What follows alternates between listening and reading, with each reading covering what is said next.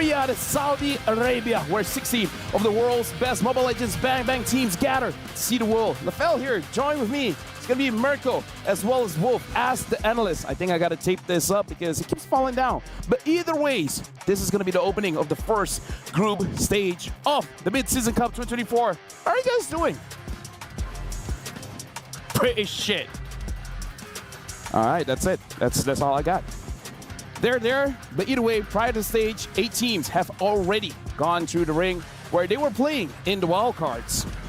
Yes, it was 8-team, Group A, Group B, 4-4. I'll figure out. So when that lights up, I just look at the camera that has lights on it. But either ways, we're good. Looking at the group stage was very interesting where overall, Homeboys did win, but it wasn't an easy victory. Where even the grand finals, it was a 3-1, where it really looked like it could have been a 3-2, right? It looked like it was supposed to be a 3-0. Oh my god, this mic. Actually, even if it's here, you can hear me. Yeah, but it's not, doesn't sound as good, right? Yeah. I think it's got it. You know what? I hate when you guys talk. You know what I do like? I like the format explainer, so let's look at the format. Welcome, Warriors, to the grandest stage of them all, the Esports World Cup in Riyadh. Here, legends are made and champions rise from the ashes of battle. Last year, we witnessed the meteoric rise of Fnatic ONIC from Indonesia as they claimed the MSC 2023 championship. Their impeccable strategy and relentless drive crowned them champions. But the story didn't end there. At the M5 Championship, Fnatic ONIC faced their toughest challenge yet, clashing with the mighty Falcons AP.Bren from the Philippines.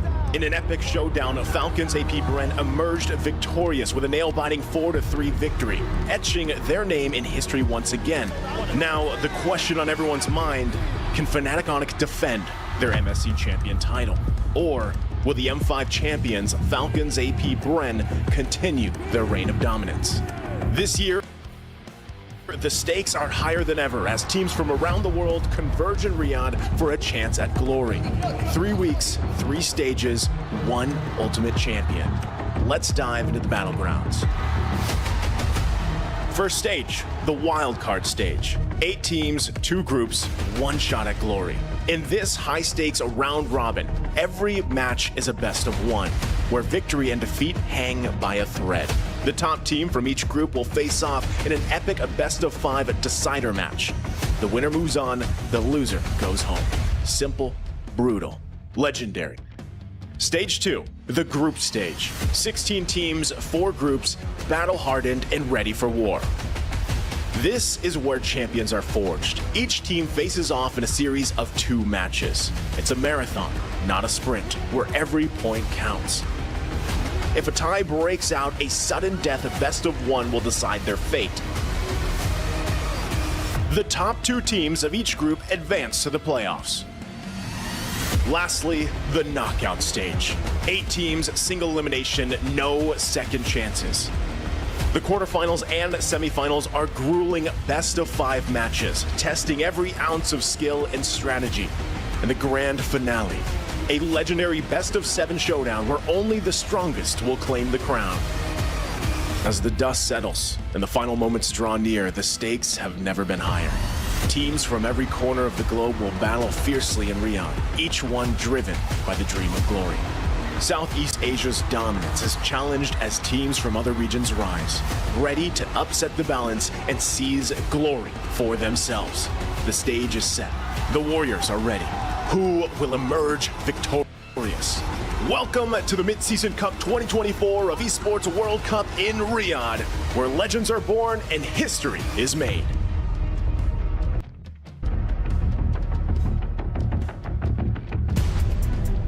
Go. Now we're looking at today's schedule where we're going to start with Falcon, AP.Bren going up against XYG. Afterwards, it's going to be C9 going up against Falcon. On Stream B, yes, we got Stream A and Stream B going on Stream A. It's going to be Fnatic ONIC going up against Team Falcons. And on Stream B, it's going to be NIP Flash going up against Fireflux. So again, just in case you guys are wondering, you guys want to see games from Stream A, you guys can go to Stream A. If you guys want to watch the game from Stream B, go over to Stream B. Idle TV power off for that one as well, so that TV might get turned off soon too. We're still doing rehearsals, right? Yeah, this is rehearsals. Okay. Yeah, you guys can talk. Yeah, I was like, okay. By the way, like, my audio is really low. I think we need to get this fixed because I can't hear you. Have you tried turning the knob on the thing? Where?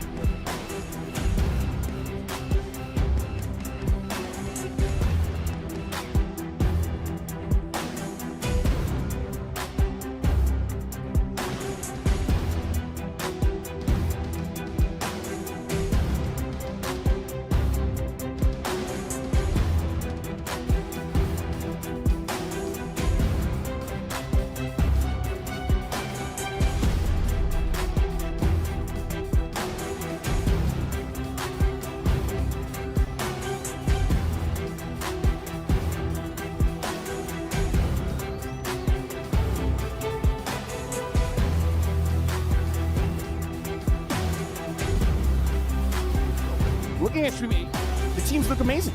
Yeah, for sure. I mean, looking at all the teams that are going to be playing LFL, I'm glad to see that we got the wild card first, right? Because with the new meta, with the new patches dropping, we were really trying to gauge what's it going to be looking like, right? Coming into the main stage, which teams are going to be on the top, and with Stream A having all the games played right here, with Stream B also, I really can't wait to see just who actually gets the grasp on the meta faster.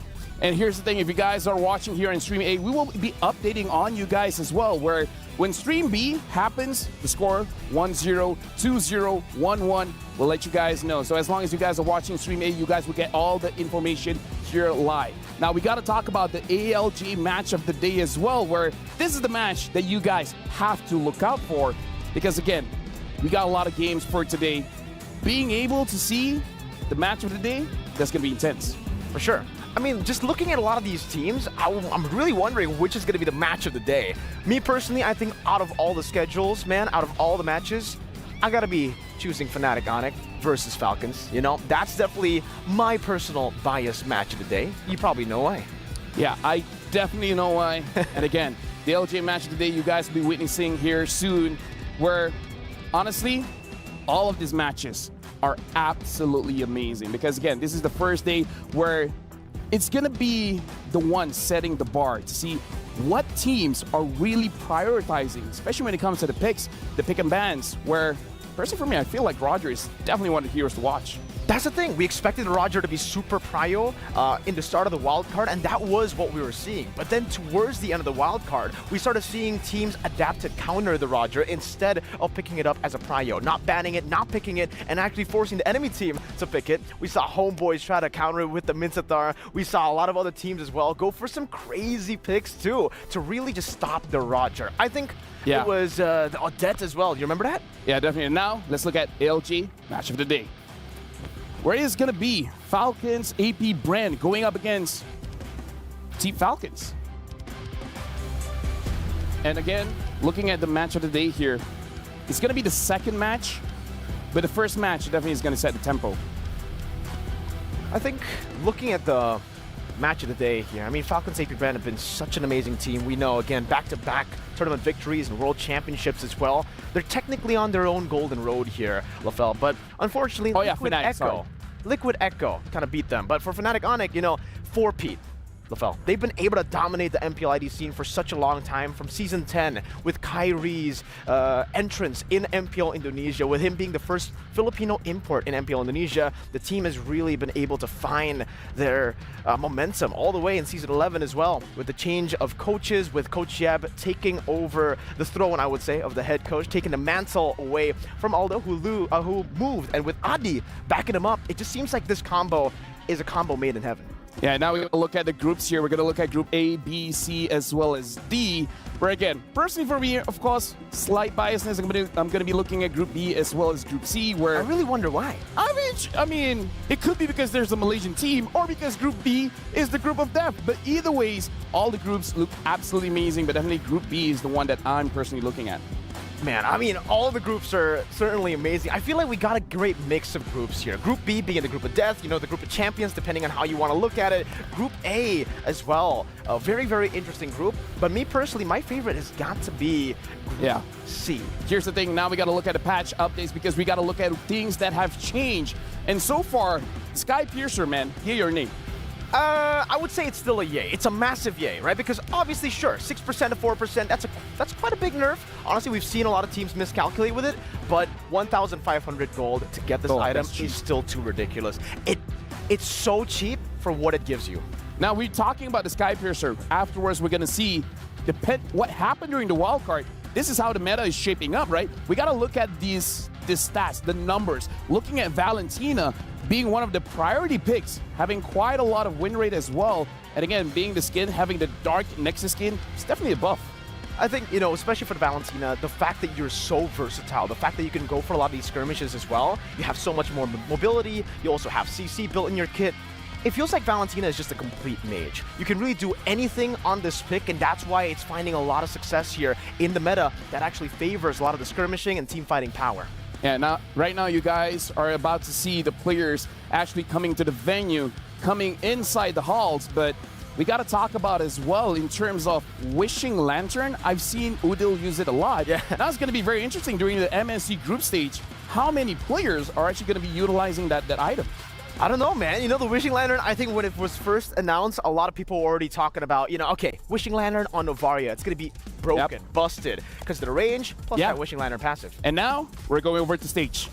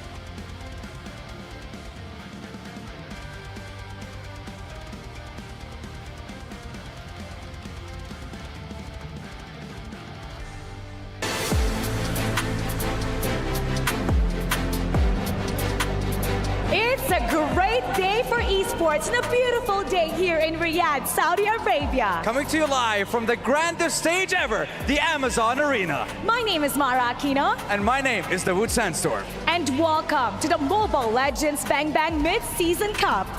With a prize pool of $3 million and $1 million going up for first place. And of course, the fight for the right to hoist the trophy at the end of this incredible 2-week journey. Today we'll witness the excellence of 16 of the world's strongest teams fighting in the Land of Dawn. They stand here not just themselves as players, but to represent their region, their nation, for the ultimate honor and the glory to participate in this prestigious event. And now, without further ado, ladies and gentlemen, let's start by welcoming, for the very first time, your MSC 2024 participating teams. Starting off with A. Ladies and gentlemen, help me in welcoming the White Tigers, EVOS Glory!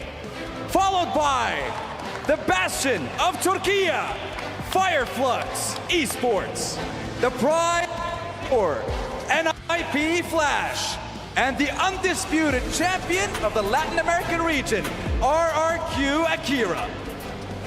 These 4 teams stand in front of you now, starting this 2-week journey, and of course, fighting for the $3 million and the right to hoist that trophy.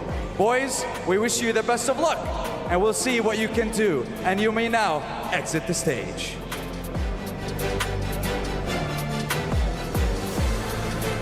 Now ready to enter the stage. Considered to be the group of death, here comes Group B. The defending MSC champions, Fnatic ONIC. The Cambodian powerhouse, Xianyou. The undefeated champion of Malaysia, Selangor Red Giants. And from the skies, the champions of MENA, the kings of Saudi Arabia, Team Falcons. When this group was drawn, the reaction of the world was unanimous. Arguably, the toughest group consisting of 4 MPL champions. This is Group B. You may now exit the stage.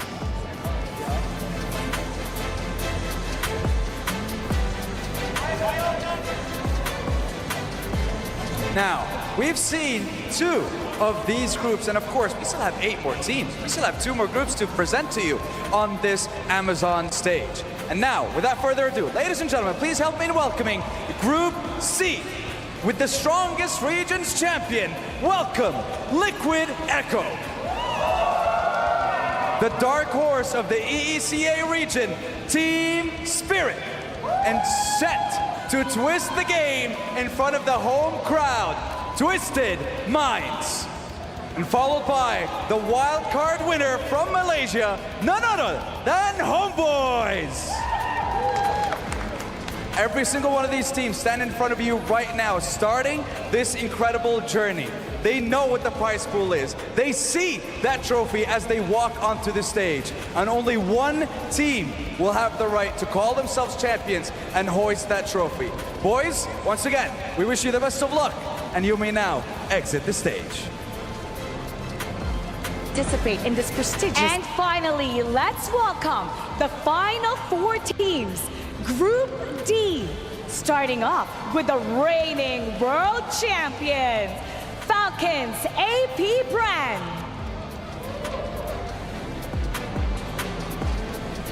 The new bearer of hope, XYG. The redemption-seeking squad from North America, Cloud9. And aiming flying high, Myanmar's Falcon Esports. 3 rising regions against a dominant M5 world champions. And you may now exit the stage.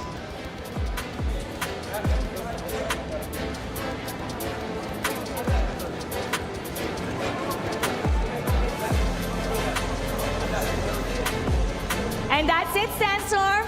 We've met the 16 teams of the group stages. That we have. And honestly, I am worried. There's a lot of strong teams. It's going to be a very strong competition. And it's going to be a very long 2 weeks, Mara.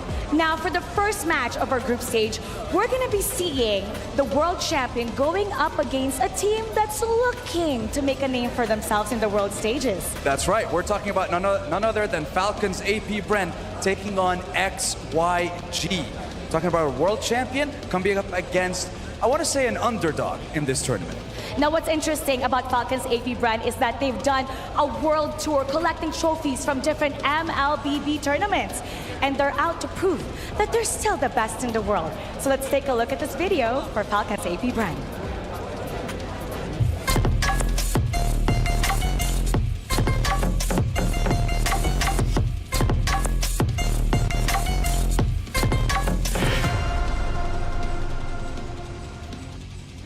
Every single trophy except this MSC trophy. Yeah, that is very true, and I want to see if that first game is going to be close for the world champion, or is XYG going to go in an 0-2, or I don't know, it's a best of 2. It's going to be a very, very close series, and honestly, I'm excited, boys and girls. It's going to be a hell of a tournament. It's going to be a hell of a start, and without further ado, let's have a little bit more information about the second team participating in this best of 2. Let's have a look at XYG.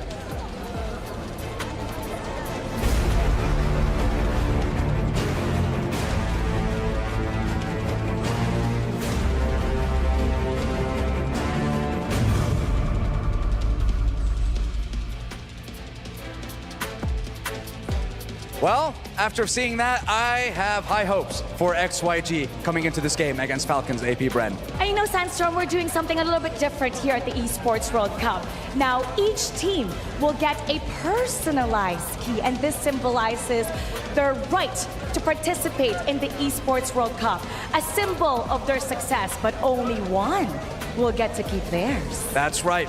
Only one team will be able to hold on to their keys. And unfortunately, if you are eliminated from this tournament, you give your key to the team that eliminates you, and unfortunately, watch it get destroyed. And that's the way the cookie crumbles, ladies and gentlemen. That's the way it works right here at the MSC 2024. And now, Mara, I think it's time for us to get the show on the road. That's right, I'm excited, the crowd is excited, and the teams are all hyped up. So now it's time to start the first day of the group stages for the MLBB Mid-Season Cup. Let's head over to the studio. Much Mara as well as Sandstorm heading on to our first match of the day. It's going to be Falcons AP.Bren going up against XYG. By the way, Mirko, thanks for playing along with the bit. Yeah, bro. Wolf, Yeah. just I do you. I wasn't included in there. I felt FOMO, you know, No, I mean- FOMO. Here's the We're thing. here for the smart stuff, man. Yeah, well, that's true, that's true. Now we got to I hope talk so. about the reigning world champion versus China's new hope. How are you guys feeling about that? Let's start with Wolf. Yeah, I'm very happy about the progress of China's New Hope, you know. Yeah. Especially because there are some Filipinos out there as well. Of course, I'm very biased towards that. But I do know that I've received a lot of news in scripts that they have been performing so well. There are a lot of adjustment with the players, especially because they haven't been playing in the patch that we are actually playing at. But then their adjustment when they went back to Southeast Asia to scrim with the people out there, they received news that they are doing really well. Oh, so when he's talking about scrims, it's fine.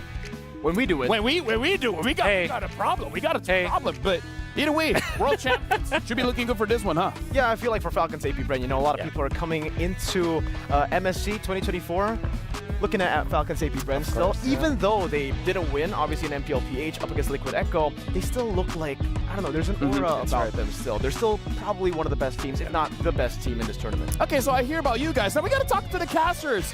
Leo as well as Gideon. How do you guys feel about this match? We're here at the Caster's box. Match is about to get hot, and we're excited. How are you feeling, Gideon? Honestly, I'm feeling hot as well.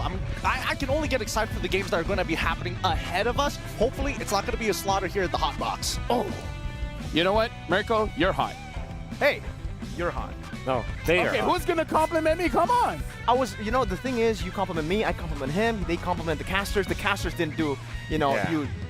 they did you dirty. You know what, casters, you guys are great. I'm gonna let you guys get ready for the game because we still have a few things to talk about here because I'm really looking forward. We're looking at the draft. I heard that in scrims, people have crazy picks, especially in the jungle. That's right. I believe that there are a lot of flex. There's a trinity now that's working. Like there's assassins, there's utility / tank junglers, and there's like somewhere in the middle. Fighters, I guess you can call them fighters, but they're not actually fighters.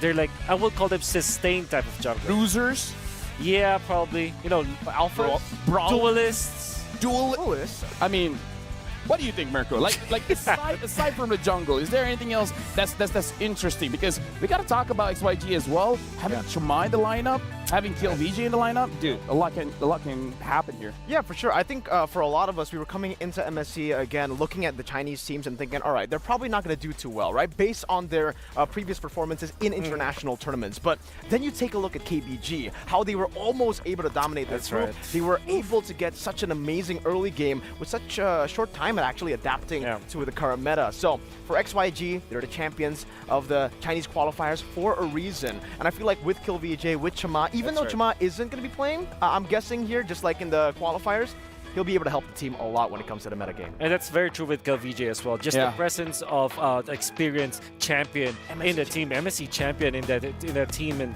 he's already able to like affect the team in a very good manner. And for you guys at home, mark your calendars on July the 7th. Soul Vessel Series skins. I'm on a Vessel of the Sea as well as Hanabi Vessel of Rage. Our State of 4 is stunning reveal, so don't miss out.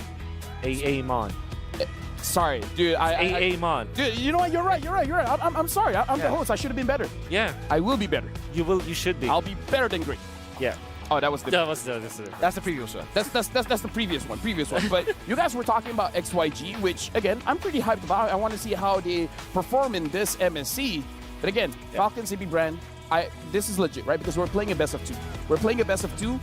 How should they approach this? Should they go all in, or do they have to hide a few secrets for the next stage of the tournament? I think Falcons AP.Bren is a team. When Bren was there, they were trying to hide some of their strategies or serving their strategies.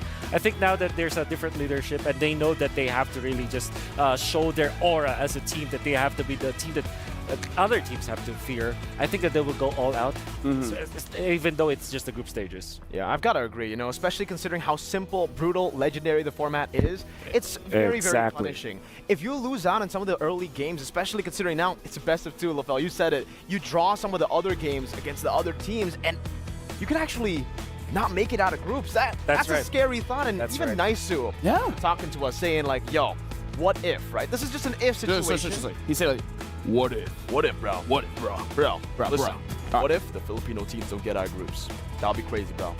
No, that's crazy. You gotta say it right. That's Crazy. shout out Saturna. But yeah, what if that happened? By the way, for you guys at home, a new hero is out. It's Jusin, the new mage hero. But we also got to tell you guys, it's not going to be playable in this MSC. It has arrived with our exclusive pack. Get the hero and the Eternal Serenity skin during the launch week. You only have 460 diamonds. You also can get the skin for only 5 diamonds during the first 14 days. So again, mark your calendars. So again, just in case our people are like, oh, maybe they're hiding in the threat. Nah, it's not usable for this MSC. That's right. You usually have to wait for 2 weeks, which will not be falling in MSC. And I think I've spoken to some of the analysts and some of the casters and the players.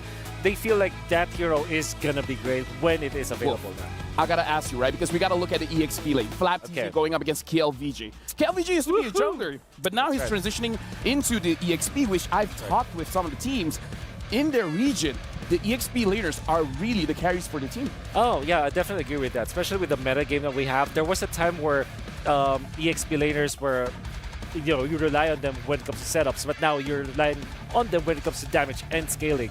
KLVJ, if you look back at the previous history of this kid, actually plays the side lanes. Back then, we didn't have the EXP and the gold lane, so he's technically the good old times. They call him the quote-unquote off lane, which is also a very farm-heavy type of lane that you rely on. And KLVJ, I think reports say that he is now very comfortable in that lane. I think considering how team fight centric a lot of neutral objectives will be contested in the early game, the meta is shifting to, these XP lanes are going to have an even bigger role to play. So we've been seeing a lot of the playmaking XP laners all around the world. Heck, even if we go back to the M5 World Championships, Finals MVP was FlapTZ. Yeah. The man who was able to create the most impact in the Grand Finals was FlapTZ on the XP, just absolutely stomping on his lane and then utilizing that on other lanes and other team fights. Personally, for me, I feel like Warcry is one of the reasons why the XP lane has been so impactful, right? Because not Temporal Rain? Dude, it's Warcry. Warcry all the way, because again, that extra 8% of damage makes you dominate your lane. And we know the simple rule about the EXP lane, if you're 2 levels ahead, you win the game, buddy. Even if you lose the game. As an EXP laner, you know you won. You won lane. 2 levels ahead of who, though? Of the XP lane. Other XP lane. Oh, wow. I haven't seen any of that happen. If that happens... Oh, that happens so many times to me. Okay. And that's why I'm now just a roamer. So you were an XP before. You weren't able to abuse the wild card or the Warcry? I would appreciate if you don't bring up my pass on live television. You know what? It's fine, LaFell. We won't talk about your Warcry pass, all right? Let's talk about the XP lane, because again... I just cry. It's okay. That's why it's called the Warcry, right? You flash off the war, he doesn't get the war. You know what? It's okay, LaFell. Thank you. Now you can use the Temporal Rain or maybe the Warcry in Rome. Can you let Wolf talk? Maybe. Yeah. You want to talk? What do you want me to talk about? The Warcry and the XP. Warcry and the XP. I don't know why you thought about that. And jungle. Yeah, I've done a lot of interesting tests about Warcry. Unfortunately, I think it only fits with some of the marksmen, attack speed based marksmen. I think it's applicable to some of the damage type or / assassin type of junglers, right? Sometimes we say that jungler assassin is the thing. I would label it as damage junglers instead. It's not really just about the assassins, although dude, have you tried Zong? Yuzhong in the jungle. No, use on Warcry. Yuzhong Warcry. It's an XP Dude, lane. it's amazing. Like, you know the shot residue, the pool? Yeah. That gets 8% as well. Yeah, that's right. If you I land am it right. do you land it properly though? Dude, this is right. I can play Yuzong Roam, and it will not work out, but it will feel good. It's okay as long as you feel good. Yeah. But then again, yeah, Warcry, I think it's it still is an emblem that you pick up when you want to deal the damage. You want to be the damage dealer of the team. You're like the core of the team. But otherwise, if you're a utility, like if you're the XP and you want to go for the setups instead, you're not going to be relying on damage. Just go for something along the lines of a quantum charge so that you can set up properly. It's still role-based in the end of the day. But Mirko, don't we always want to go full damage? Even as a roam. That's true. Even though I'm not Baloy, I want to go full damage. Lubukan Help. Lubukan Baloy. Gua bisa pakai Harley Roam. That means I can use Harley Roam. Yeah. Anyone can use Harley Roam, but not everybody can execute it properly. Okay, here's the thing. You guys have heard our analysts talk. We've been talking a lot about the heroes being used as well as the emblems that's being used. Again, I personally want to see a lot more of the Warcry, the Sky Piercer as well. It really depends on the team whether they want to put it in the jungle or the gold lane. We haven't seen so much in the EXP. We've even seen one in Rome when using the Hilda. But either ways, that's neither here or there. This MSC will shape up. This MSC will shape up the meta. Whatever you guys are playing in rank, hey, things will shape up. You've seen Roger, hearing from the players. You might see more bait. You might even see Natalia. You might even see some crazy fighters in the roam. So far, it's only the Hilda as well as the Arlet. But again, who knows? I'm surprised we haven't seen a lot of Paquito. No, I think there will be a lot of Paquito in this meta game just because when there are assassins, you're looking for farm type / split push type of fighters in the XP lane, which, you know, Benedetta as well as Paquito, they're gonna fall into that race. And Sky Piercer, Paquito, man, that's... Whew. I'm gonna quit the game. And that's what's interesting about what we saw in the wild card. Because in the wild card, we didn't get to see a lot of the Paquitos. We didn't get to see the Benedettas at all as well. We saw like one Benedetta throughout the wild card. And for the most part, the wildcard teams, they really put an emphasis on teamfight. It's all about getting the damage out for heroes. Sure. Even in the roam, Edith was a super prio pick. They would go for it in the first phase, even banning it out away from each other. So the fact now that you have a lot of setters in the XP lane that is getting so much more value because of the Warcry, because of the changes into the War Axe as well. Like the Terizla, you get so much sustain, so much damage. How is it all going to play out? Is the Paquito going to show up more in the main stage? You said it will, but the wild card says it a bit differently, right? He says, yeah, it could work, but the Terizlas and Yuzongs have been better. Now, I feel like it becomes a question, is it because of the draft or because of the player, right? Some players don't care about the draft. Just give me a Paquito and it will work. Some teams might be like, in this draft, yeah, it won't work. What do you think? Is it more draft or the player? I think definitely it's more about the player / the team, the way that they're very comfortable with it. Yeah. Maybe the wildcard teams aren't yet very comfortable about this kind of split type of compositions. But I'm sure that if you look at the roster of the players that we have right now in MSC, you know that there are really good players that play this Paquito well. Like the gentleman that you saw earlier was Easy. Yeah, right now we're looking at the ROG ping test as well. Both teams are setting up. They're both getting ready. And again, personally for me, Wolf, I don't know about you, but even looking at the wildcard, I feel like aggression is the key. And specifically, the first 3 turtles, right? I feel like out of 3 turtles, the second one is the most important. But Mirko, what do you think? I think at this point, every single turtle is going to be very, very important. We've seen that a lot of teams in the early game, even with a 2,000 gold lead, it looks like they're dominating. It feels like 6,000. Exactly. The gold lead that you have in the early game almost gets amplified because of how much team fighting is prio now, right? Because again, you get the first 2 turtles and you are able to dictate the pace of the game instantly. You can invade the jungle. You can force some of these team fights away from their even turrets, sometimes diving in their turrets with just a 2,000 gold lead. Now, maybe you can go and deep dive into this, Wolf. Why are we seeing the gold lead in the early game be amplified in the way that we're seeing? Yeah, I think it's mainly because of the changes with the Lord, which I'm going to be talking about later. But for now, it's the Sky Piercer. I think that really allowed for teams to really dive. That's the stacks, the automatic execution, and the fact that it's very cheap. You know, it's very affordable. Yeah, it's easy to 1,500, man. just, you know, get it. team fight and then snowball off of that, now you can dive. And it's very rewarding to go for snowball type of compositions nowadays. Now, if you're looking at about why aggression is rewarded heavily in this patch, it's mainly because of the Lord dance as well. I don't know if you've tried dancing with the Lord right now. Oh, it's we've so tried. difficult, dude. No, it's like we dance with the Lord, we die. Exactly. It's not a dance anymore. Yeah, exactly. So it's a totally different dance that we're doing. And you definitely cannot face the Lord now, even if you're a tilted jungler. Basically, yeah. We dance and then we break down and we cry. Yeah, you get your bones broken. But I mean, Exactly. technically, for teams like Falcons AP.Bren, we've been in the M5 World Championships as well, how they were always able to get the advantage was through the macro game, right? They wanted to go for these forced errors across the map, utilizing their macro advantage, and then ultimately using the Lord Dance to get the better team fight. Yep. Now, what does that put, where does that put Falcons AP.Bren? Are they going to like the change of having no Lord Dances or having a very different type of Lord Dance? Or Bunga bunga. Don't think about it, just do it. is that what Trevor does? I It's think like- so. I feel like, personally for me, apologize instead of asking for my permission. Do Okay. it first, think later. Kids, don't try that at home. Go and try that.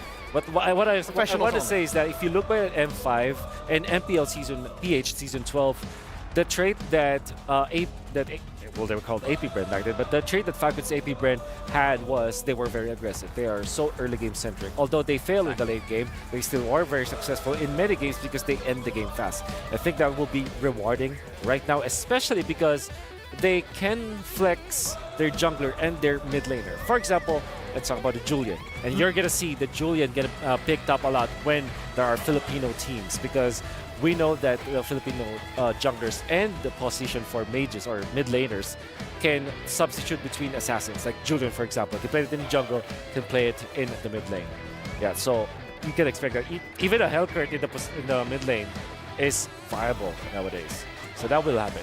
And we got to talk about XYG as well. One of the key players is definitely Lung, an amazing gold laner. But again, going up against other teams here in MSC, where they're really looking at the early game as well as the mid game power spike, I feel like if they secure Lung's hero early, he's got to be very careful. If he takes something that scales a little bit too long, the entire draft has to revolve around him, Mirko. That's what I'm actually, kind of worried about for both these teams, because even for Falcons AP.Bren, this is the same kind of concern that I have for Super Marco. You mentioned earlier that for Falcons AP.Bren, they like to go for the early game compositions. That's why the Brody was such a big pick at the M5 World Championships. And yeah, for XYG, I don't know. Do you want to go for more early game? Do you want to double down on that early game with a high pressure gold lane like a Herald, like a Roger? Or do you want to put him in the weak side? Because again, if we take our reference from the wild card, most teams who found success with heroes that actually scale up in the gold lane. The Roger's been finding more success in the jungle compared to the gold, and I am actually thinking both teams should try to do that first, right? Have that late game insurance in the gold lane with Long or with Super Marco, and then the rest of the team, they try to scramble, they try to brawl it out for that early game. And the thing is, when we were talking about scaling, some of the early game some of the heroes that are good in the early game can also be scaling. It's just that in the mid game, they're really, really bad. Like, I'm talking about assassins here. For example, in the first 2 minutes of the game, Hayabusa and Ling, very strong. Roger as well, in the jungle. Oh, yeah. You use them, you snowball off of it. But come to mid game, when you need it to farm up, when the enemy roamers have their first item up, it kind of feels like you cannot kill anyone anymore. You need more items. So it's like, you have to solve the mid game now. You have good scaling because you're a jungler, assassin jungler, and you have your gold laner. But in the mid game, you have to kind of find out where you have to be farming. Do you contest the turtle against a utility jungler? Do you give up the first lord just to secure your buffs or something like that? So yes, scaling is rewarded in the patch right now, but I think it's more about like how do you solve the mid game problem where you need to farm. I know I'm just a host here, but if I can put my 2 cents here, I feel like quite a few assassins that have a strong power spike when they get 2 kills before 4 minutes, I feel that they look pretty good, because we've seen a Hayabusa, the changes that the Hayabusa has, it makes it so that his farming speed is the same pace as a Nolan. And if you can farm the same speed as a Nolan, that's insane. I've seen Hayabusa go first item Sky Piercer, and that kind of solves his problem, right? Even if he doesn't have enough damage, as long as the mid laner says something like a Pharah is able to deal splash damage, get everybody under the 4% threshold, and then getting a triple kill on the first or second turtle, just skyrockets the Hayabusa's damage. Of course, so far in terms of meta assassin picks, we've only seen the Link. We've seen the Hayabusa. Other than that, we haven't seen anything else. The Nolan, I guess, right? Yeah, the Nolan, yeah. But They're haven't really been seeing Lancelot even. Despite the rash changes, you know, a lot of people have been actually trying out the Lancelot, trying to make it work, but yeah, hasn't actually worked out. Yeah, for sure. But I think you're going to see Lancelot in this tournament, one way or another. There you go. Julian is going to be one of the choices as well. That's Is it super prio? You're throwing out Julian a whole lot right now. I mean, it's flex, and you're saying it's really, really no, good I mean, like, rolls. okay, sorry to interject, but I feel like one of the heroes that can fight the Link pretty well is the Julian. Exactly. So that's your Link counter, definitely. When it comes to like farming speed, as well as when it comes to like 1v1, Julian will actually win it against the Link. It's like Is it a pure counter or is it a skill matchup? Skill matchup for sure. Yeah, you know where basically where the Link lands, right? Because once he uses Tempest of Blaze, you have 1 out of 4 chance. You know which area he's gonna land, and then you just throw your enhanced chain. Yeah. Here's the thing, right? The first combo that you do for the Link, you force the ultimate, right? And then you kind of by dashing or using your retribution, and then after a few seconds, after 7 seconds, you have another combo again. The Link is now in trouble. Link has to fly away, which means that if the Link is flying away from the fight, means that he will not be able to deal the damage anymore because he's just out of there. So that's how the Julian counters the Link. Speaking of a lot of the counters, you know, again, I want to bring it back to the wild card because we saw a whole lot of winning matchups in the gold lane, LaFell, that just wasn't used as a winning matchup, right? Roger versus Moskov. We saw Harith versus Moskov as well. Yep. And some of these lanes just didn't go the way that we were thinking it would go. Yep. And I think for this particular matchup, that's something we need to talk about because if Super Marco gets a big pick in the gold lane, say he gets a Brody or Roger, that early game, very snowbally, very bully type of laner, you're going to expect that lane to get steamrolling. Maybe the whole Falcons AP.Bren, they might be playing towards Super Marco if he gets an early lead. Exactly. I feel like during the wildcard, it really is about missed timings because I feel like now the turtle is much more important, so you want to gang the EXP lane perhaps in the patches before. You see maybe some help coming into the gold lane, so perhaps they're adjusting to it. Yeah. But what do you think, Wolf? Yeah, to be fair, no, I think we have to really look back at the root cause of why the wildcard looks really funky when it comes to like whatever is happening, where we have our expectations and different things happen. It's because the patch was very new that time. Very new. We have to give credit to all of the teams that played the wildcard. It's difficult to play in that kind of scenario where the patches were the best of ones, patches dropped. You're not prepared. Sometimes you know that you're very strong coming into the tournament, then come a new patch, you're not strong anymore. I think that's probably the root cause of why we're looking at the games in the wildcard and we get surprised so much. Like there was an Alice Angela. It was KBG. Exactly. They lost after like dominating. Yep. It's like it's very unpredictable because if it was a new patch. Yeah, and again, I feel like very interestingly because the winners of the group stage, Homeboys, in terms of the bans as well, something we got to talk about is the bans where they ban out something that not other teams ban out. They ban out the Faramis, right? So it kind of shows, according to their data, the Faramis is definitely a big factor. I feel like it should be a big factor because the Faramis is pretty strong when it comes to the turtle fights. And then late game, once the Faramis has 3 items and we got to talk about how the glowing one change just made Faramis much stronger in the late game. No matter how strong your marksman skills, a 3-item Faramis can burst out most marksmen. That's true, and Faramis is a problem when you're from a drafter's perspective, because let's just say you let it go, right? And then because the enemy has the Faramis, you are always thinking about should I get an assassin? Because getting an assassin when the Faramis is up means that you don't have your efficacy is just reduced so much, and then you also have to counter it with a good laner or a Valentina. Yeah, right. And then you also have to answer it with the next lane choice of Lapu Lapu, get the Edith. It just poses so much problems that you'd rather just ban it out and just be free with your draft. I think that could be said about Roger as well, doesn't it? I mean, for Faramis, you can technically dictate the draft. You can try to force out that Valentina, the Lapu Lapu, some big AoE abilities to get rid of the Netherrealm or to just, face off against the Netherrealm. Roger, we've seen a bit of the same in the wildcard too. When the Roger gets picked up, you either get slain by him, T2K were able to utilize it so many times, getting Maniacs left and right, or you go for a Mincetar. You go for a big pick that can counter the Roger, that can counter that dive composition. Even the Odette we saw. Yeah. That was what we were talking about earlier. So does the Roger fall into that category as well? Will it be for Prio here, just like the Faramis? Definitely. I think Roger is Roger's a valid first pick because you don't really give up any of your composition. Roger can be played in jungle as well as the gold lane. And the thing is, if you're going to be looking at the heroes that can actually outlane Roger, there's just a very few of them. There's an argument that Harith wins over the Roger, but that's also a skill issue. Moscow versus Roger, also a skill issue, you know? Agreed. So, skills matchup, I mean, not a skill issue. But yeah, that's the thing with Roger. It's prio because it fits in almost any kind of lineup. It can be a jungler and it can be a gold laner.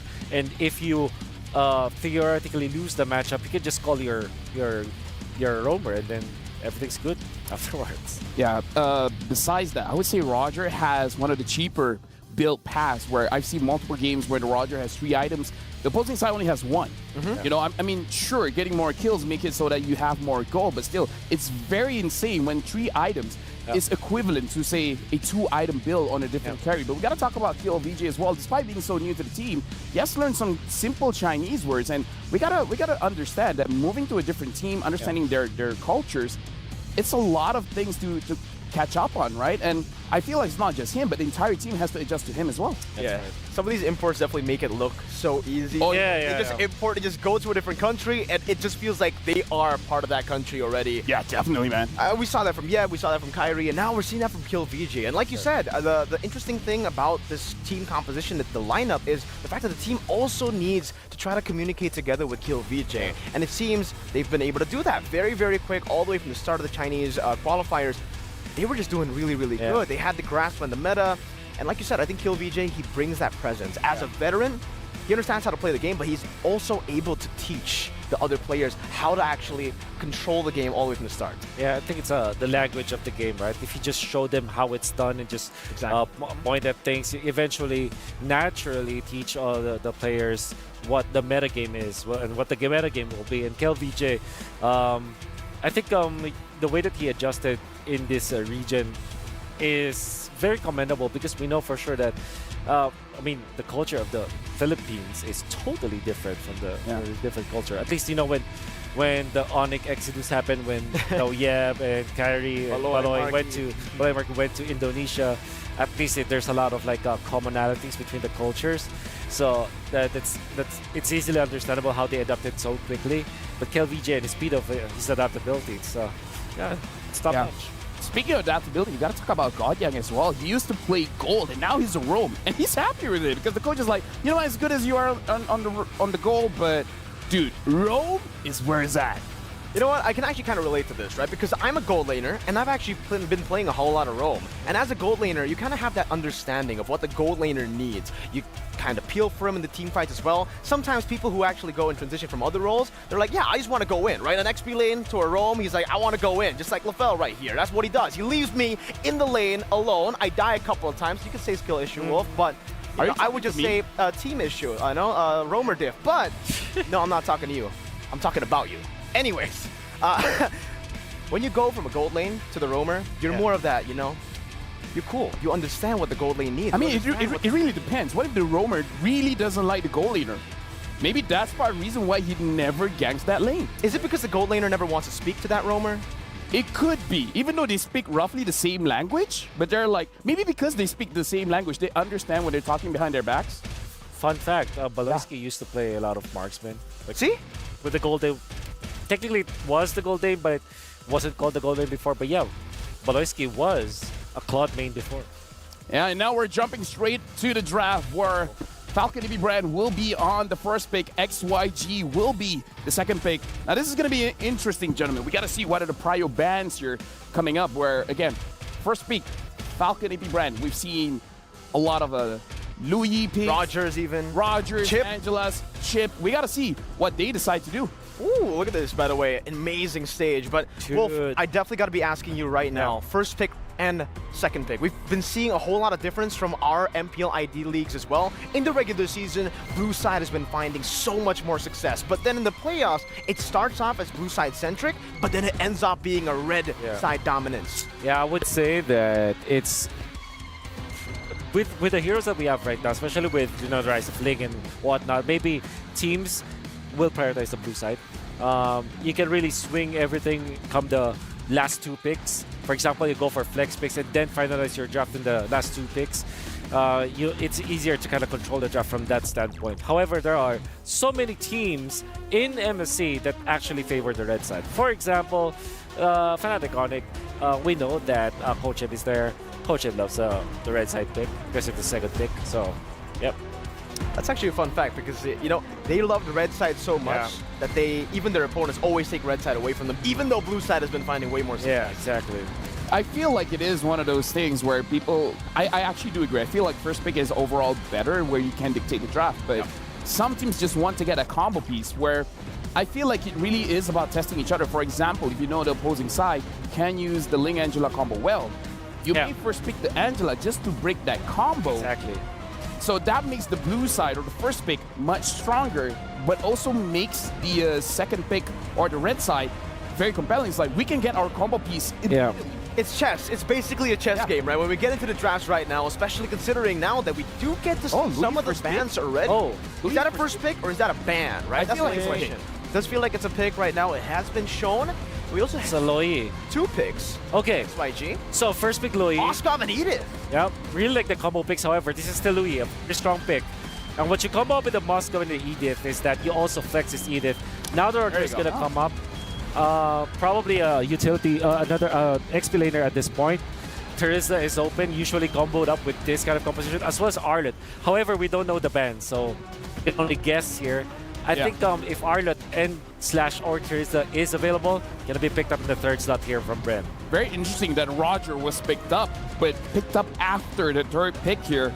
And it looks like it is going to be the Terizla coming in from Falcons AP.Bren. Looking at the bans here, it is going to be the Angela Vixana as well as Minotaur for Falcon AP.Bren, and for XYG, it's going to be the Arlott Ling as well as Chip. You get the mid laner, maybe a Novaria, because there's the presence of the Louis. Good combo with the Moskov as well, the Moskovaria combo. And the Vexana is going to be the game changer, however, which I feel like is not the best option, especially going up against like a Roger. Imagine they can jump to the Vexana and the Louis. Could go to the backlines. Vex is exposed here. Good cover from all 3 of the heroes that we see. From XYG, technically for Moskov, self-peel with the Spear of Misery. We also have that Edith with the CC lockdown. And I think right now, if we take a look at XYG, it's all about team fighting and forcing their opponents to stay in that team fight. They have so much lockdown, so much CC, and technically even so much burst and even sustain damage. They have everything when it comes to the skirmishes. Meanwhile, for Falcons AP.Bren, they really have to find creative angles with the Loi. And this is something that I want to bring up, the Loi. We saw the nerf onto the Loi, the diversion. You're not able to find those creative angles as you used to. Before, you could just feint a lot of times, you know, you abuse that crazy cooldown on the diversion. Now you're a bit safer, and we've seen a lot of teams struggle with this because once you use it and you don't find the value out of it, it's so easy for you to counter. No more diversion, punish. That's my initial thought about the Louis, the nerfs, and I definitely agree with you that that will be a big hit because it was a very long cooldown. But then we start to see teams now still utilize it, and it kind of felt like, okay, yeah, sure, the cooldowns are longer, but in a team that's smart and the team that really knows the game of Mobile Legends from, you know, from every single detail, they know how to use this Louis, and I think it's still a threat. The top teams that they expect, you have to still ban out the Louis. This is a very strong pickup, and I'm scared that XYG might not be prepared for it. Maybe they'll pick up the Yu Zhong along the way. It's one of those counters, which also KVJ wants to pick when he's going up against Louis. Look at those assassin bans. Yep. Fanny Hayabusa to round up the drafts for the red side. XYG. They really want to try to force the Roger in the jungle, I'm guessing, or force a utility jungler? Yeah. They want to force the utility jungler because they have a Vexana. And we see Wishing Lantern works well with Vexana.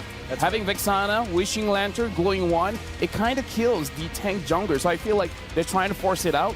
But then, Falcon AP.Bren, they have an option for the Julian here. So honestly, even Roger in the jungle is completely fine. Yuzong getting banned out as well. So I kind of feel like SYG, they do want to skirmish, but I agree with you guys. It's going to be very dangerous for you to skirmish against a Louis. So what else is XYG looking for here, Wolf? Maybe some sort of sustain, maybe somewhere alongside a Minotaur or a Matilda. They go for Nolan instead. Interesting. So this will be an assassin jungler. And usually what you counter with the Nolan is the Ling. However, that was already banned out. The Julian is still open for Falcons AP.Bren, which also is a hero that you can match up, you know, 50-50 versus the Nolan. It's another matchup. And the Tigreal, this is an FCAP signature that they use against assassin junglers because they know that they can just invade constantly with that. I think this could also be a lot of value that Falcons AP.Bren get because it technically forces the Moskov on a Purify or a Flicker, depending on how you want to play it. But we've been talking a whole lot about the Moskov, LaFell. You know how the Moskov has been able to utilize that Inspire for the most part to win out in the lanes. Now with the Tigreal, I think that is crossed it. They basically have denied the Inspire away from the Moskov, and they pick up another damage dealer. You're right, the Julian was coming up. Yeah. And what do we expect the Julian to do here? Yeah, it's going to be the jungler for sure. It's a skills matchup versus the Nolan, so it's going to be dominated the early game. XYG, I think it's better if they go sustain like Minotaur and Matilda. Minotaur banned. Minotaur's already banned, so that's a problem. What else are you looking for? Maybe you want to go for a bit more tanky? Or Florin, perhaps. But yeah, a frontliner here for sure. Or maybe they just split it out, like get a Barrett's actually, put that in the XP lane, put the Edith in the roam. Barrett's kind of provides you that frontline, maybe a Thams as well, so that they at least have that frontline that can allow for the Moskov to just freely hit. Some sort of peel. X-Bar kind of falls in that scenario as well. So that's a really good pickup as well. Thank you very much, gentlemen, for the analysis all across the draft. But now, we're throwing it back to our casters to start our first game of the day. Thanks to the handsome LaFell, Mirko, and Wolf. Over at the desk, it's us, Gideon and Leo, bringing you the very first match of the group stage here at MSC 2024 at EWC. How do you feel about the draft that Falcons AP.Bren and Xianyou Gaming have brought out? You said that really well, by the way. I just got to compliment you on that. But first, FCAP, they've got such a sexy composition, man. There's so much synergy in between the heroes themselves, and also Owen on the... Honestly, Tigreal so early on, I'm rather surprised to see this. But XYG's composition, hopefully they're going to be able to pull back. The Edith, I'm not 100% sure if she's going to be the target punishment for FCAP, but maybe, hopefully, we're going to see something happen in the side lanes. Here we go into the newly minted Land of Dawn for the very first matchup. And now, for all the points, trying to make it through the knockouts. Let's see how far Xianyou Gaming can take it against the defending world champions. Again, one of the main properties of this draft that Falcons AP.Bren have brought in is just how deep they can go, how hard they can bring the CC over to XYG. How can this rather soft lineup go against that, Gideon? I'm worried. I'm worried about Long. I mean, I'm worried about Long as well, but luckily he's taken the Purify, and in these types of situations, he's just got to live this laning phase against Super Marco, right? I mean, if he can win the lane against Super Marco, that's an even bigger statement, to be honest with you. And again, there's a chip on Falcons AP.Bren's shoulders. They lost in the grand finals 0-4 against Liquid Echo, who's also playing this very same tournament. So they gotta show up. They gotta show up strong. Ogwin living here in the jungle. Again, this is one of the things that was alluded to, right, in the draft. Like, they can live inside Zed's jungle all they want. Well, speaking of which, the first invasion coming in here from Kyle. Hopefully he's going to be able to get something off of it, but no, still dead even. XYG could be in a pretty good position. Oh, the UI for the in-game equipment looks real nice as well, and at least it gives us an idea of what we should be expecting here. At the very least, both sides are going to be able to have Concealed open, and honestly, I think we didn't get to talk too much about Conceal as a, one of those roaming blessings. It's really, really useful, and I think even more so in this meta now compared to previously. Yep, currently there are two very set-heavy roamers that need to get in there via the Conceal, and that's going to be important for Godyang and Ogwin to get in there. Something to note as well, emblems. None of the new ones have come through, right? We're about 5 seconds away from the first turtle. Not a single Temporal Rain nor Warcry. So we're playing it close to the chest, seeing how these teams use what they know so far. That's the meta we've been playing for the better part of the year. Kyle Easy, first up to the scene. Yep. And surprisingly enough, right, you would expect the Julian to be able to actually want to play either Lethal Ignition, maybe if they really wanted to, Warcry as well, but Kyle opting to go for the Impure Rage. Now, Godyang, he's got to be really careful. He doesn't have a lot of escape mechanics, and it's better for him to actually hold on to that Flicker rather than, well, using it defensively. Calling Falcons AP.Bren from their local homegrown league, I can tell you now that they're having an easy time, Gideon. This is... Very rarely does Falcons AP.Bren get a clean go at a turtle. I'm not so sure if XYG is actually just opening up the map, making sure that Long gets his farm, but so far Ogun barely needs to protect the buffs. Yeah, I mean, he's literally a walking sentry guard, right? XYG are very careful around him, and I think worse yet, these team fights are going to be really difficult for XYG, so they really have to take their time, right? Wait for Falcons to make that move, make that first blow, and then look for the counter right hand. So far we're looking at about 500, 600 between these two teams. Team fight waiting to break out in the river. Guardian has been doing well. Again, he's checking on Kyle TZ, checking on Ogwin, but not exactly overextending. Are we waiting for him to make the first move, or is it going to be a counter initiation from XYG, or Falcons AP.Bren finding them when the time is right? Because, again, you're looking at Kyle TZ also playing. Oh, coming in, implosion! It's a good implosion. Guardian unable to get him out of there. That's going to be E1 dying over to Julian. Well done to Kyle TZ. Great initiation. Say his name and he appears. You wonder when the fight's going to break out, and that's the beautiful thing about it. Julian now down bottom. I mean, KLVJ should be okay for it now. He still has his battle spell, but this could be a setup to dive, right? Now look at the pressure that Falcons AP.Bren are pushing in towards Nolan's purple buff. Oh no. It's not looking good. Let's cut back over to that purple buff 3v3. Chains have already been used. Kyle, he's taking his time with this. First blood, more than enough to actually bring in the aggression up top. Oh, wait, the TP into the lane. Look, does he know? Fuse already here. Finds the Xianyou reaction. That's another kill. And that goes over to Super Marco. And the rest of AP.Bren, they just pull away while this cross-map play happens. I understand what happened to the international marksman. You can see in his face how he did not see that coming. No need to protect your girlfriends. He is out and about, but he's not going to be able to get any kills or any farm with the way Falcons AP.Bren has been playing. You know what I saw there, Gideon? That was sensory overload. They were fighting in the purple, and little did they know, a second later, oh, we're going to get the Moskov. Yeah, I mean, these feints are dangerous, especially against the low E. But Kyle TZ, once again, securing the second turtle of the game. Very low kill count here, but you can just see that they are slowly finding these small bits of gold. A couple of camps here and there to put XYG behind. Clearly what I'm seeing happening is Falcons AP.Bren setting the pace. This is their game. They're currently about 2,000 ahead now, 5 minutes in. And I'm thinking maybe what XYG can do is treat KLVJ like a threat magnet. Like, they tried to get him, right? Falcons AP.Bren tried to get him. They have about 2 life bars at this point. I don't think he has any mortality just yet. And that should be the way to open up the rest of the map, because again, they're on Long. Yep, they're gonna try. They're trying to defend this dive against Long. They already called down the Eternal Guard, and Ogun, he's in a lot of trouble here. Enhanced Sword gets him out of there, but Super Marco finds 2 easily with a Lycan Pounce, and they also take the tier 1 on top side. A perfect dive coming in from Falcons AP.Bren. A good response from XYG, but they just do not have the stats to make this work, and even Long getting pushed back to the tier 2. That's a 3 for none. Everything for the Falcons, nothing much that the little monsters can do.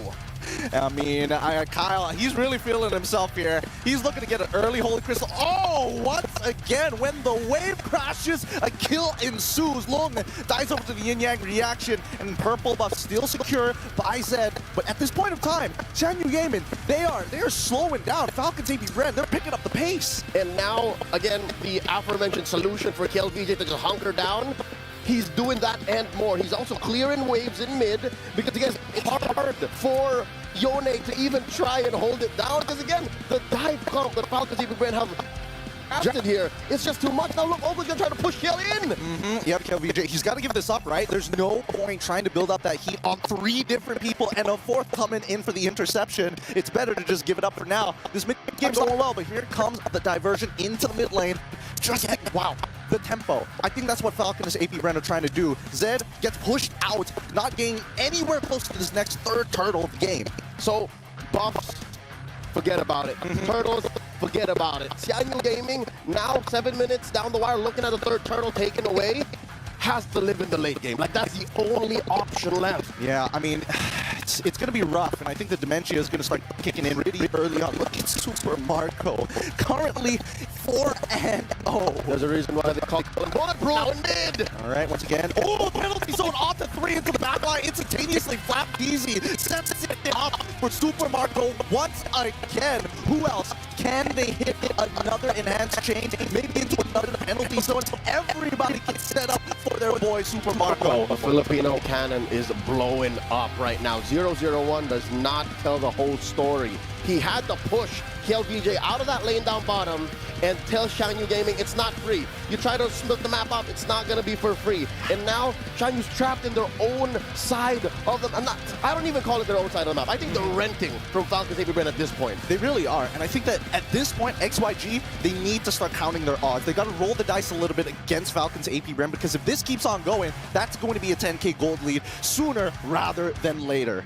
Tomato fried egg seems to be on the menu for the Falcons, and this time around, look at this. They're trapped in their own little corner for the orange. Good news is Zed got it.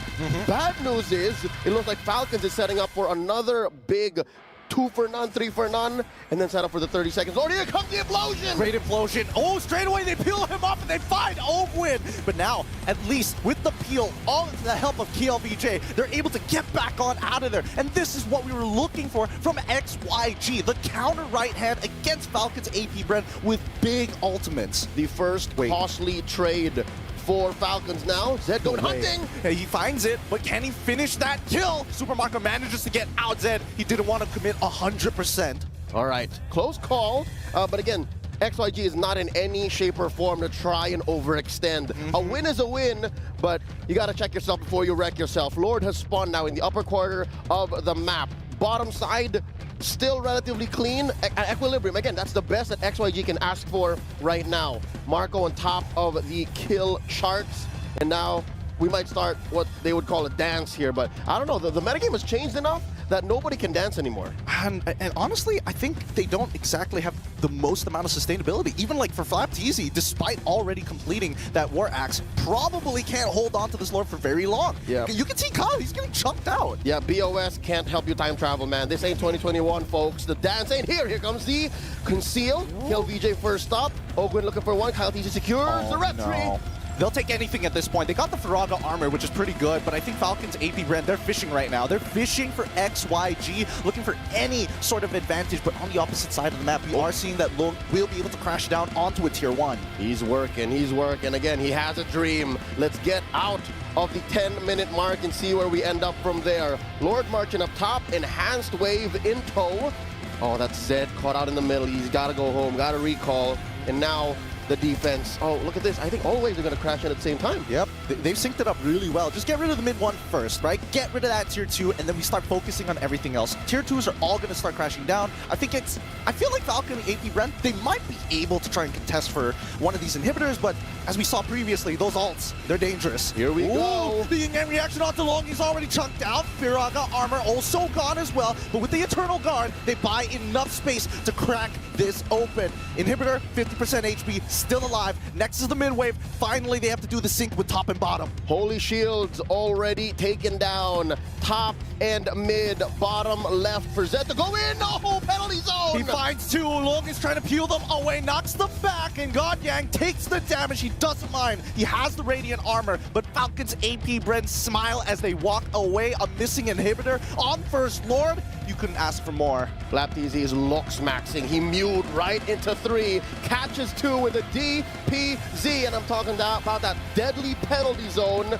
And it was more deadly for turrets than it was for heroes. Again, Xianyou Gaming not out of it quite yet, but they're still crawling, man. 10K between these two teams right now. Yep, 10K, and even more so, they are they're committing war crimes in their jungle, leaving just the small camps, not giving him a full buff as well. They're starving him. It's tough. As a Nolan, you guys know this. We are currently in the age of the Trinity jungler. Sustain, utility, and damage, as said by our panel. But again, when you're in this kind of situation and you're looking at a roster, a lineup that's as fed as Falcons AP.Bren, and it's gonna be tough. Man, let's talk about this. An early Queen's Wings. As an EXP later, I'm looking at my boy here, and I'm like, you greedy Terizla Pretty player. Sigma. That's pretty Sigma right there. It's very Sigma. I'm not gonna lie. I mean, if he goes for the brute force breastplate, hey, you know that Falcons AP.Bren are confident to take this away. I mean, considering the engagements, right? It's giving hard dive.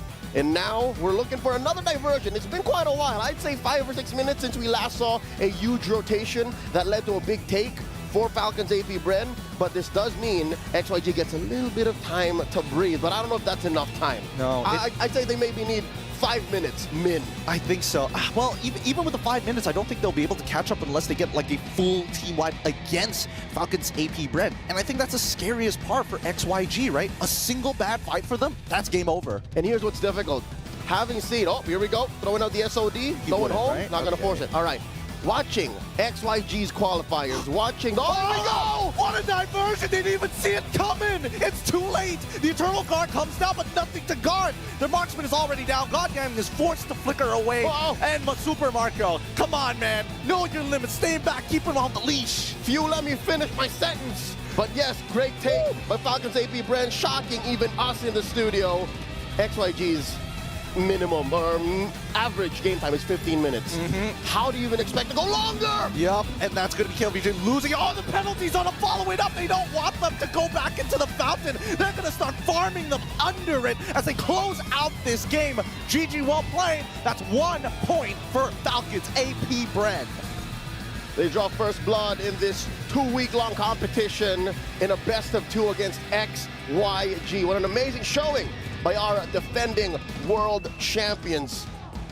Man, it's brutal. I mean, you can definitely tell that the composition from XYG, unfortunately, doesn't give them the aggression that we're looking for other than Nolan, right? We need more factors. It's tough. They spared no quarter against a developing team like XYG. Let's throw it over to our analysts as we check out the highlights.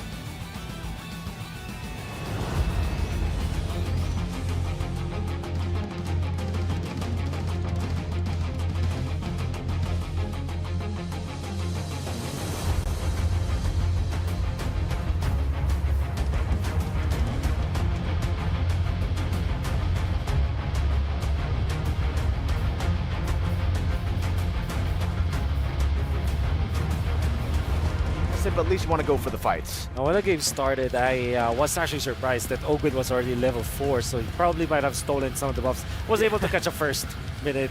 Maybe was able to steal some of the green buffs, you know.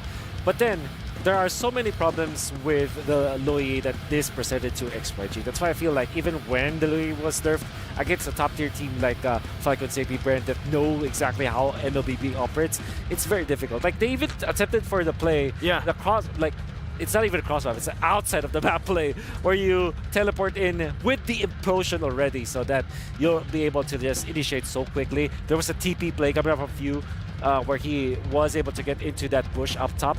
I call it the sandwich bush.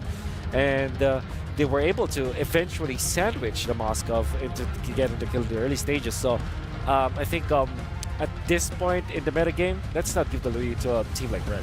I mean, like, what do you folks think here? Because I feel like in terms of the tempo, XYG was not ready for that tempo because we got to remember one thing that happened during the game is that they got the Lord and then XYG is like, oh, they got the Lord. And then immediately just behind him, AP.Bren just goes in and then they get the kill. So do you think the tempo, XYG was just not ready for it? I think definitely, right? All the way from the draft, it definitely feels like XYG, they had their expectations as well as to how they could actually hold off in the early game, but the execution was a bit off. Again, they went on for the Vexana, the Edith, they needed to go for a little bit of poke at least. So even if the neutral objectives did go in favor of Falcons AP.Bren at the start, they could, you know, try to punish them a bit more, it feels. They were super reactive, too reactive, and because they were reactive, they were I wouldn't even say it was reactive. You know, I would say they were just too passive because like you said, even the pace of that proactiveness coming in from Falcons AP.Bren, usually as a reactive team, you could actually catch on to that. But here, they just waited for the plays to happen, and it happened, and they weren't ready. If you're picking up the Nolan as well as the Moskov in one team, surely you're going to be having a lot of problems you're farming. Yeah. It worked before, but usually it is paired up with a very active duo in the mid lane. So Edith plus the Vexana, although it's very strong when it comes to like performing your circle or your box in a team fight setting and a front or back, it's very strong. But when it comes to making the plays, Edith is slower than most. And you also have the Vexana just sits back very definitely. So having the Vexana as well as the Edith in a composition where you have a Nolan and a Moskov that's farm dependent, that is where the disconnect comes from XYG. I feel like it's difficult to pull that off. It has been successful before, but when you're facing up against Louis with the Tiger that's very active, and then you have a very active Terista as well, that is where the problems really start to pile up. You know what? I feel like we got a lot to say, but I want to hear what our reporter has to say. So, Eterna, do you have something for us? Hey everyone, it's Eterna, and with me is Repo all the way from Malaysia. Repo, how are you doing? Yeah, I'm doing good right now. That's great. I mean, I've been seeing you exploring all these games. What's your favorite so far? My favorite will be that. Hockey, what? Air hockey. Air hockey, yes. All right, you like air hockey. Yeah, this is my signature play. Like, this is my best game so far at this, all of this. So for me, maybe I can ask Udil to come here to fight against me because I want to revenge. Open challenge for Udil on air hockey. Yeah, I want to face against Udil because last time he's taunting against me. He's shooting me. I know. I just moved like other place because I didn't see he's shooting me. But right now I want to shoot him against this air hockey. Okay, there you have it, ladies and gentlemen. I bet everyone's excited for that 1v1 Rupo versus Udil for air hockey. I hope we get to see that real soon. But, you know, talking about Udil, it looks like the next team to come up in the... For teams that are not doing well, especially in game number 1, they might do something crazy in game number 2. So do you think they will go for something crazy or more or less the same? Maybe just change 1 pick or just change 2 picks? You know what? I have to agree with your mom.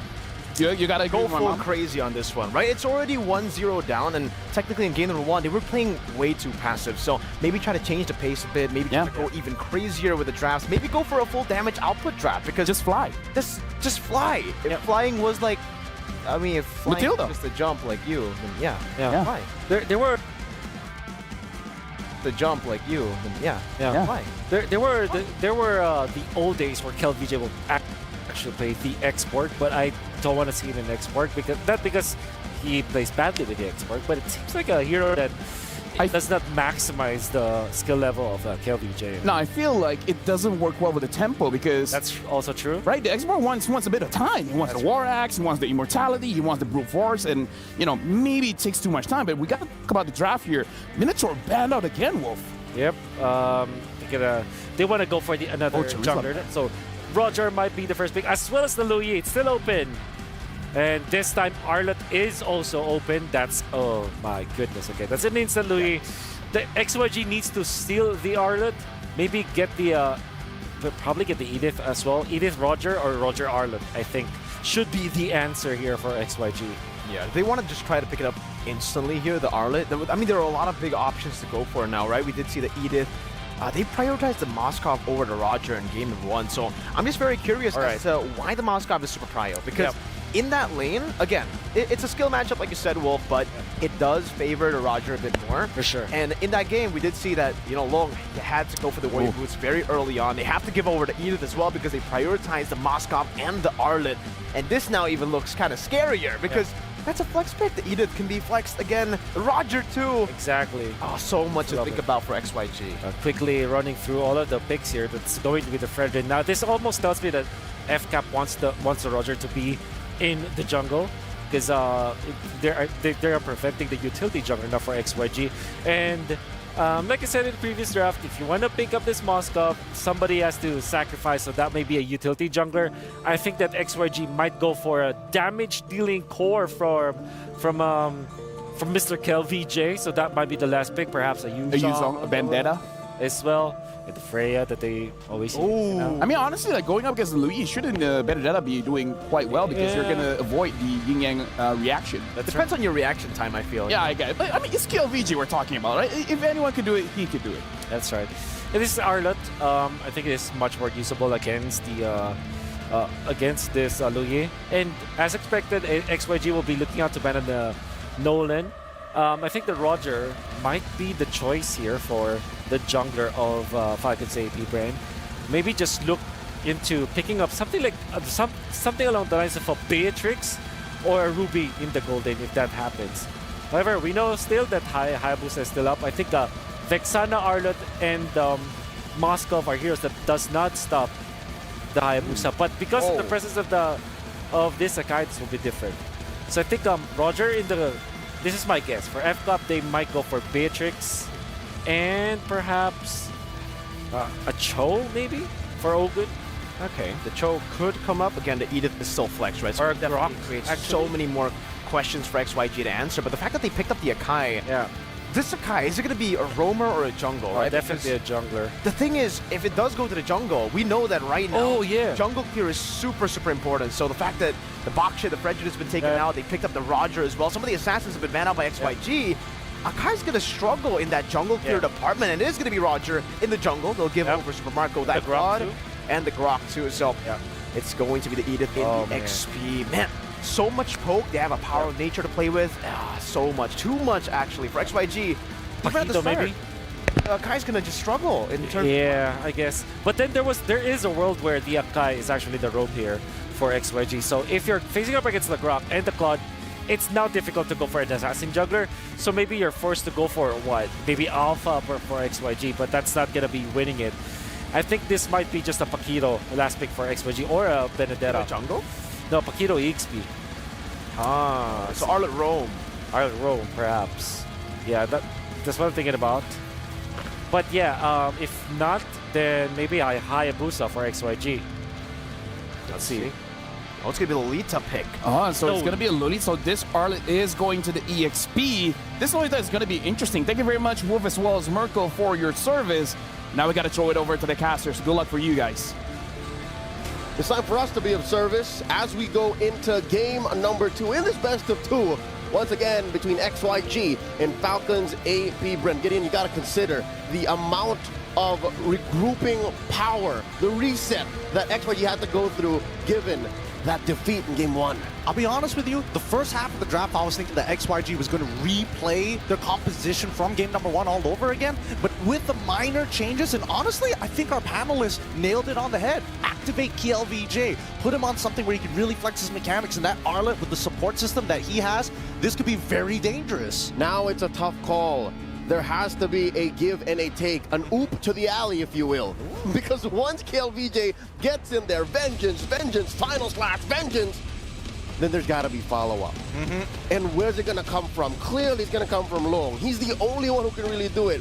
Him and Xianyou. Because right now, Zed, one of their star players, is on a playmaker as well, a role-playing playmaker. Well, I think, you know, the exciting part of this game is at least XYG's composition is a little bit more flexible than before. Now they don't have to just wait for FCAP to do something. They can actually be proactive, and they can play very defensively. So now, Falcons AP.Bren, for them, it's about tempo from the lanes. Can they find it?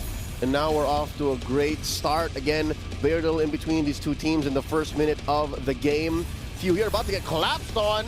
And hopefully he survives. Oh, wait, no, he accidentally whips the skill shot. He's in so much trouble. A simple mechanical mistake costing him his life. And Kyle Teasy, he's not going any further than this. He's just going to regroup with his team, focus on maintaining that tempo.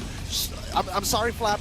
Hopefully he's going to be able to come back into this with few. Off to a great start again. A lot of, easy to access CC. There's the onward. Yeah, but he can't seem to get out of here. Forced to use the flicker early on, and now KLVJ, he's going to have multiple activations here. This is where he's strongest. Somebody give him a little bit more CC so he can vengeance one more time as they find 2 more kills, and that is XYG taking off the chains. Oh, they are taking everything away from Falcons AP.Bren, clipping their wings right at the root.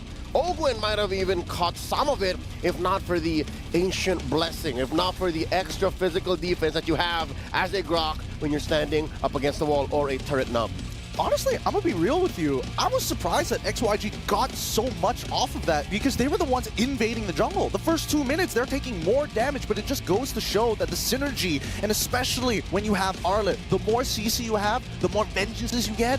Oh, so nasty. And now that just shows that XYG, where they're playing in a comfortable atmosphere, again, this is how they play back in their homeland, in their league. They want a lot of CC, they want a lot of collapse. And they, again, end games under 15 minutes, now Fuse in trouble once more! Oh, he manages to hit level 4, but he gets out of the way.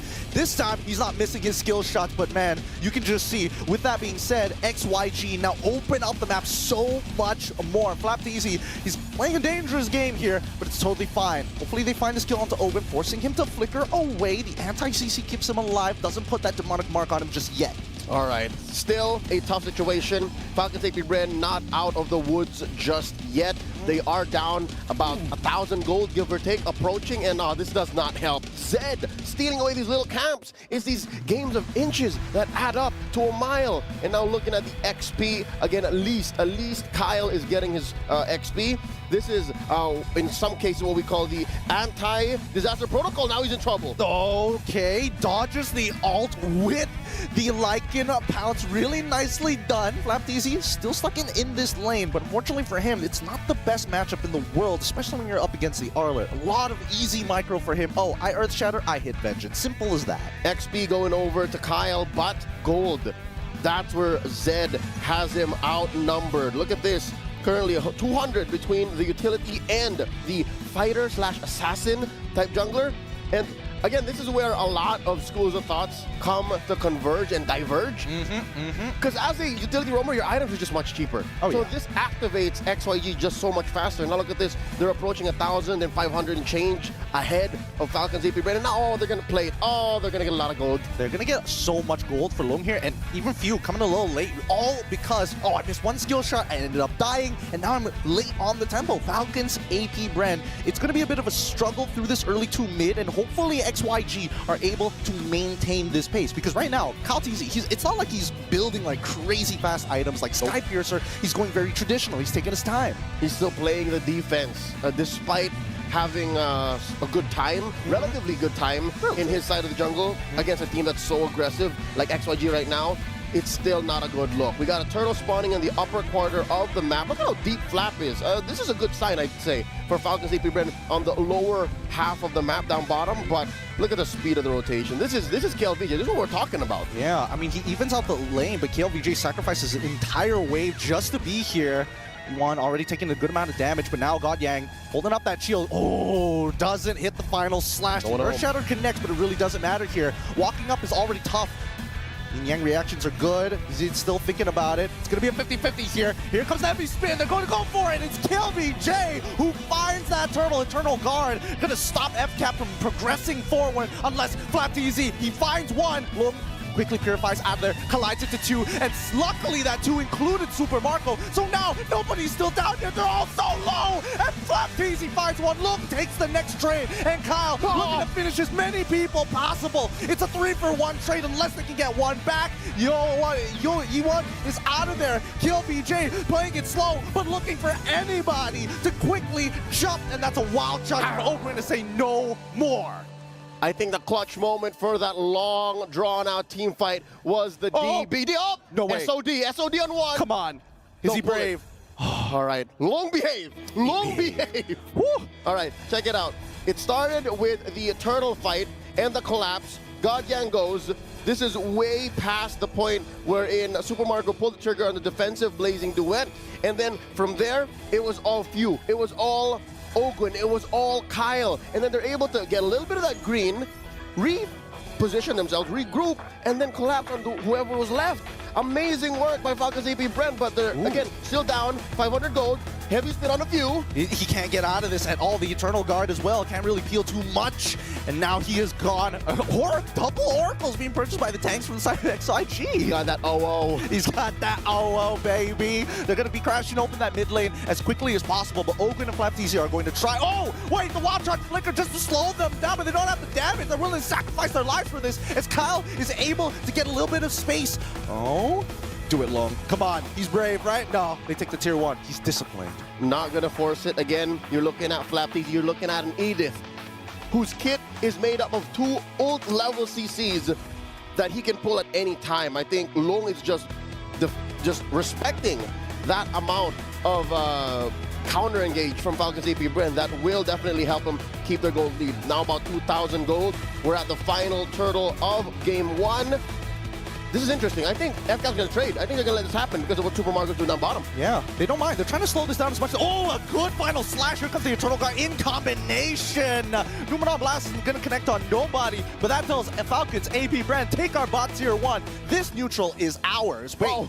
Oh, he wants to go back in, but dude, Wolf was right. KLVJ, he's so activated on this hero. Every single CC gives him another option to jump. Activated and hyperactive. He just sees a target, I'm in.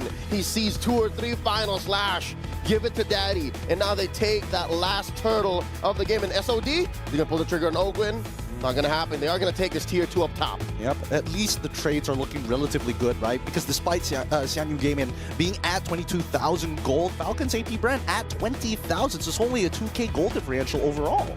We're wondering where the gold is. A good majority of it is currently on Lung and Xianyou.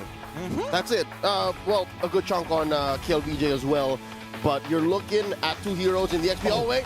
Marco in trouble! He wants to get out of there. He's already used the Purify, but now the rest of the team kind of out of position. The Eternal Guard can buy some time, and KLBJ finds the opportunity, takes down Ogwin.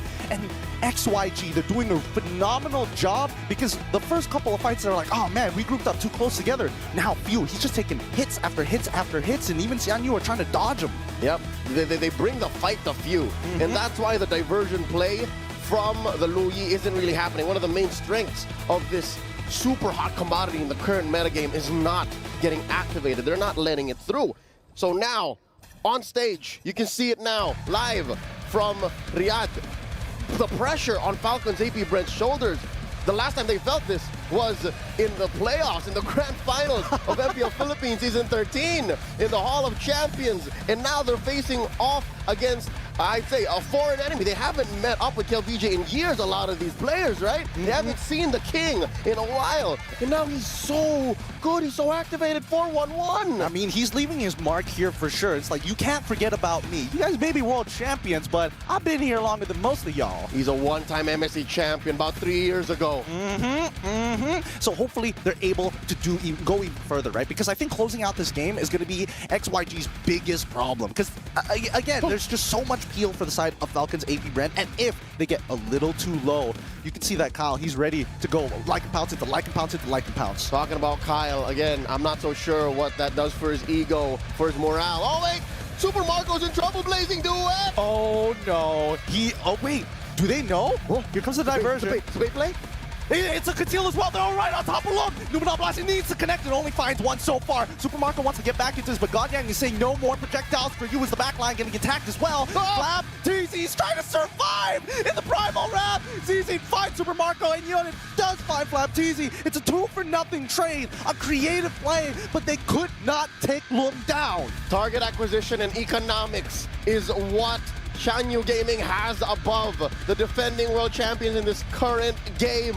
You can see that was an amazing setup with the diversion, but they were outgunned, they were outmanned, outplayed, and outsmarted in that moment, given that they almost found Long, right? They almost found Long, but they couldn't finish the job, and now they're gonna lose this Lord. They're gonna do it again, but ZZ, he's already secured one, and now they jump right into it. He's just gone. It doesn't even matter at this point. They're looking to fish for more, and Ogwin can only do so much. Godyang, great Numenal Blast to zone out the rest of the members, because they're gonna get another free pick here. Another 2 kills on top of that Lord. Well done, XYG. Ogwin is buying a lot of time. He knows he's gone for this world, but I mean, he lasted like 5 or 6 seconds longer than he should have. Yeah, he did. But honestly, it's precious time so that Falcons AP.Bren can start thinking about, hey, we can start freezing our waves, we can start desyncing these waves against XYG, so at most, they only take our outer turrets. And there is still a tier 2 in mid and in bottom, so they are going to stay inside their base and maybe keep a little bit of their jungle. Best case scenario. Worst case, this is all over. These are the kind of situations that a roam Lolita love, and we don't see really much of Lolita. Yeah. But now, check it out, we got Godyang about to make a difference. Oh, they're gonna lose this inhibitor? Yeah, they might just lose this inhibitor here. Lung, he's trying to get these auto attacks in. It's frustrating because he's just out of range. And it's still, the next wave, it's probably going to collapse, but here comes Lord on the top side of the map, and it looks like FCAP. They're waiting for the opportunity, right? Lung is a little chunked out right now, but they need to deal with one problem at a time. Let me in, says XYG. And they are going to see this massive wave down bottom. Can't FCAP get to it? They should. They lost it. Penetrated. We're in. All right. So big wins for XYG's side, because most of the time it really comes down to, hey, can I set up that checkmate angle? 10,000 gold lead, first Lord, break open an inhibitor, and then you've got a very clear way to end this game. But Xianyou, at this point in time, 6,000 is pretty good for them, but with that open inhibitor, the next Lord is going to be so much tougher for Falcons AP.Bren. I mean, good news and bad news, right? You're looking at the bad news. Good news is Lord is on the weak side. Oh, Lord it is. where it needs to be for Falcons to be able to defend. And if I'm not mistaken, Purple might go over. XYG, there's a jump. Yeah, but he gets pushed back by the final slash. If He doesn't have enough time, he ends up going down before he gets some real value. Oh, but Ogwen, he does get a really good wild charge, but it doesn't matter. Everything's being reflected back. The damage dealers can't get their damage in because of Young. What a perfect Lolita pick. Now the fight continues. The KLVJ, he's out of there finally, despite the reaction. Like in pounds, it's not good though. Look, he needs to be careful. He cannot get hit by the second half of that. That was a bloody battle. XYG really could have gotten punished so hard, but Gadyang was where he needed to be, and KLVJ built the right amount of sustain. I'm loving the TB, man. Thunderbelt is on the rise. Permanent hybrid defense for every time you hit an enemy with that enhanced basic attack every 4 seconds. That's gonna add up the longer the match goes. Honestly, this is pretty crazy, right? Because now KLVJ, with Brave Smite as well, he is ultra tanky. He is not easy to take down at all, considering well, FCAP's considerably bad position, but I think it's more towards the economics than anything else. What you call an absolute unit. Reminds me of a good friend of ours, JC. Yes, yes. Mr. Rezbek himself, the building. But with this Luminous Lord, things are... Wait a second. What? Did he just... Did Gadyang just purchase... Is this a magic build, Lolita? Let me double check the numbers. Does that scale? Yes, it does scale. It does scale in a matter of fact, and it also gives her a bit of a shield. So this is kind of interesting, right? When you're this far ahead, you can afford to do that. I mean, you're not entirely wrong there. When you got money, you can do a lot of things. But at this point, I think that XYG, they want to end this game in one singular fight. And they are close to their average game time, about 15 minutes. 14:30 right now, second Lord of the game. They're doing the best rendition of a dance that you can in 2024 in July in this current metagame. Lord here at 3/4 of its health get reset. All right. The fishing continues, right? And I think this is kind of good for at least Falcons AP.Bren. Despite it being on the weak side of the map, they can at least rotate down, get somebody to clear it up. Best case scenario, maybe XYG moves off of the Lord pit. All right, they do push Ogwen back out. Lone continues to hit that, and oh no! Oh, it's not good. Ogwen, he gets blasted by Xianyou. And now you can just see how annoying this Eternal Guard is. It's basically Vexana saying, no, I'm drawing a line in the sand. You can't walk past it. Got sent back right into Ohio. 5:14 currently. XYG controlling a majority of the map, and it's not like they're hurrying to do that. They are literally just walking in the sand. They are just having a good old time, treating this lovely Wednesday afternoon like a Sunday morning. And they get the second Lord of the game. Now it's back to the drawing board for Falcons AP.Bren. Oh no. They're gonna put, oh no, they're salt in the wound. Lord spawns down bottom. That's Falcon AP.Bren's Achilles heel right now. I think here's the biggest problem, right? XYG, they did this dance for so long. Look at the money, right? Falcons AP.Bren are 2,000 away from the key power spike. And I think when we're looking all across the board, right? Like, Kyle, he's pretty strong. He's got the items. Yep. Also looking at Super Marco, he needs one more. And then Bob's your uncle. Lord's inside the base. Mid lane in jeopardy. Top lane, Long's getting to it right now. Lord might actually go down.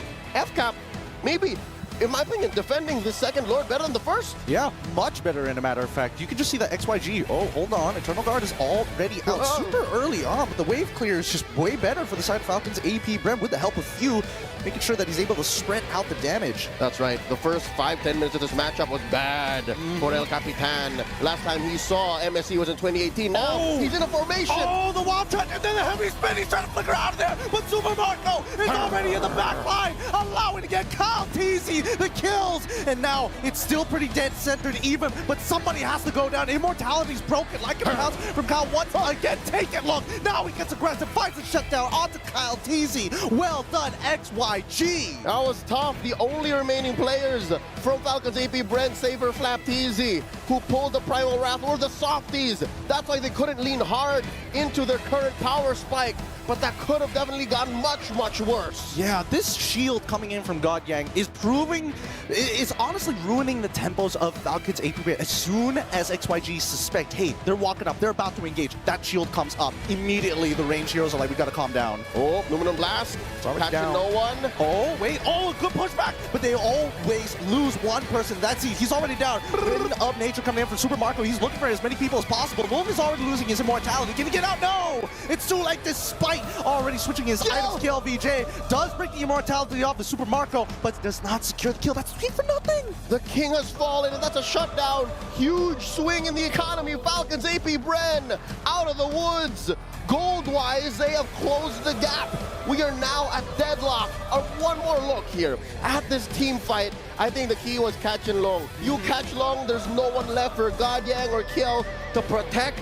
Because again, you saw how far Xianyou was. Yep. And now Falcons AP.Bren gonna make, they're gonna make a killing on the map. They are playing Monopoly, bro. They are buying block after block after block, and now it's turning blue. XYG time to pay rent. Yep, I mean, at this point, they're running out of money, and they're eventually going to have to start paying with real estate here, right? They've already lost a lot of their towers, and maybe, I think that XYG, we need to still remember that their composition is pretty heavily dependent on their ults, and Falcons AP.Bren, they find that window. The shield is down, the Boomba Blast is down, Heavy Spin and Eternal Guard gone. All right, we can make something happen. And now the quote-unquote dance begins. Kyle Teasy wailing away at the Lord, pulling it out of the pit.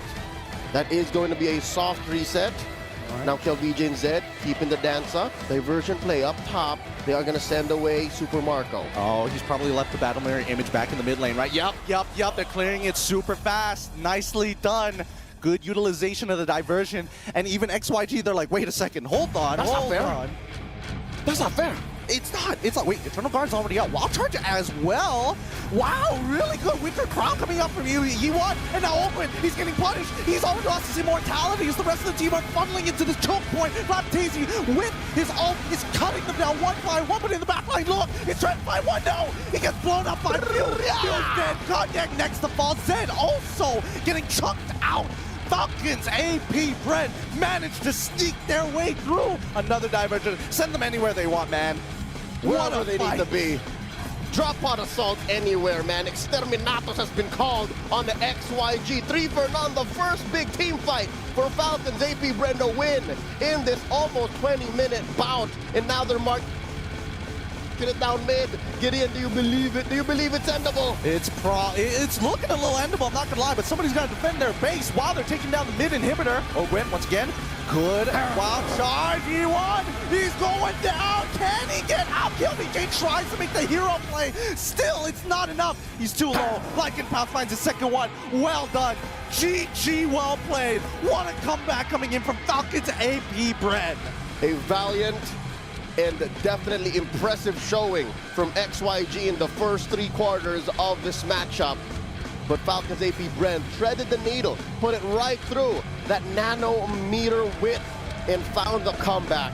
You can see the disappointment in KLVJ's face. He really worked hard for this. He did, but they missed that timing, right? That second Lord, they had to force something against them. And I think maybe it could have been a flicker Numenon blast play.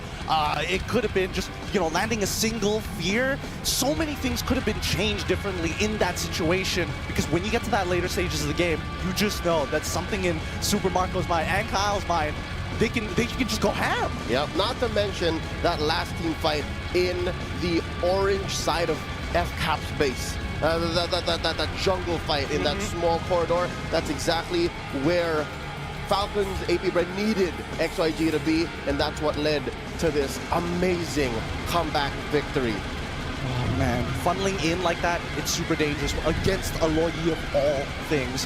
Hopefully, this is going to be a learning experience, especially when you're up against the world champions. There's always a takeaway.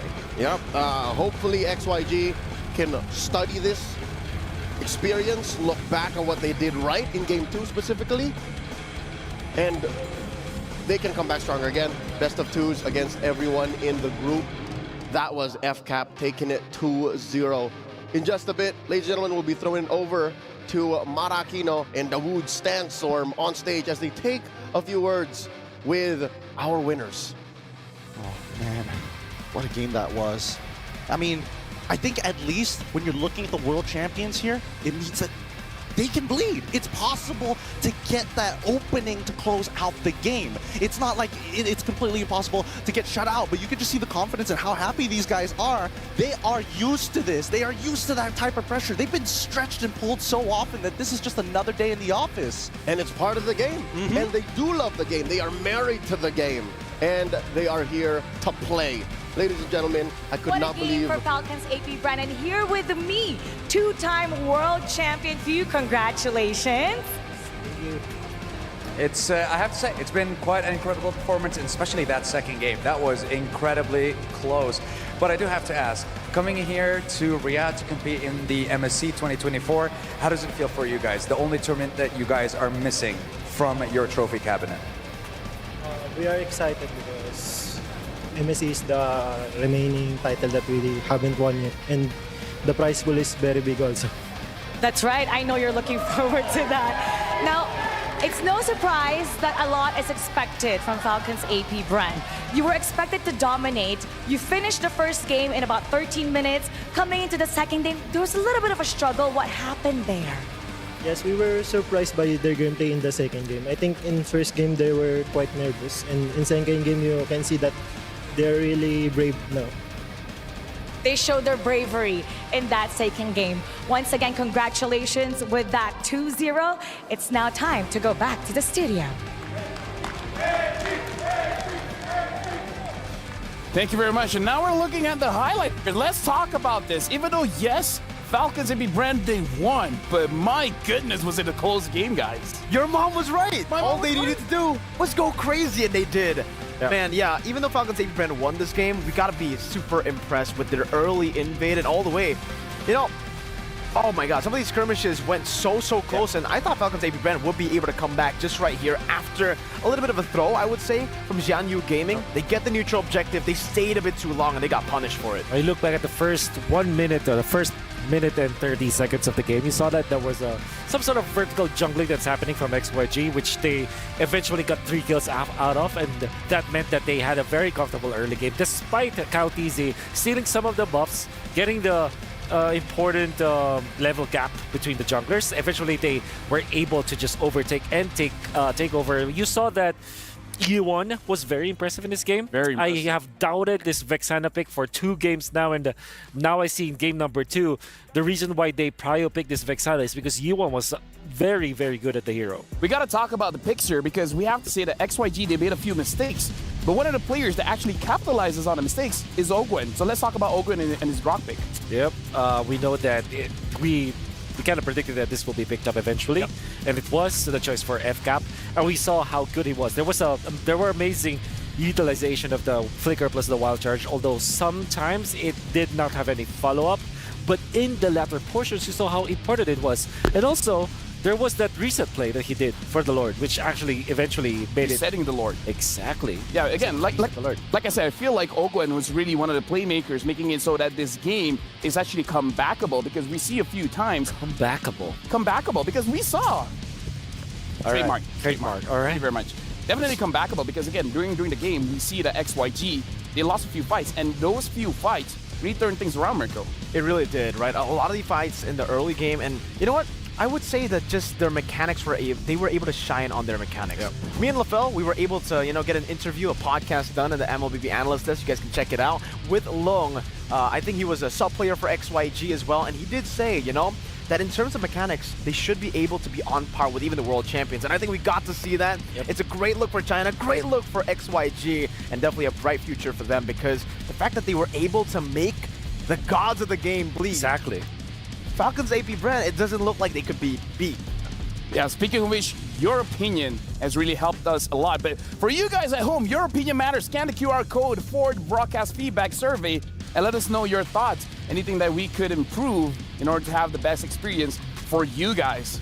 Back to the game. Anything else that you saw, Wolf, in that game that really made the difference? Yeah, KelVJ being more active now with this Arnold pickup. I think although there were so many times where we're like, oh, is he gonna be throwing this game for the He's overextending. It was a very sweaty game for sure for KLVJ, but I think this is the part where if you're XYG, you now know your strengths. And I think Few also raised an important topic where maybe XYG were just nervous. You know, maybe they were just jitters. They were looking very comfortable in game number 2. They were so aggressive.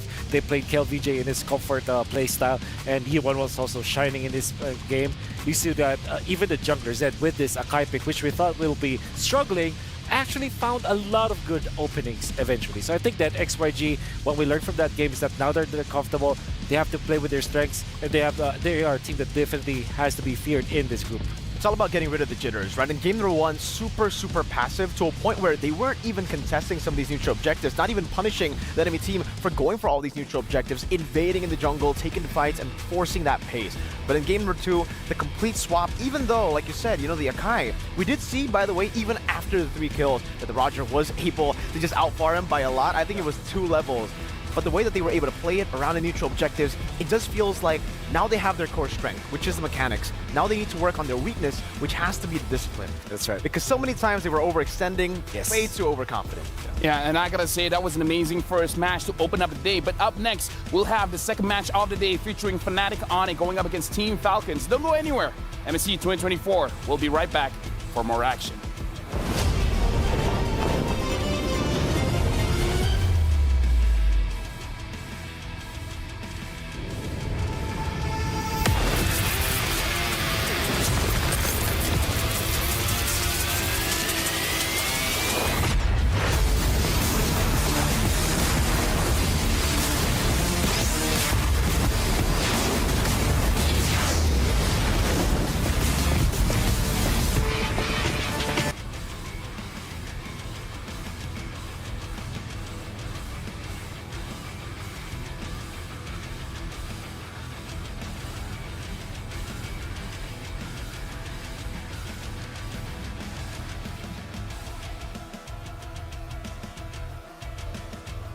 In your TikTok, YouTube, whatever, you'll see the guy and you'll see him cheating death multiple times. Yeah. Do you think, because now from 6% going to 4%, maybe he can still do it, but maybe it doesn't look as crazy? Come on, man. I think there will not be an international tournament without a Kyrie highlight. Kyrie surviving with Kyrie. Yeah, exactly. I don't know who does that. Yeah, no one does. And then from what I hear, Skypiercer is actually named after Mr. Sky King Kyrie. Oh, that does rhyme with Kyrie.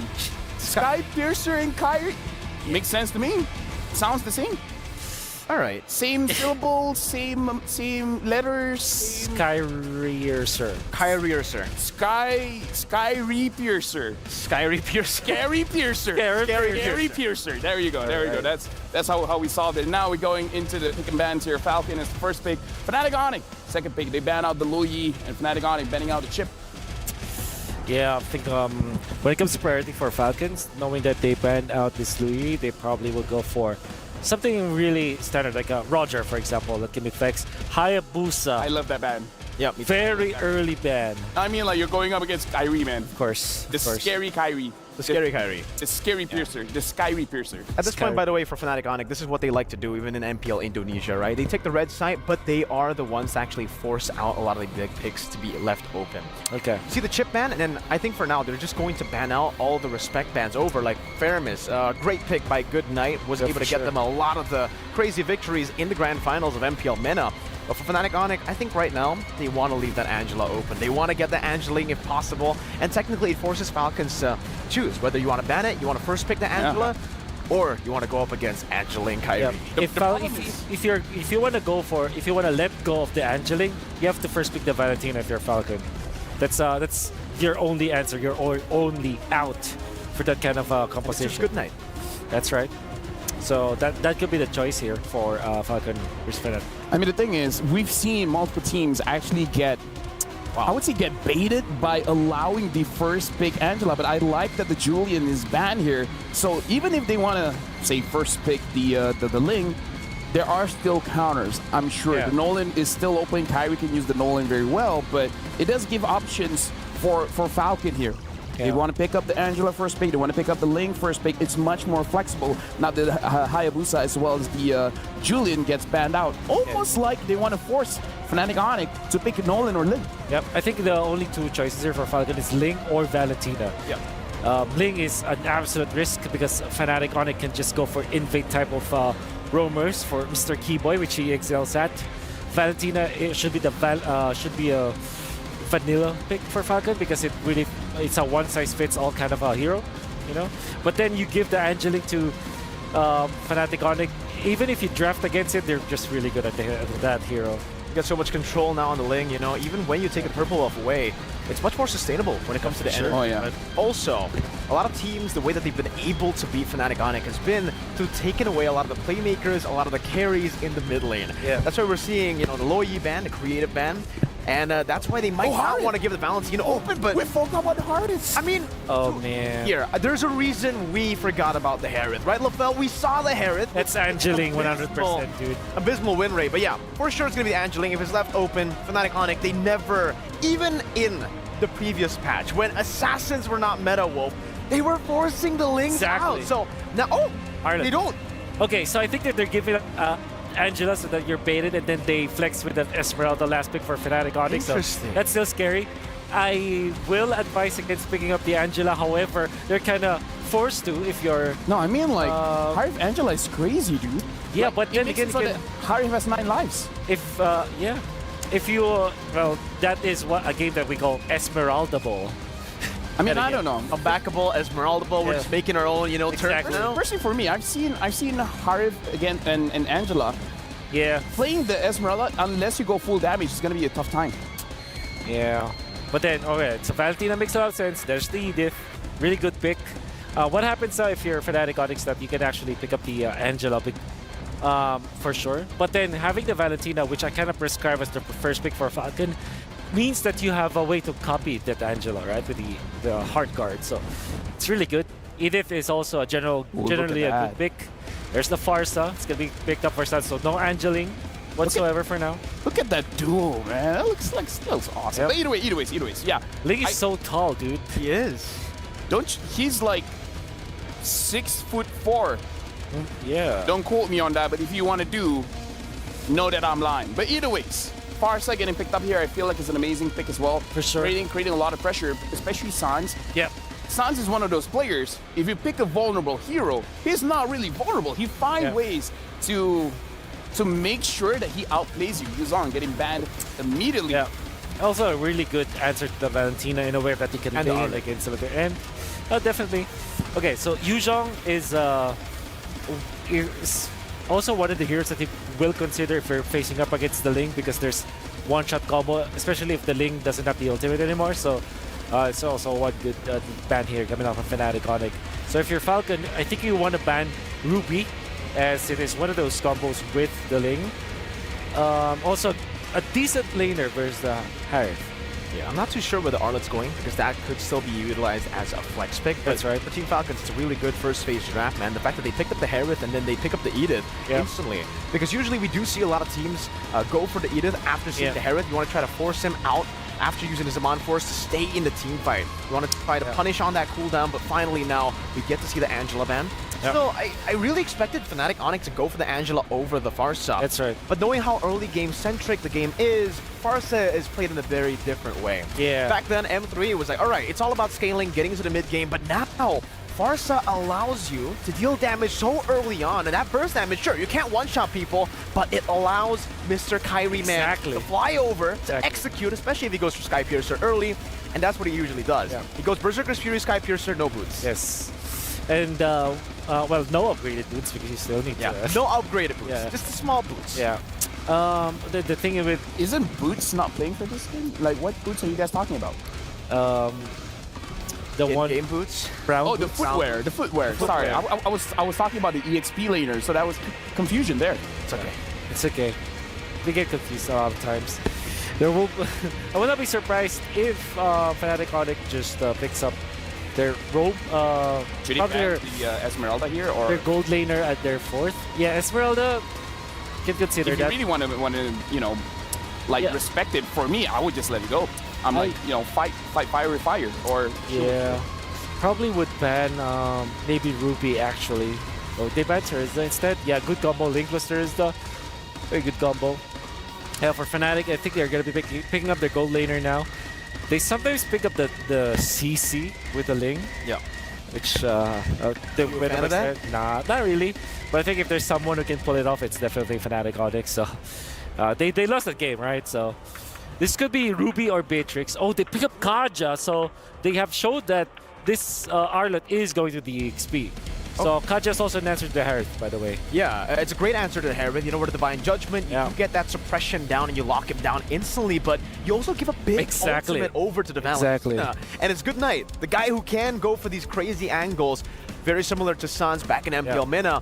But now I want to talk a little bit about Fnatic ONIC, because usually when we see the Kaja, we expect the carry. But in this game, do we expect the carry? You know, there are a lot of damage dealers here, not a lot of beefy boys. And maybe that illusion is trying to force out Falcons to go for more damage output, and then they can pull off something like a Brody. Yeah, Brody or a Beatrix, actually. Because the carry is going to struggle against the Herald in the lane. If that that's a very difficult thing to go for. And now it's going to be Baksha. Very good pick. And the Benedetta. All right. Signature ding. Yep. Gotta be splitting the map for that one. I think Fnatic really is a good Beatrix game if they pick it up. Beatrix. Yeah. The only thing is that the skill is, you know, like there we go. Yeah, skill is going to be something that Fnatic ONIC have to look out for. I feel like the Farsa really has to do well, but either ways, thank you very much, gentlemen, for your service here during the draft. But now, starting the second match of the day, we're passing it over to our casters. Les Champions of Indonesia going up against the hometown heroes, MPL Menace champions in Team Falcons, facing off in the second best of two from the group stages here at MSC 2024 at EWC. It's Leo and Gideon at your service. Gideon, how are you feeling about the draft? Honestly, I was thinking that, like, oh, it's not as lopsided as I thought it was going to be, but more importantly, it's highly mechanical. Like, a single mistake could lead to an entirely huge snowball that turns into an avalanche. And there's a good amount of give from both sides. Again, it's very rare that both teams can draft actively. It's very rare that both teams actually walk away with a strategy that they're comfortable with, that they're happy with, and you know what they say about negotiations. If both parties walk away happy, that wasn't a good deal. Yeah, and I think that's the scary part. Once we get into this game, it's going to be Falcons on a blue side up against Fnatic ONIC on the red side. Both purple buff starts at this point of time, but let's just talk about how this game is going to progress, right? Because I would imagine that they want to be pretty proactive towards the EXP side for the side of the Falcons, but at the same time, it feels like Fnatic, hey, if you're going up to the top side, I can attack the bottom side. If you are caught slacking, I can go to the other. Yep, again, very different dynamics when it comes to the opposite side of the map in the gold lane. You have the Beatrix, oh no, Super gets caught out, pushing Keyboy away. Pretty good damage output from that mid lane from Team Falcons. Yeah, they just want to slow him down as much as they can, right? Baxia should have priority over Little Wanderer, but it looks like Keyboy is able to create just enough space for him. In the meantime, right, at least until level 4, we're not expecting Fnatic ONIC to be doing anything too crazy. Yep. Something to note here, Kyrie rocking the war cry, and that's interesting. Again, you would assume from the time he lands into a couple of slashes, then the Tempest of Blades deals a lot of damage. That's just value on value on value squared. And hopefully he's going to make that work, right? Here comes, ooh, Kyrie trying to go, forcing out Good Night to flicker away. These are the small advantages you're looking to create just before the turtle spawns. Yep, it's tough because the mid laners have yet to hit level 4. So that means they're going to have to double time it up so that this turtle coming up in the quarter of a minute could be better secured for their sides. Well, I mean, I was expecting maybe one of these teams to like start sending their mid laners to the EXP a little earlier than expected, but it looks like Falcons, right, sneaking around Keyboy. They don't know that Good Night is on this side of the map just yet, but the fact that he hasn't shown up mid, Lupti, he's pulling back just in case. All right, say no more. Falcon seems to be ahead, maybe by a step. Now Keyboy looking at the turtle, letting it go. Can Kyrie clutch it? Not going to be finished with the purple just yet. Looks like Team Falcon's going to secure. Yep, Good Night. He's immediately on it, stealing away the Divine Judgment, getting Genji the kill that he needs on top of the turtle being slayed. Where's the give? Fnatic ONIC checked in on the turtle, and here it is. Kyrie going for the purple. The opposite side, Grant that purple, he's gonna come in, Tempest blades up. He's trying to jump away. Good Night is trying to make sure that he can't slip through. Pinch points out of the way. And even CW, wait, hold on, look, on the opposite side, losing this trade against Ding so far. No Petrify used just yet. Ding could look to dive. That boy elusive. He's quick. That boy quick, and that could have been disastrous. Again, you're looking at Team Falcons. He's so close, he tried to, he attempted to dive, used the Petrify, including the Electro Final Blow. What kept him up, what kept him up? All right, he's got the jerkin. He's got the jerkin. That was the main difference because Fury Hammer was Ding's call. Is Lupi trying to build the Thunderbelt? Early on? Looks like it. Those are the ingredients, those are the components. That makes sense, it makes sense, but let's look at this replay one more time because, like, it's so quick. Good Night walks up to Keyboy, instantly grabs his ult, yoinks him, and pulls him away, transforming him outside. But wait, now the Feathered Airstrike's coming through. All the suppressed, real good stuff coming in for Keyboy, finding his revenge, foreshadowing from the replay already coming through. But Good Night, this is where it gets dangerous, right? He's still holding on to the Feathered Airstrike. That does more than close the gap. If anything, now it's Fnatic ONIC who have the tempo up because again, you have the Finch Poison Kyrie and then you have the Bakshi Unite, the rollout from Kenji. So now you see the difference. Now you see how Fnatic ONIC might make the most of this 10-second respawn timer and allow for Kyrie to get back on track, get that farm up. Yeah, and better yet, he's already ahead of Kenji by one full level. Kenji, he's trying to keep up with Kyrie at this point of time, but these rotations are very, very fast, and any bit of wasted space, Wade, look D, he's going to get that final slash down. He just finishes the Thunderbelt. Ding, he's trying to get on out of there. Electro Final Ball with the Petrify. Kyrie picks it up, the alley-oop you were talking about. The oop to the alley. Kyrie and Lutpi, amazing work from these two in trouble in mid. Sauce, he's trying to survive. Final Ray, wings by wings. Good movement as now the Feathered Airstrike into the Divine Judgment. Kyrie coming for it. He's chasing, but no, only the back line. Lutpi is going to do the rest of the work. That's a double for him, and even with the Xamarin Force, Lark, he's out of there. He doesn't want to be part of this. Ding comes back in, and that's going to be Lutpi taking out 3 people by himself. And Keyboy, he doesn't mind. He flickers away into the bush. He doesn't see it. Ding picks up Keyboy just in time, but at what cost? That wasn't the time. It's possible for Benedetta to go 3v1, 4v1, but not at 4 minutes. It's very difficult, and this is a situation where you gotta ask, who is the beatdown? As a Benedetta, he's building full damage, but right now I think what Team Falcons need to do is play defense. They need Ding to hunker down and take control of the XP lane, not go find team fights wherein they're just cleaning up for scraps. It's difficult to be Team Falcons right now. You don't want to be a Vulture, you want to be a Falcon. Exactly, right? It's about these rotations.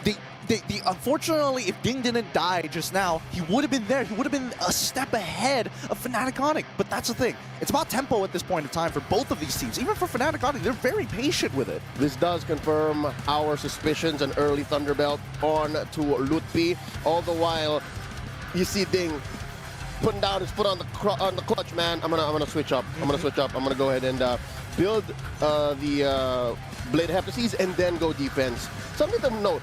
Kyrie now on his way to a Piercer. Yep. I think this is a really good... I mean, technically, had he just forced the Piercer first, that would have been nice, but still, Berserker's Fury is good. Kenji, Lupti misses it, but it doesn't matter. Kyrie's still in the back, and they give that kill over to CW. Ding, now part of this, he could jump in, but it's not looking good. Divine Judgment is already through. Ding does not find the targets, but still captures 2. Can he get a 3rd? No! Eye for an eye to get him away, but Lupti says no more. You do not take out my teammates without the Phantom Tax. Lark finds 1, and Lupti, he could chase, and he could actually win this with no Xamarin Force. He just needs to buy slime. Oh no! Flickering behind him! It's too late. Lark goes down, and Lupti just showing that the Thunderbelt is better than you think it is. Like a true Sigma, coming in, saving the day. Kenji tries to make the most of a losing situation, but that could have been a preview of what Lark looks like in the late game. Here's a quick replay of how it all started. Very good ult control from Fnatic ONIC. They know when ults are to be used. They know when bodies are to be taken down. And it just so happened that in this micro moment, Lutpi just went God mode. Ultra Instinct. And level 5, man. Luffy stuff. Truly. I love Naruto. Oh, what a shot from CW, taking out Ding just like that. Good stuff coming in from Fnatic ONIC. And that's the last turtle scored by the MPL Indonesian champions. Four-time, back-to-back. Even far away from home, they are soaring beyond the clouds. Matt, is it just me, or is maybe Kenji's getting caught out a little too soon and he's not where he needs to be? Well, here's the problem, right? As much as Kenji wants the front line, he needs angles. He needs to threaten positions of Fnatic, ONIC. But look, at this point, he's playing really well. Hold on. The pick is starting to look good, and it doesn't really matter. Kibo doesn't have an opportunity to move at all. Just CC to the ground. You were saying, I'm curious. Yes, I was saying that they need to make sure that they can telegraph where this fight is going to be. We're looking for choke points, mainly because Ding really works well in these types of positions, right? We saw their backline getting chunked almost 100-0 without getting touched by the Electro Final Blow. And I understand. And so far, I think that's what he's doing now. He's trying to cordon off where they can go, and now he's in trouble. Oh, he's trying to have some movement, but it doesn't really matter. Super not in position to peel away from him, and Fnatic ONIC find another kill once again. Good night. He's got to be careful here. A single CC could put him out of misery. All right. Ding doing some work up top. He's going to get that push on tier 1, but down mid, I think that's the main artery that both of the teams need to focus on. Fnatic ONIC is 3K ahead. That's huge. Honestly, I'm still thinking, when is Lark going to get the dance? Even in that last team fight we're in, you know, they could have gotten away with a huge trade, a huge blowback. Fnatic ONIC just knows when to deny this little boy his playtime. Yeah, I think it's good that they do, right? That's what this entire composition is for. Ooh, final slash onto Good Night. Oh, Feather Airstrike, one more tick. No, it does not find it. And Super is able to cancel it out. They do lose a flicker, but at least Good Night is alive. Now, Fnatic ONIC will slowly encroach on the Space Key Boy. He does have the Divine Judgment. He needs to pick a target. Oh, dang, he's out of there. No Electro Final Blow. This is starting to look really, really good, but he's waiting for Sans to get his ult back up. Kenji, he's going to engage, but no, nobody's following up on this. They're going to back up. Wait, hold on. Sans is getting a little too low here. He's already used the Purify. Sky Piercer purchased by CW. Uh-oh. That's two sources. That's two sources. Of a kill switch. Fnatic ONIC definitely on the offense now. Down bottom, Ding pushing back Kyrie and this rogue wave. And Falcons are trying to go for the contest. Are they just baiting out this Lord? I feel like they Keyboy. He flickers forward. Now they can punish him. Look, they flickers as well. They try and peel him away. Launch finds one. CW takes Super as a trade, and now they're pushing them out of their jungle now that Kyrie has regrouped with the team. All right, a 2-second dance is better than no dance. Lark definitely played a key role in pushing back Fnatic ONIC. Now the jump once more. Look, he's jumping. Electro Final Blow. Petrified the 2. Stolen Feathered Airstrike. Cut CW down. Chewyou can't get in. Oh, Good Night with a clutch. Ult coming in. Forcing Kyrie back. A secured Lord by Ding. Falcons eating good. I'm not gonna lie. I was expecting the junglers to be the major sources of damage, and as well as Good Night and Sans, but honestly, it's the EXP leaders. And that's what's problematic for Fnatic ONIC right now. Again, up until the 10-minute mark, they've been calling the shots. They've been winning. But that's where they need to be. If it's the cores that's working, Chewyou and Kyrie, that's all good. But since you mentioned it's the XP laners that make the difference, I think Fnatic ONIC is caught out in a weird spot. It's like, wait. Why can't Kyrie do much? Yeah. Why is Chewyou getting caught out second time already? I mean, the panelists mentioned this before, where a lot of comps are having secondary sources. Wait, here comes the conceal. Kyrie Finch Poise out of there, has plenty of energy, and he actually spots 4 members of Team Falcon. He sees Ding by himself, but look at this, right? Kyrie will have to eventually use his eye for an eye and Electro Final Blow out from Ding. And this is why he's been minimized, right? That raw damage forces him to ult too soon. Ding is amazing at what he's doing. He's basically acting as a threat magnet, a thunder rod from Fnatic ONIC, so that whatever they're doing cross-map, he's a single catch-all universal answer. That could have gone so wrong, but Ding is just so mechanically skilled at the Benedetta. I mean, to be fair, as long as Ding is trading ults with Kyrie, it's so worth it, right? At least it gives Team Falcons an opportunity to punish, especially with no iframes. Now, in the meantime, we are seeing both teams wrestling for control. I mean, the main difference, I'd say, is Fnatic ONIC still has the Gila, Tiga, the crazy one in Sans. You're right. He's still unkilled, man. 308 has the Purify set up. no matter what Goodnight does, no matter how well Ding controls half of the map, a quarter of the map, I don't think Super, nor Kenji, nor Lark can find Sans. I think even better, right? It's the fact that Sans has been staying so far back in these fights that even Goodnight, he's not just utilizing the IMU every single time to steal the Feathered Airstrike. Sometimes, wait, hold on, Kenji getting chunked out for at least 50% of his HP. Ooh, Conceal comes through, Feathered Airstrike as well. Electrofunnable gets canceled. He dies. CW takes him out. He's making sure he's got that triple. Gets the Maniac. Give him one more. That is the Grand Finals MVP. At your service, Give it to him! Looking to close it up. Le Sauvage scored in the group stage of MSC 2024 at EWC. That's gonna be the call. It's endable. It's endable. What a play coming in from Fnatic. ONIC really taking it to the next level here. A step above the rest. Beyond the skies lie the Sky Kings, and they are flying high in their first game in all of the mid-season cup this year. Gideon, what a performance. It was a roller coaster, but at the very last moment, after CW Savage, it was lights out. Chewe, remember the name Calvin Winata. This guy, he is nasty on the Beatrix. He's been out of meta for a long time, but he's gonna be bringing it back to show you how it's done. It's back to the drawing board for the MPL MENA champions. They've been growing their arsenal, but against one of the most lethal teams, one of the defending champions returning to the mid-season cup. They've got to pull out more than that. I believe it's time to throw back to our analysts while we check out the highlights.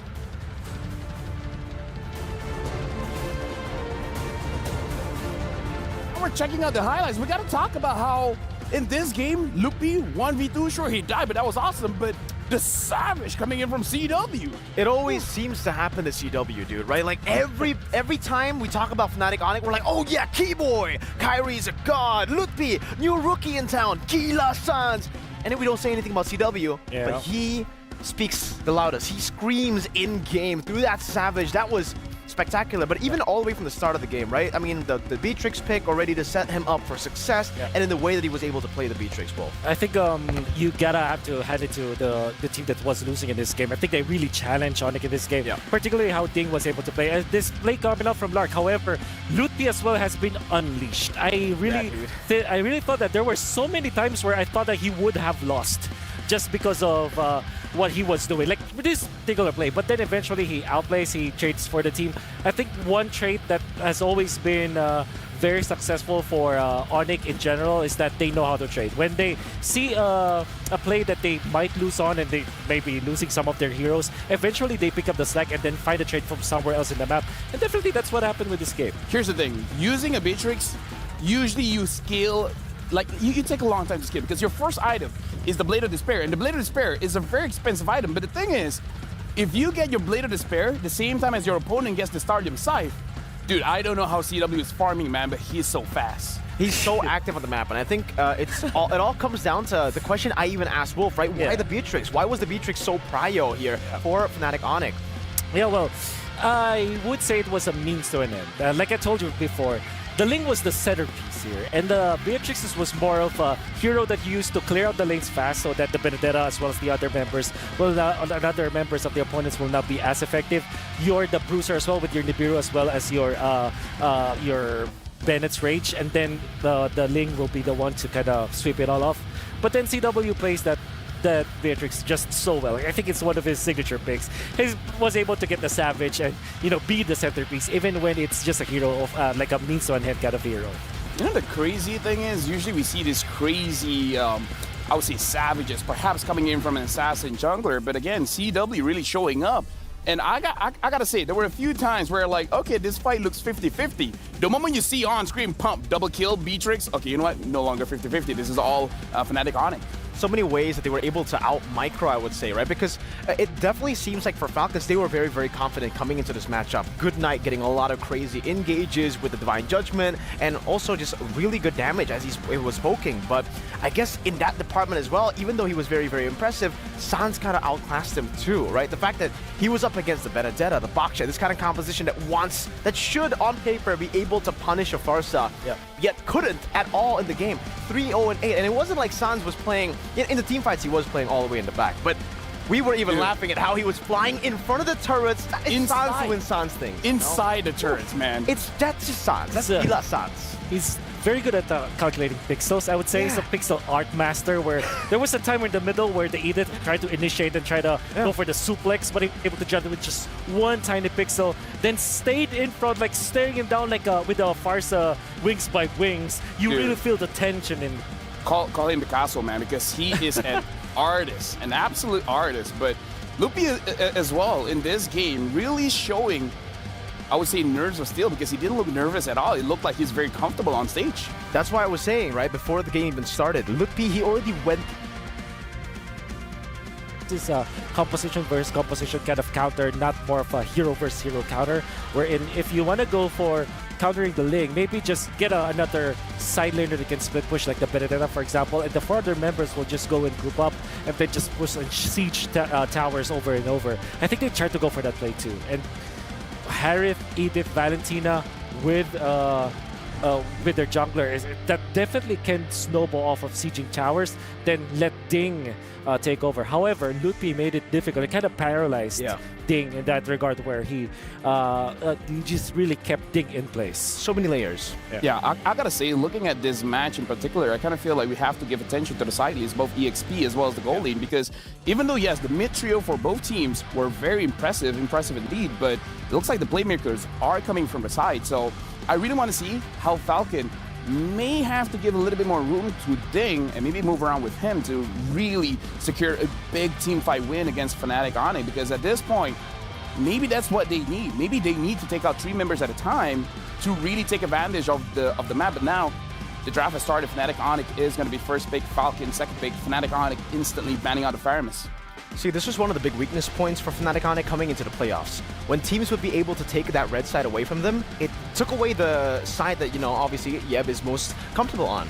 Yeah. But through the playoffs, when we got to the later stage, they could play both sides. They could play both sides effectively. And I would say on the blue side, they're even more dominant when it comes to just forcing these big picks off. Because now you don't have to get rid of the chip. Now some of these picks you can actually take for yourself. That's so now Falcons have technically put themselves in a spot to be dictated. Like, it's all Fnatic ONIC right now.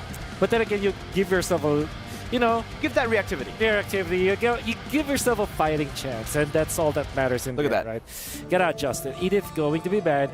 You're forced to ban the Julian and the Chip. Between Louis and Chip, I think you would rather give up the Louis at this point, because Chip is just so good at the metagame that we have right now. With all of the new items, like imagine a Chip with a Sky Piercer kind of damage dealer to go with it, with the bonus damage. It's just ridiculous amount of damage. Think about a Chip here if you're Falcon Esports. Honestly, Chip with Sky Piercer is crazy enough that I actually like it. Chip with Sky Piercer? Chip with Sky Piercer. The base damage early is insane. Yeah. No, like imagine, like after 2 minutes just jumping inside the jungle, and then even with the first kill, imagine the first kill getting a triple kill. Yeah. Falcons think so too. Yeah, Falcons think so too. It's like, yo, Sky Piercer and Chip is scary. Public service warning, don't try this at home. Try it in your friend's home. Try it in your friend's ranked games. See how they look. Okay, so I guess you banned Valentina here. If you're Fnatic ONIC, or they banned Louis themselves. They want to take the Harith, I believe. Fnatic ONIC allows CW to flourish that, but Fnatic ONIC is gonna be crazy enough if to pick up Ling when Harith and Ling is available. Are they crazy enough to go for Angela? Just Angela first pick, right? Because that has been what Fnatic ONIC has been doing in MPLID? Yes. I think they're a team that they're one of the few teams that can do that. Yeah. But then again, I think they will only do that if the Valentina is not an option for the opposing team. You just give up so much. You lose the lane because you're Angela going up against Valentina. You give up a good ultimate hard guard. Allows him to get up close and personal. So with that, with this kind of draft, I would say Ling should be the option for Fnatic ONIC. The safest play is Harith first pick. But the Fnatic ONIC way is either Angela or Ling. I would say Ling is the choice here.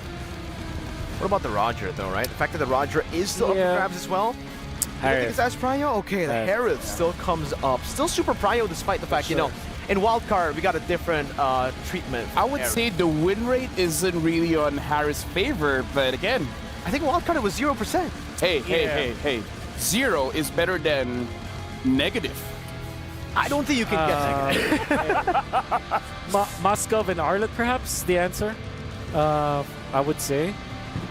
And definitely Moskov is a hero of consideration going up against Harith, because he'll just win the lane afterwards.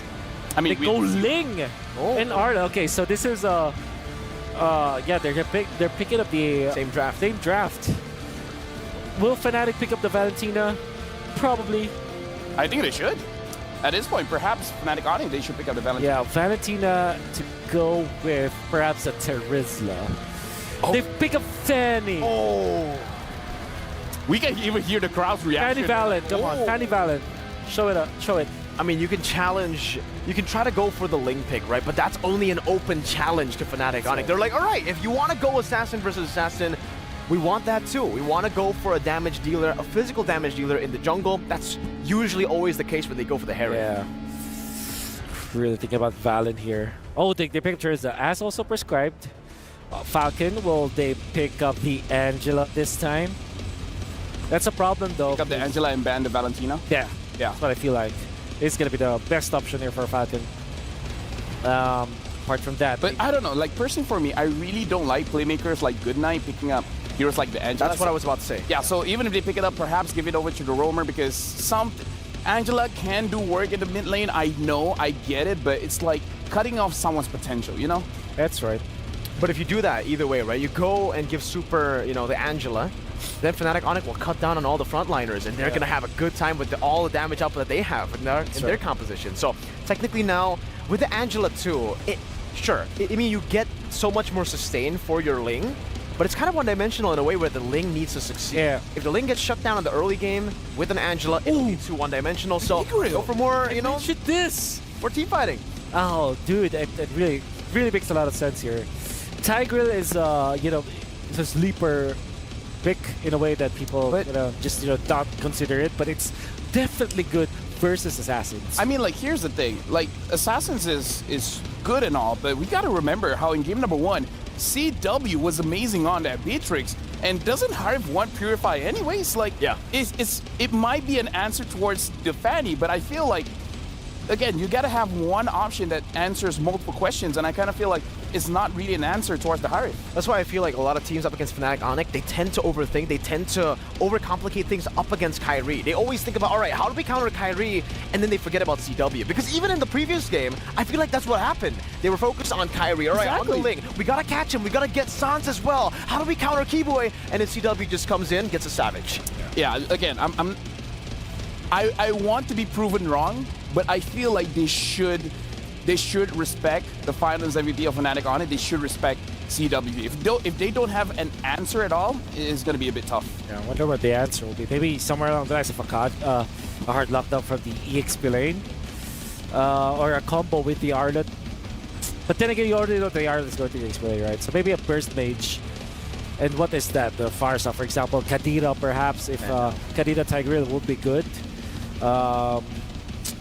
I might be forced for a Valentina, or maybe just go the farming route. Let's just farm it out. Let's go for Angela in the mid lane, and then let's go for a Beatrix. I wonder if Falcon play. Yeah, I was about to say. Yeah, Vixana is not that big of a burst, but it's still okay in this calm, right? You got a lot of CC to play with the Vengeance. But there's Fanny. That's the problem. It's difficult to play it is difficult. Oh, you know what? Go full crazy. Odette. Oh, right? That's actually a pretty good pick, right? Actually. Yeah, go crazy. Yeah, it's actually really good versus the Harith. Yeah. I love it. And with Implosion, that's a great combo. Yeah, that's a really nice pick if they do pick it up. The Fanny as well, and the Tigreal. Technically, everybody who wants to dive, they all get punished by the Odette, especially that's right. You said, you know, they have layers of CC, the Implosion, even the final slash to knock them all in to the Swan Song. Yeah. Man. Okay, so I wonder if there's this argument for Zask, but I think it might be for Fnatic ONIC this time. Ling hates that hero because he just constantly gets outplayed, and if you go down, like if you don't have the first skill, if you're just walking through, you're gonna be just, you know, be destroyed by that Zask. So Falcons, they ban out the Valentino, obviously. They already have a magic damage dealer, right? Yeah. So technically, they can put Sans on an Angela, Yeah. and then they could actually just amplify how much of a threat the Exactly. Fanny can be, the Hereth can be. A lot of possibilities still for Fnatic ONIC, but that possibility technically is also up for grabs for Falcons. Exactly, this is the first pick. But it's going to be on Good Night. Yep. But I think they might be forcing the Angela. They might be forcing the hand on Angela here. Angela Tigreal, not the best combination actually in the mid lane. So that puts it in a very awkward spot. Because where's the damage going to come from? Yep. Exactly. Right? Ling needs the Berserk Fury as well. Odette might be, or maybe they just settle for the Vex and just try to outplay it. Vex with Arlet is also pretty good. They go Beatrix, as we did say. Okay, come on, Fnatic, give us the Zask. Apart from that, the Grok looks really good for Fnatic. Minotaur as well looks really good. And Franco also looks good for Fnatic, just so that they can counter the Ling. Honestly, I do like the Minotaur, like, have a teamfight comp that doesn't need a fan. Yeah. How good would it be if it was a Cho here? Cho, yeah. Cho is pretty good too. All right, they go for the Grok. That's a safer choice. You go for instant initiation. You can kind of cancel the Tigreal as well with the Power of Nature and then straight into the Wild Charge. So a lot of different ways to counter this composition with the Grok, but final pick. Zask or Nana for me. I know it's crazy. They might just settle for a Vex so that, you know, you have a... Or an Angela. Or an Angela. Angela, yeah. Instead of the reach for the Beatrix. That sounds boring. Let's, you know... Spice it up a bit. Spice it up a bit. They go for Aurora. Yeah. All right. Spicy enough. Spicy enough, but she's technically not spicy. Yeah. She's cold. She's ice. She's ice cold, bro. Yeah. Okay, so... I hope they're the team that picks up the Odette. But then, this Aurora pickup, as well as the Grok, kind of really gives you that go signal to just go back for the Vex. Vex, Angela, and like I said, the Odette. I feel like the Angela's problem is that you don't have enough damage. They go for the Lunox. Yeah, okay, this is the least that I would think of because usually when you go for the Lunox, there has to be a vehicle somewhere along the lines of a chip or maybe a Matilda so that you can initiate. Lunox is very slow. Against the Fanny, I'm not sure if that will fare well. Well, the thing is, Wolf is not a big fan of the Lunox pick. We got to ask the casters, how do you guys feel about the Lunox pick?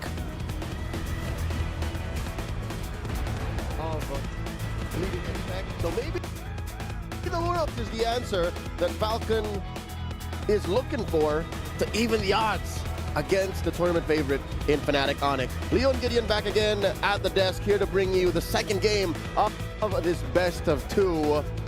I don't know if you like the Luna, because I'm here for it. Maybe they can make it work. I think the Lunox is actually not too bad with these types of compositions, right? Because at the end of the day, it's really going to come down to how do you team fight. And with so many initiation tools, the Brilliance alone is really, really powerful in these sorts of cases where you just want to dodge the damage and then maybe make a play afterwards with maybe the Darkening, take out those frontliners, and really deals a good amount of damage, especially to Terizla with that Body of Smith passive.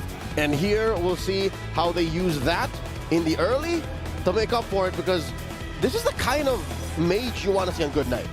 Good Night is an anchor and a core for Team Falcons in any of their iterations, and now they're going to need to get him online. Oh, look at this, an early fight. Okay, they're going to be pushing Keyboy as quickly as possible, but Kyrie gets in the middle of the mix. Good Night, forced to flicker away. This is what we're talking about, right? This is how dangerous it is in these early stages of the game. Anybody could go down and could start the snowball. And up top, you see the 1v1 between Ding and Lutfi, both bruisers, both CC specialists, especially when it comes down to these bigger team fights. And wow, check this out. Sans, I don't think you could do that with maybe with a Valentina, but you couldn't do that with a Vexana. Not at that range. Yeah, for sure, for sure. I think that, like, Aurora is very similar in this position to the Lunox, right? With that Pride of Ice passive, being able to, like, tank a good amount of damage, but at the same time, have an option of maybe escaping when you're getting doved on by Kenji, for an example. I think there might be some ways that Fnatic ONIC can get really creative with the way they play this comp. Yep, checking out the opening builds here. I think this is Ding now, understanding the dynamic between who's the beatdown. He built an early Dreadnought armor. Oh, super!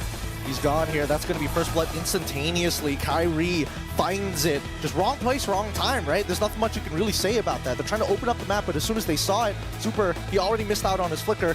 Can't do much about it. And he was in too deep. There wasn't really anywhere for him to go. And there were other members of Fnatic, ONIC in the vicinity. So that opens up this first hurdle of the game. No one making moves quite yet. You'll see here, it's Super who goes ahead and checks in. And so far, I don't think they're going to fight. Yeah, just wailing away. I personally don't think they want to fight here. I think that Team Falcons, like, Goodnight is about to hit level 4, but at the same time, Fnatic ONIC, right? You can see that Kyrie, he's ready to jump in. Oh, here comes Lupti with penalty zone onto Ding straight away. Good for ChezyGaming from Sans, instantly securing that kill. But Kyrie, oh wait, the entire backline ends up dying. Kenji getting hit by the wild charge from Keyboy because of a flicker play. Really nicely done. You blink, you miss it, and the next to fall Super. That's a double for Sans. It was a 0-frame wild charge. Again, you don't even have to blink. It really just happened in an instant, and next thing you know, your hero can't even move. Now down bottom, looks like Lark and Goodnight looking for a revenge kill on a CW while they can, since he's not built up quite yet. You're looking at a 3-minute game, 4-0 already, with Fnatic ONIC 2,000 gold ahead. That's what's allowing Keyboy here to bother oh, look at that. He made the orange buff make a lap, man. Gosh, and it's past the 2 minutes, so he's allowed to do it. He's like, yes, the one thing that I've been enjoying, just messing with junglers, ruining their days. Oh, and Super's trying to repair that, like, I need to hold this down for Kenji. And you're looking at a Ling, man. It's not like they changed anything in Ling's dynamics. Like, that's still an assassin. That's still a hero that needs a lot of build-up. Now, Keyboy in trouble. Wild charge out. Instantly out. Oh, but he gets pulled back in by the final slash, though. Sans does drop down the ult as well. Okay, so now Super all by himself has to flicker away, has no escape mechanics, and Kyrie picks him up for free. Frigid Glacier, enough to find that trap, the counter engage, and still Team Falcons left high and dry. Nothing to their name, 5-0. This lead is growing, man. We're looking at almost 3,000 ahead for the Indonesian 4-time champion squad, the defending MSC champions. Let's look what the items look like. As of now, Chewe rocking that Starlium Scythe already. That just needs to get updated real quick. And as well, you see Bladed Heptases on the Kyrie. And so far, resources are coming out of Team Falcons, Kenji, Super, and even Lark, all using valuable resources. And Fnatic, honestly, don't have to do too much. Their presence alone is so lethal. And here you'll see, just now, Lutpi built up to a War Axe. And again, you're playing on two different axes of who's offensive and who's defensive. And Fnatic ONIC are just always on the right side of that argument, always on the right side of that coin. And now check this out. Oh, look at the show of dominance from Kyrie pushing Kenji out of his own jungle. Oh, down on the bot side, CW finds the kill onto Super. They might want to go a little bit more here. And CW, he's down 4. He's got the help of Keyboy. He just needs to bide some time. But now Kenji might be the next to fall here. Lupti, he doesn't mind. Oh, dodge the damage. He still has penalty zones to secure it. Hey, Lark, wait. He finds a trade on to CW. All right. Maybe bottom is where Falcons find redemption, but not gonna happen. All right, amazing work again, Lutpi. Say what you will about him coming in to repair a tough situation for Fnatic ONIC about 2 or 3 months ago, but now here he is, a mechanical beast, a flicker cancel. Penalty zone, it's amazing! Yep, Lupti has been building up so much confidence from the regular season to the playoffs to winning their own individual regions league to now coming to an international and really showing off why they were put on the map in the first place. Here comes the dive. We see, oh, Lark forced to flicker out straight away. Kyrie has so much damage. It's not even close right now. I don't blame Lark trying to find a way to retreat there. He was trying to get some damage, and now Keyboy gets a kill on him. Goodnight in trouble, forced to use the brilliance. He gets out of there okay, but oh, they find all 3 in the final slash as well. This is the play that they've been looking for. Ding finds Kyrie. CW does get Genji to stop the initial push, but they've traded equally here. 2 for 2 in that engagement. What a great play coming in from Team Falcons, and they're not done just yet. Lark trying to cut down Lupti as much as he can. Lupti, he's trying to tank through the damage. Can he find it? No. goes down to the vengeance of Ding. I'm done with this lane. He still finds a trade though. The body of Smith able to keep him alive, plus the spell vamp, just enough to make it worth Fnatic ONIC time. I gotta say, CW's mid-game power spike here at 7 minutes, I think that's what made it a little better for Fnatic ONIC despite the amazing catch by Ding. That could have been lethal. That could have, if ever it was a switcheroo, if it was CW on the Beatrix and Lark on the Harith, that could have been a wipeout. Yeah, man. The replay didn't catch the initial play started by Super. He was trying to replicate a game-winning moment from M5 when Keyboy did it himself. The 5-man implosion, he was so close to it. But unfortunately, like, if Genji just survived a little bit longer, I think he could have cleaned up the entire team. But now the mid lane, oh, Keyboy! He does find Lark! He can't get out of there in time. The frigid Frost already locking down the tower, but it doesn't really matter anymore. So many members are already dead. And even Genji, he doesn't want to go in there anymore. He's like, that's too much to handle. It was a dispersal of Team Falcons. Like, one kill led to another, and it scrambled their formation. There's very little left on the map for Team Falcons to scrunch up. And need I remind you, they're playing with a Ling. It's tough to play from this defensive position. Again, best case scenario, they start splitting the map. They send Kenji down into the bottom lane, but Kyrie is just as quick, just as agile a hero. So they're gonna be playing tag. I mean, at this point, whoa, okay, all right. I guess they really wanted to buff on that one. Oh, wait, hold on, the Frigid Breath. Oh, into the Glaciers. Well, they fight too. They quickly get out of their iframes. Okay, boy, making sure that Good Night isn't having a good time. Gets pushed underneath the tower. Can somebody dive them already? As we see the Tempest Blades already come out. Man after man being thrown. Fnatic ONIC say no more sacrifices. We've done what we can. We're sorry, boy. We can only get Good Night. Ceasefire underneath the tier 2 and the inhibitor. Saz gets a kill, and another body dropped up top. Man. Fnatic ONIC don't want to stop. Yeah, they're just running out of patience. They're sick of this. Team Falcons, you're going to be playing real passive? No worries. We're just going to start walking up.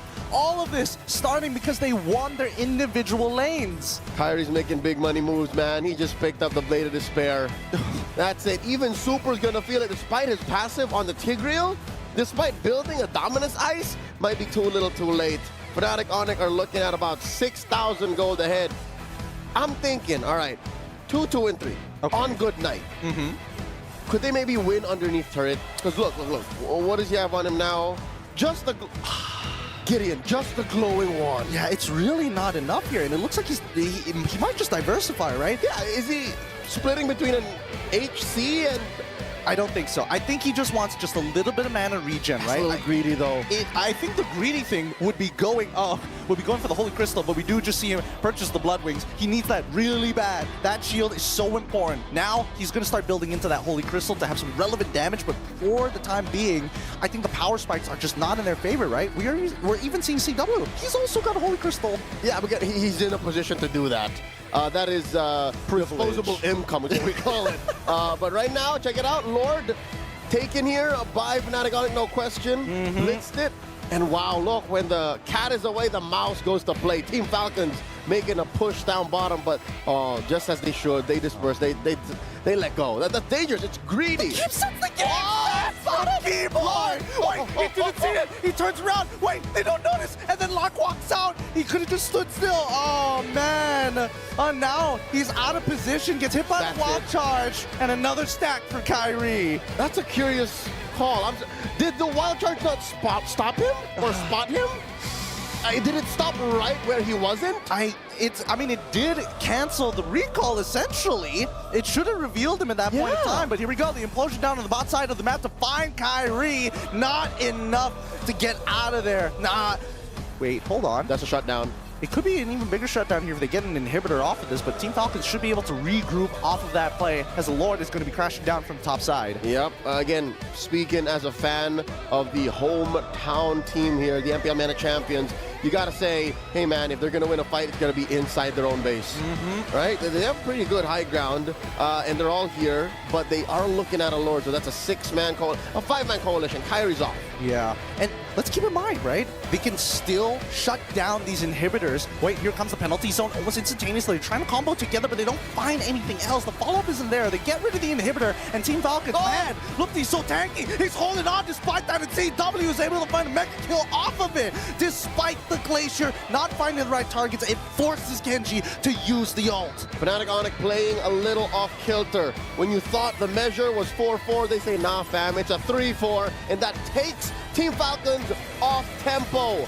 They shouldn't be forcing it, but here they are looking for one. It was so close, but the implosion only finds one. They're going to get pulled back, but CW finds Super Kyrie already back into play. Team Falcons, they need to clear up these minions as soon as possible. Kenji almost going down in the meantime. Lark, he's the only person who actually has some decent wave clear. Even Good Night, I don't think he has enough damage just yet. Final Slash coming in from Ding to maybe look for a pick back, but it's still 4v4 for the time being. Kyrie can join at any point of time, and that means the next inhibitor shall fall for Team Falcons. Their last bastion.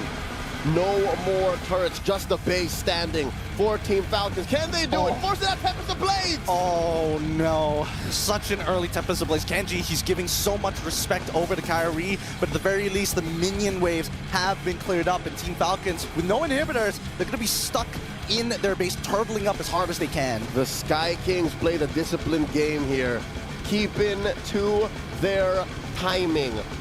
They're going for the next objective. They want to finish this game off of an enhanced Lord, spawning about 10 seconds, unless they can find a pick, force in a Brilliance from Good Night. Man, if you're talking about just the items and their firepower, Team Falcons can't take a fight, not a fair fight against Fnatic ONIC. Honestly, I think it's really coming down to the fact that they're always reacting to Fnatic ONIC, right? They're going to use Fnatic ONIC. They're going to use that. They're going to go for a feint, wait for you to use your abilities and punish. And that's exactly what we see. Kenji goes down, doesn't even have the timing to drop down the Tempest of Blades. That's gotta be a play that even his teammates would question. You can see in the player cams, Kenji knows that wasn't the right call. That wasn't the right play, and he dove into 3 and 4. Paid the price for it, and Fnatic ONIC secures the Lord off of that pickoff. Yeah, he underestimated Kyrie, man. Honestly, I think an ult, a single auto attack, he doesn't even need the special steel cables auto attack as well. He can basically one-shot Kenji. Yep, Kenji's back in about 4. I'm not so sure, though, if this is a position that he wants to be in. Again, you're a Ling. One of your strengths is coming from any angle, coming in from a Finch Poise. There's barely any walls inside the base, so he's going to have to play this very, very carefully. And he gets spotted from top. Very close. Kyrie throws out a cable. Oh, there's a final slash. Okay, straight away, CW is able to use the Purify. Zaman forces well, penalty zone into Good Night. They're trying to escalate the situation. He dies immediately off the Brilliance, and now the Crystal will fall. Fnatic ONIC take the game, 21 kills to 7. A clean sweep in a best of 2 by the Sky Kings. Even on home soil, Team Falcons could not make these Kings bleed. Amazing work. I don't know, Gideon, maybe it's the Savage that made Game 1 all the more sweeter, but Game 2 felt quick and just more violent at the same time. I'm not gonna lie, I think Fnatic ONIC really left an impression onto the Falcons in Game 1, right? They weren't as confident as they were. They played very passive comps, and unfortunately, the 2 side lanes, they ended up losing, and Lunox, you can't expect her to scale that fast, so you have to play a slow game. Not to mention the last couple of minutes where there were glaring errors. You see clearly how maybe communications could be breaking down, and maybe their minds weren't as clear or on point, and they needed to defend inside their own base. But looking at their comp now, in hindsight, might not have been possible. Yeah, I think, Coach Yev really understood the timings of which they wanted to punish, and, Fnatic ONIC, they're in a position where it's like, all right, if you want to play around timings, that's what we're good at. As long as we control that tempo, we can do whatever we want. And luckily, nobody made a mistake in the laning phase. Big smiles, I would assume, on Coach Yeb and Coach Addy's faces. I couldn't say the same for Coach Zico and Coach P.Bren. Man, they worked so hard. They pulled this team out from the dregs of MPL MENA, and they gave the villains, Twisted Minds, a good beating in the finals. Again, 4-1, who would have thought? Twisted Minds spoke a big game. And Team Falcons, this team right here, that Fnatic ONIC swept 2-0, have to go back to the drawing board, have to figure out, hey man, where did it go wrong? Was it the game? Was it our mental? Was it our draft? Was it our strat? I could only assume. The two biggest ones, it's draft and mental for me, right? I think the mechanics, they've got it, but they need that level of confidence in these types of international tournaments. Well, good news for them is there's 2 more best of 2s that they'll have to fight through. And hey, maybe this is one of the tougher ones that they had to deal with. And now they have to think. There are no losses, only lessons. But that does it for our second match of the day here on this broadcast. Thank y'all so much for tuning in. We'll go throw over the stage with Fantastic sweep from Fnatic, ONIC, and here with us with a gold laner. CW, congratulations. This is your first series en route to defending your MSC title. Now, that was a great Savage with your Beatrix in Game 1. Did that give you confidence? How do you feel about that?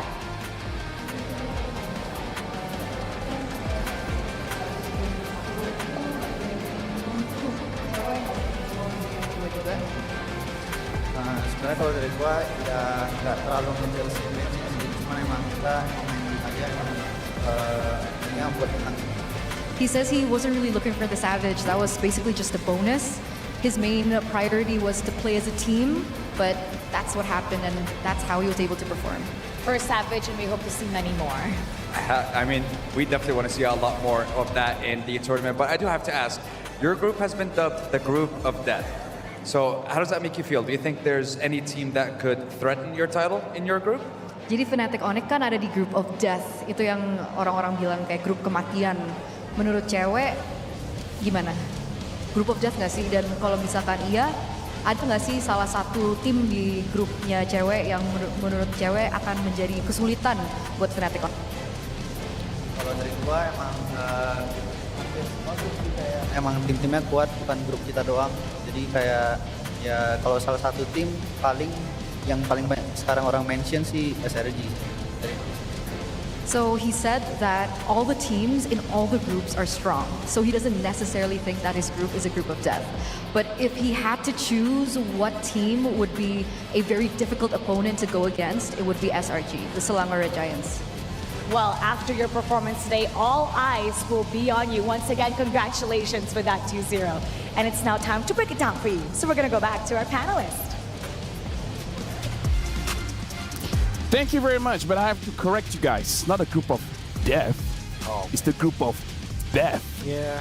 Now we gotta go and look into the highlights here, where again, I feel like the Sky King Kyrie on this Fanny, you have to react before something happens, because if not, you're instantly looking at Beth in the face. That's what we got to see the entire game, I feel. You know, like the Tempest of Blades was used up so many times just to get out, and Kyrie's so good at utilizing the cables and also just reacting to some of these moments. Because let's say, like, one of these moments, we'll get to see it here especially, but let's talk about this. Lark, it almost like he didn't get the memo, man. The 2 other members recalled. He was like, nah, you know what? I'm gonna just walk to safety, and Keyboy spots him in the bush. Yeah. Unfortunately, the side of Falcons couldn't hold Kyrie down. Only with 2 Beths this game. Oh yeah. Difficult. Here's the question, right? Because we look at the draft coming in from Falcons, and remember what we talked about game number 1, where Falcons draft game number 2 has components of draft of Fnatic ONIC in game number 1. And even you guys, the analyst, said that's a difficult draft to actually pilot. So why is it difficult, and why Falcon, they couldn't do it against Fnatic ONIC? Well, they don't have the necessary tools to kind of control this Fanny. Like, they were forced to go for this Lunox. I think that they should have picked the Valentina instead of the Tigreal at the third slot. Third pick, yeah. Definitely this Lunox, although it was able to take 1 kill off of Kyrie, but that, again, 2 deaths, not enough for this Fanny. I think the reason why they weren't able to pull it off is because of the order of picks that they went for. That was pretty fast, but we got to talk about the Fanny as well. The atomization that Kyrie went for, having the Sky Piercer, having the Blade of Despair. Who can actually tank that? No one. No one can tank that. No one. So some of the times, you know, we saw the Tempest of Blades, we saw the Brilliance as well just pop. They had to do that. And Kyrie, he always cables in a way where if you don't do that, I'll just follow through. But if you do, all right, I'll react to it. That's how fast his reaction time is. Yeah. So we can actually afford to make those risky plays. It will be risky for any other player. That's right. But he makes it work. Okay, gentlemen, MVP of this match? You guys feel it's Kyrie? You guys feel it's CW? The entire match, not the game, entire match. Because again, I feel like multiple members of Fnatic ONIC definitely deserve it. I think after 2 games might be Kyrie for me. But if I'm just judging game number 1 alone, definitely Mr. CW himself. But I think overall it's Kyrie, unfortunately. No bias. Yeah, for me, I think it's CW. After that Savage, it was just, you know, they look kind of messy a lot of times, but CW always consistently winning, just like his name. You know what? So I guess I'm the tiebreaker, right? So whatever I say is probably the true MVP of the game. So for you guys at home, don't forget that Stream B is happening. So in case you guys are watching that, update us as well because we would like to know. And yeah, do you want to know the results of the previous match? Do tell. 2-0 Falcons. Falcon was able to beat Cloud9. Okay. You know what? Wow. That's a very interesting point there. And again, you guys have the option to watch Stream A and Stream B. Here's the thing. Let me tell you what to do. Buy another monitor and watch both at the same time. It's not that hard. Or get an ROG phone and multitask. Yeah, get an ROG phone and multitask. That's right. I don't have a phone or monitor. That's a lie. You know what? For you guys at home, you guys can let us know what you guys think because you guys can scan the QR code down below here and actually let us know what you guys think because, again, we want to improve the show for you guys. Your opinion matters and whatever you guys say, we'll follow. We love the fans, don't we? Yeah, every single time I look at the comment section and I'm like, yes. Okay. You are correct. We love the fans. We love the fans. The comment section, though. Dude, I love the fans and I love the air conditioning. Oh yeah, they're cool. They make you cool.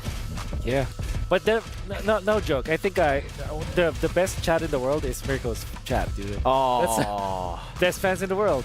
Okay, you know what? Here's the thing. You guys, we're talking about the MVP. My MVP is Suns. So if we have a highlight or something, we gotta look at it because again, Suns was again. I gotta say, Fnatic ONIC, it's very difficult to pick an MVP. Even Lupti was doing really well. Even Lupti was doing well, right? Let's look at the highlights here. And Sans on this Aurora reminds me of Stormy. Maybe that's why they shout out the Selangor Red Giants. Yeah, man. And this in game number 2, he also again showed us how good he is at calculating pixels. There were so many times where his ultimate was able to get onto the edge and still was able to freeze his opponents. The timing as well. You're gonna see it once more. They can't do that. I still have my meds. Well, still no. The question is, do I have power without my meds? I probably do. You know what? For all of you guys at home, every one of you has some kind of power. Yeah, you can guys fly. You can literally fly. Now we're literally in the pick and ban phase. Team Liquid Peach is going to be the first pick. Twisted Minds is going to be second pick. Farum is instantly banned out. Is this another blitz draft coming out from TLPH? No, for sure that could be, well, the case. Farum is going to be the first ban. This tells me a lot of stuff, like the Roger to be the priority here for TLPH. All right, firstly for me, though, they've opted to go for Hoda instead of Tarzan in the lineup for Twisted Minds. This is actually the full lineup. This is the main lineup for Twisted Minds, but mid-series in the Grand Finals, they actually swapped out Hoda for Tarzan. So that's something that they could go for as well later on in game number 2. But again, on the red side, you're kind of already forced to go for the chip ban, maybe even the Lo Yi, considering how good Sanji is. I think Sanji should know how good Sanji is. Yeah. Because Sanji knows Sanji. Because again, Sanji could chase after Sanji. If Sanji picks up a Yuzong and Sanji goes up against Sanji using the Lu Yi, Sanji might win that. If Sanji goes with the Valentina up against Sanji on the Yuzong, then the Black Dragon Throne could be used by Sanji and Sanji. Wait, is the Valentina EXP or mid, and is the Yuzong EXP or mid? That's the beauty of it. Find out. There was a time where Valentina was actually played in the side lanes. The gold lane, right? There was a time that Valentina played in the jungle as well. And EXP? And EXP. You know what? Yeah. Valentina, we even see Valentina roam. That's right. That could be... So who's... Oh, Sanji. Who's using the Yuzong again? Sanford. That's right. So they ban out the Yuzong. Yep. This is going to be... Definitely a special. I think just the way that we're looking at the draft, very high chance that Lu Yi will be banned out here. Coming up from the Twisted Minds, and then, again, Roger should be the priority here for TLPH. Can we ask our casters, especially the one doing play-by-play, whenever you guys are saying Sanji, can you be specific? Yeah. Right? Like, so Sanji, I think Sanji is all caps in Twisted Minds, I believe. But So how he has to yell. Is that it? Yeah, this whole, Sanji! exactly. And then when TLPH makes a play, like Yeah. Oh, there's Lee. First pick. and then Immediate Roger and probably an Arlet here. oh, they picked up the Minotaur, and again, the Minotaur is an amazing pick no matter Oh. what situation. So Minotaur and Roger. Roger. Exactly. Having the bull and the werewolf. Yeah. That's true. You know, a lot of reactivity with the Minotaur as well if you want to go and counter some dives. Yeah. But the thing is, with the Lo Yi, you're very, very creative with your dives. You can go for different angles. And as usual, as we saw as well in the Grand Finals, the Baksha was a great contributor to the success that they were able to found. So it's going to be the Baksha plus the Arlet. This is also a combo that you can utilize with the Lo Yi really, really well. Exactly. Because Arlet and Louis very good at just setting up the plays. Baksha is a hero that can catch up. It just can really explore the map. Decent versus the Minotaur because of the sustain now. Twisted Minds might go for a Vexana here so that they can answer the Ligi. Or perhaps a Novaria. Oh, Novaria, yeah, I like Novaria a little bit better here. Yeah. Novaria and Minotaur, classic combo. Really good at scouting and obviously winning or, you know, equalizing the mid lane. So, oh, they went in for the Farsa instead. So it's all about like transforming here for Twisted Minds. Had they gotten the Yu Zhang, they're all Transformers. I think that's the wrong franchise, but like the Roger has the skin with that, right? But the Minotaur and the Farsa not really. But I get what you. Hey, Farsa transforms into a bird. Exactly. But you know. Yeah. Wait. Because here's the thing. The bird is Farsa's husband. Exactly. Right? So So- technically, the bird is you her husband. transform. We need to ask Lord Leo. Yeah, Lord Leo. Yeah. So it's got a lot of things on his plate later after this. Okay, so you ban out. You probably ban on the marksman here. Carry. Ban out like a Claude here. Moskov and Claude looks to be a. Maybe they're not that concerned about the Claude because No, they have the Minotaur. Something in me tells me Masha. great ban. Benny Cutie wants to pick up the Carry. No, because he's been picking this quite a lot, which is the Beatrix as well. Yep. He's been using it in a lot of different tournaments. Versus Farsa versus the Roger. It's gonna be good. I like this Farsa ban, the Masha ban, by the way. Exactly. Yeah. It's it makes a lot of sense versus the Farsa and the Roger. Yeah, the thing is with the Roger, it's very, very difficult to go for any defensive item to go up against this Masha. Usually you want to go for Wind of Nature, and usually if you have a normal marksman, that's the easiest answer. But on the Roger, you get that, you don't get the full duration of the Wind of Nature. So it's a bit hard to go for the counter. Technically, you can go Winter Crown, but yeah, it's a bit tough to pull off as well. But So it looks cool. it does look cool. Right, mid-transformation, Winter Crown, that looks... And then you freeze on air, yeah. It's like, And then the Claude ban is expected, right? Up against this composition. That's right. You can dive into the back. You can play very safe in the gold lane as well. But 2 XP bans just to set up for the Arlet. Yep, CC. Which is interesting because it's CC Roger is like very difficult to pull off because of how much farm you need. But yeah, they're gonna be banning it out. Twisted Minds. If they show their jungler right now, it will not be good because that means that Team Liquid will be able to answer that. So I think this will be an EXP lane pickup. Assuming that the Terzas was the CC is banned out, you're left with what? Pakiro and Benedetta for Twisted Minds. How's the Lapu Lapu right now? Lapu Lapu is a very, I would say it's a very conditional pick that you use when there's a fair /, or the Moskov so that you can dive into the backlines. Because for Twisted Minds, right? Oh. Is Okay. the Xborg? I think you go Beatrix now for the TLPH. And then you put the Arlet in the Rome and then pick up an Xborg and answer the Xborg.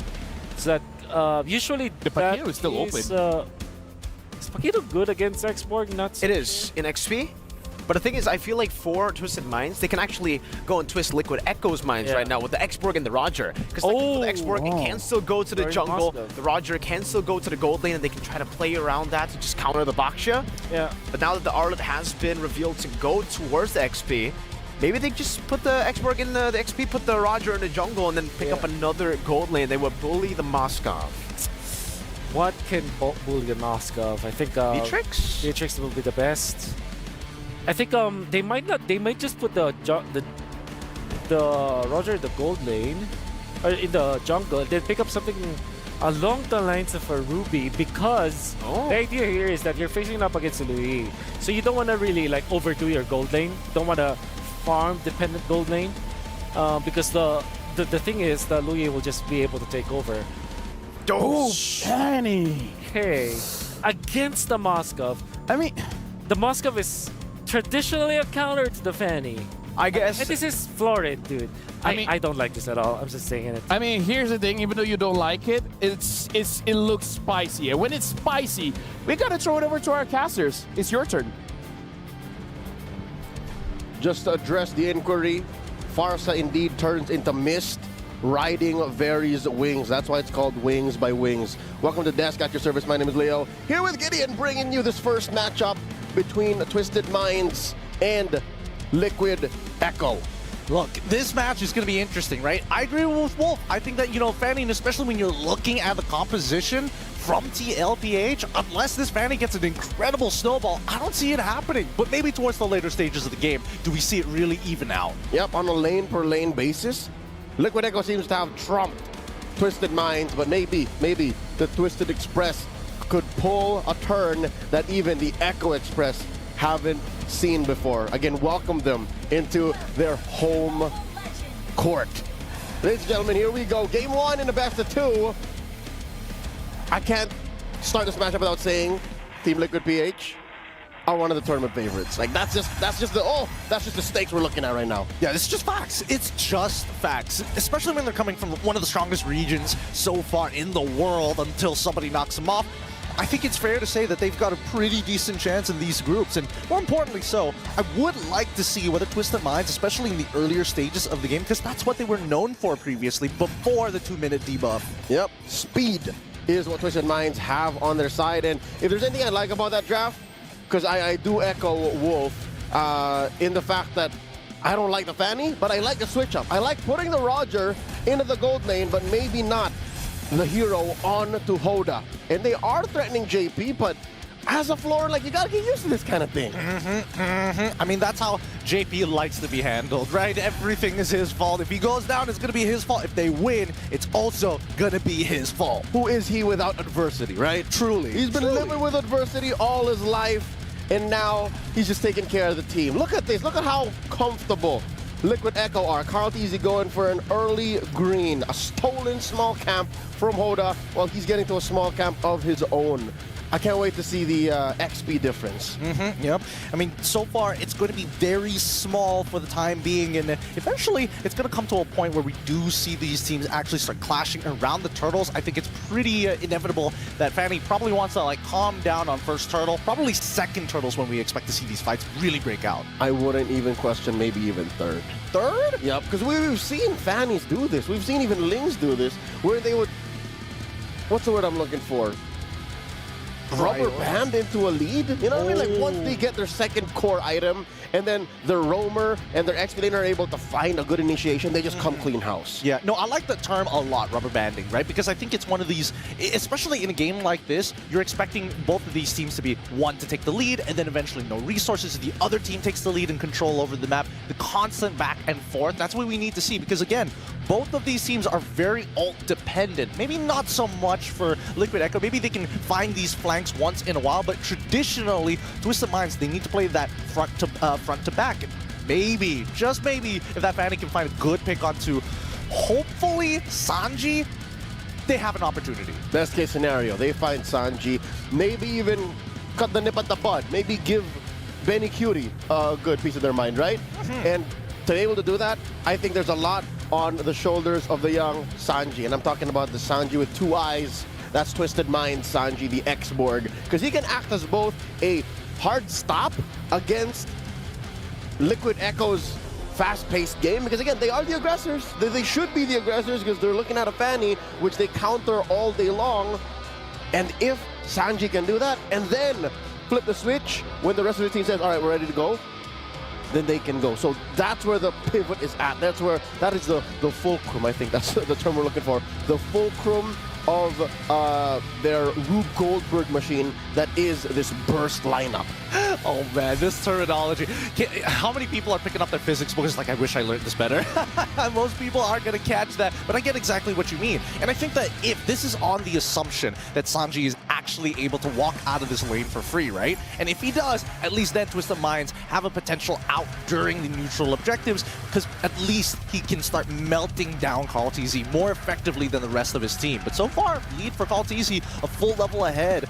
Oh wait, hold on, he's catching up pretty quick too. That's right.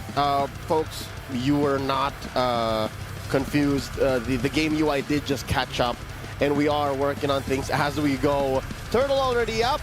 It's Twisted Minds first to the scene, but it looks like Liquid Echo are able to answer back. Yep, a jumping game for their airstrike as well to zone them out. No Fury already catching two, and that's going to be CallTZ securing the first turtle of the game. They walk away, and all that's left is just dust, no kills, and a couple of flickers. How uncanny. This is incorrect. Oh, I was about to say 40.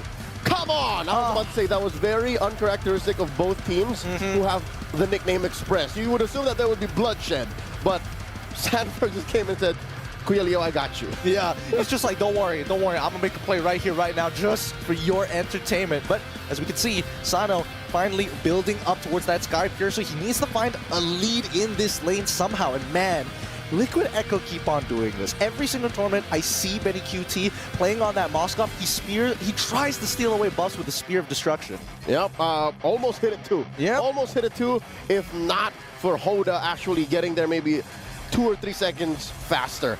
Now down bottom, again, happy to see that Sanji is struggling, but keeping it down.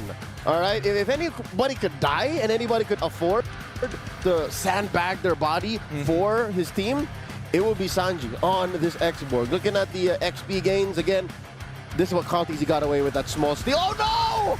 But speaking of small steal, Hoda is able to get on out of it, but no one Furies by just enough time for Cuffin to really get the damage down.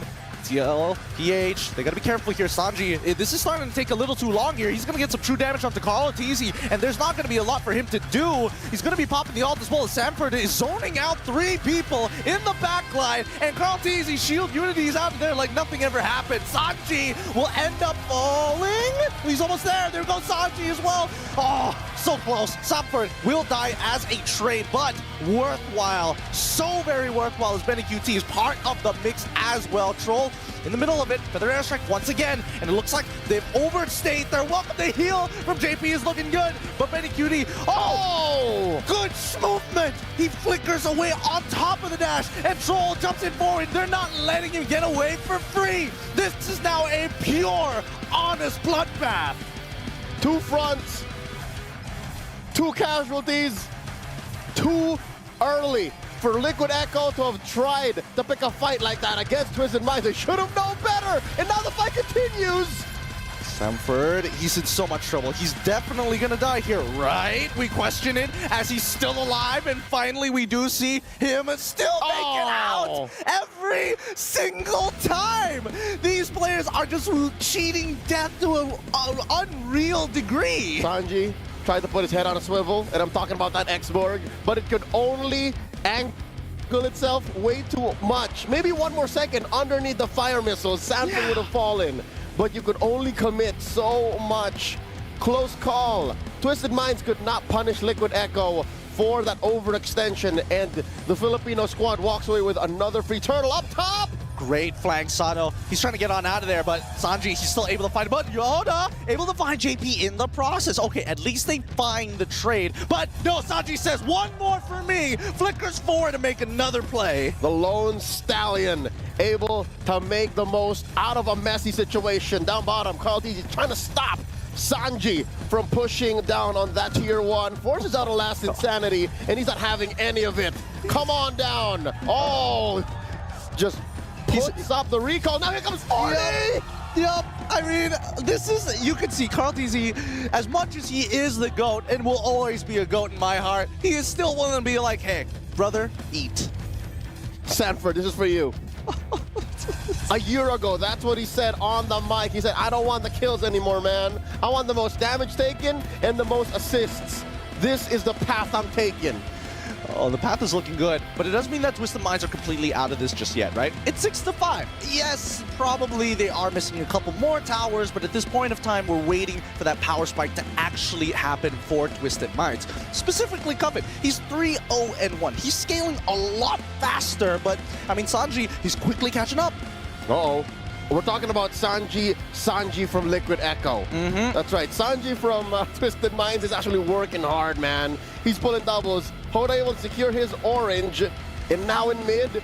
Again, that's the reason why mid lane tier 1 is still standing. It's because of how Coffin is able to protect it. And not to mention Troll. Troll, did you know that Troll has a PhD? Does he? Troll is in school for medicine, man. Oh no! Oh, that medicine won't bring Cuffin back in the time for this. Good play from Liquid Echo, collapsing on the opportunity, as once again, they're gonna dive Sano underneath this tier 1. No opportunities for you as Benny QT picks up the kill. Sano just got used to the gold lane, and now Hoda gets a good amount of SOD, and now Benny QT catches him with a solo kill. Nothing can stop the Typhoon. Oh my goodness. He was caught slacking. He was caught slacking. Nobody said anything about the spear flying across the map. And it's not over just yet, because now with this mid-tier 1 collapsing, Liquid Echo can finally play the game that they want to play. That's right. The cavalry will now circle around the brain. Just right there, smack dab in the middle of the map. Again, a replay here from a different angle, as you can see.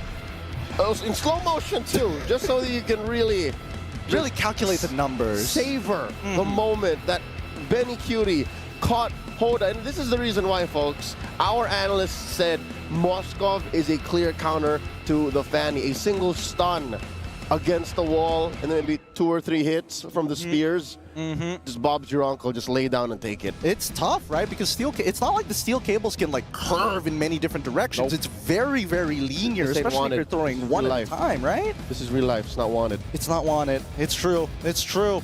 With Liquid Echo now, with a 4-kill lead, 9-5 against Twisted Minds. At this point, Twisted Minds really have to consider and really pick and choose some of these fights. Because again, if they go on Samford can buy so much time on this Arlet. If they go for Sanji, well, you can expect that Carl TZ as well as JP are pretty close by. Yep, and maybe after watching enough Liquid Echo over the past few years, just take what you can, man. Beat down on Carl TZ while he's giving himself to you. Because sometimes that's where the value comes from. And don't expose yourself. Though those are some wise words for Twisted Minds right now. Don't contest the Lord. But it looks like, yeah, that's the call. They should just let it go. I mean, they have to, right? Like Elsa. Unless they've got some crazy play to do it, because Hoda currently, he is, oh my goodness, 3 levels down. Oh, he's catching back up. Okay, so 2 levels down onto Carl TZ. That's not what you want to see in your jungler. Yeah, no. He has to play the side lanes, split push it. Just go ahead, split it up like an acrobat. Check it out now. Where are we? Huh. This is tough. Sanji has to make a decision now.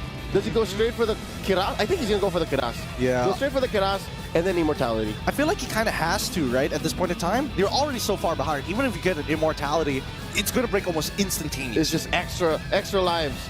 You become a bullet sponge. He's already taken so many bullets, but now Benny QT trying to outplay the situation by himself!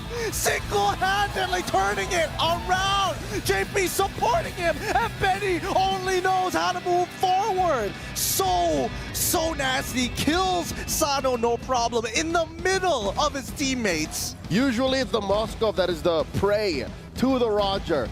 But nay, says Benny Cutie. You're right, it's push-forward combat for Benny Cutie. He's playing Doom Eternal, man.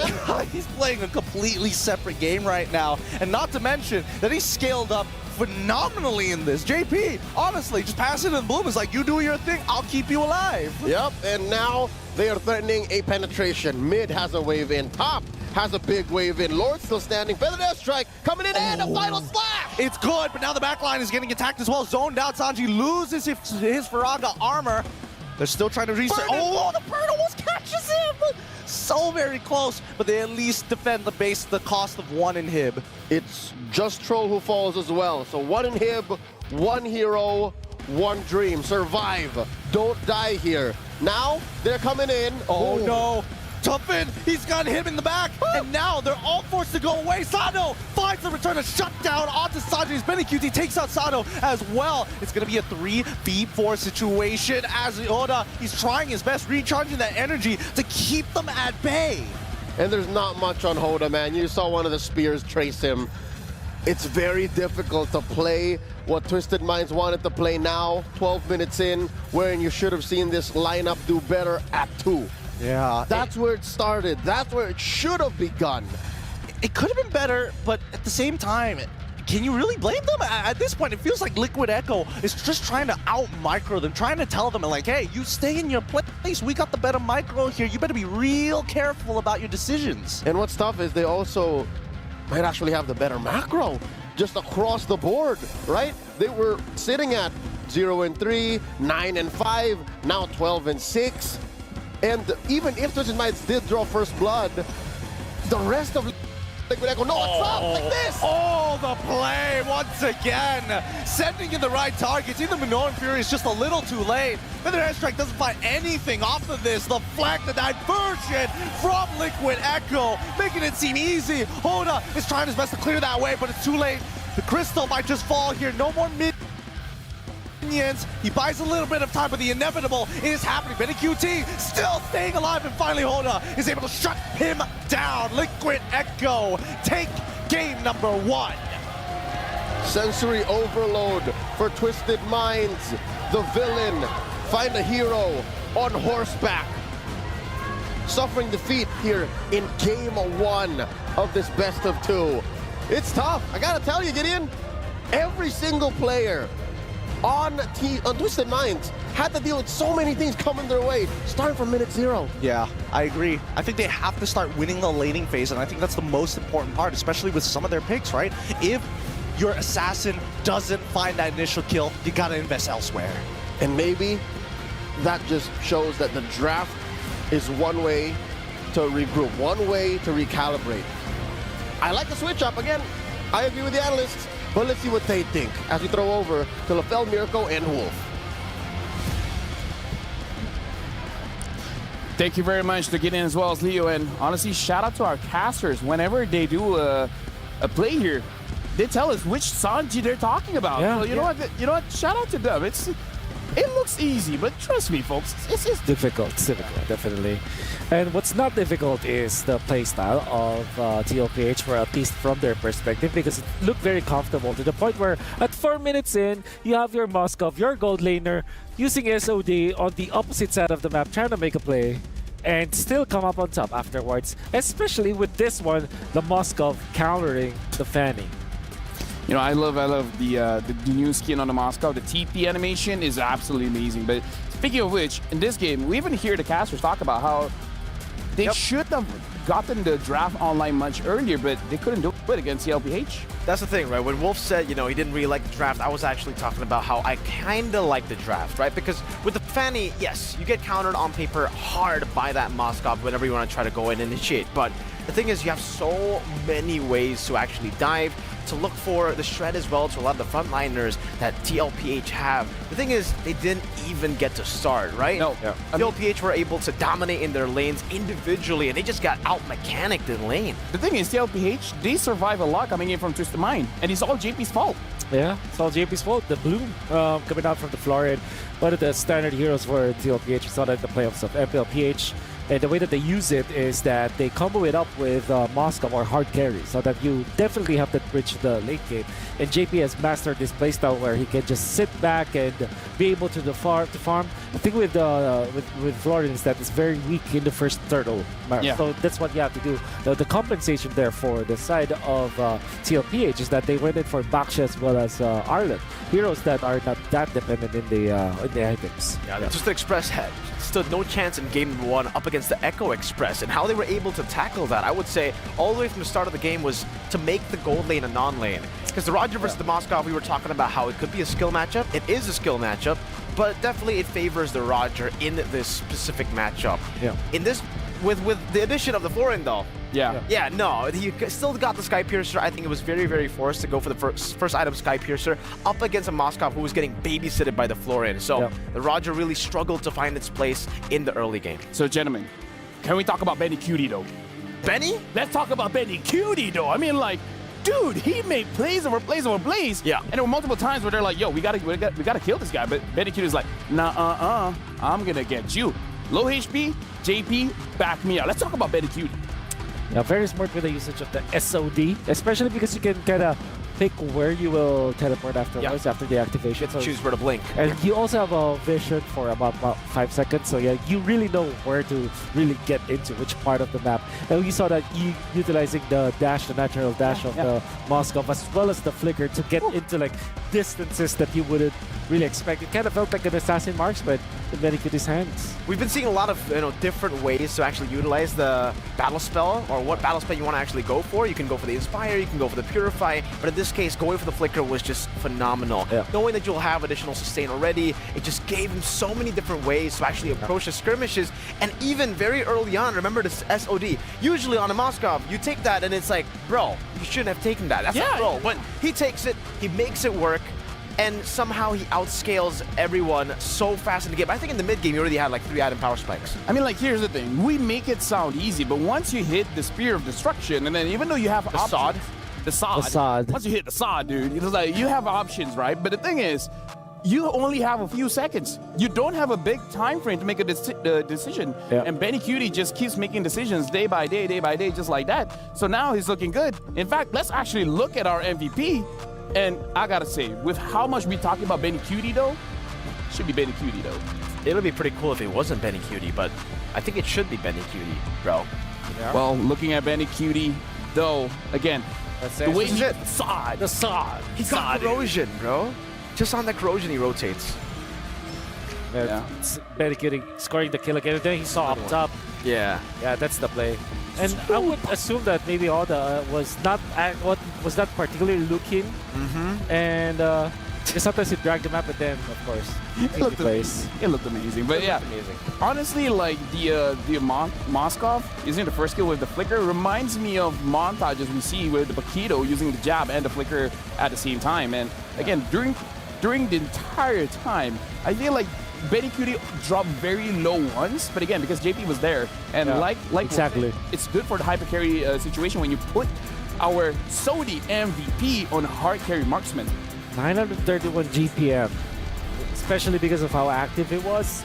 4 minutes and 40 seconds, you see SOD being activated already with a Moskov way too early, but he knows that there's a lot of sustain and help for him. Eventually, he died after that play, but he still managed to clear out the lanes faster. This is very interesting because what TLPH did in this particular game is to not actually freeze the lanes, right? Going up against Roger, they actually called the floor in and just fast cleared the wave. Kept shoving. Yeah, that's just interesting because usually that goes unfavorably for any team, right? So maybe this is TLPH really just knowing their limits. And I would like to point out the understanding of how they were actually able to utilize the snowball from the marksman, from the Moskov, because usually when you have such a big snowball, when you have such a big lead in the early game, you go for the 3 item power spikes, and maybe you want to go for a Windtalker, a Haas Claws, or more penetration with the Melfic Roar. But he knew that, you know what, I'm already dealing enough damage, might as well get the win in nature. Yeah. It's a different approach to the snowballing nature of, something like a Moskov. You don't go for extra damage, you go for the sustainability on top of the healing that you already get. That was quite ridiculous as well. And no one could touch him. That's why he could just flicker forward all the time. Blink forward. He could only move forward. Honestly, it was a great first game in this match. But again, we're going to give time for both teams to prepare. So we're going for a break, but after this, we're continuing. We're going straight to game number 2. But for now, we're going for a break.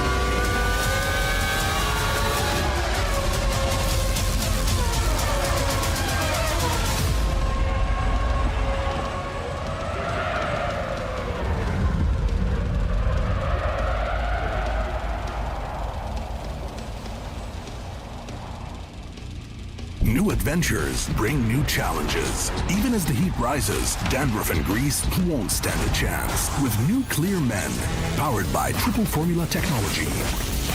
To eliminate dandruff, itch, and grease, gives you 8 hours of freshness and 100% dandruff-free hair. New Clear Men, 0% dandruff, 100% confidence.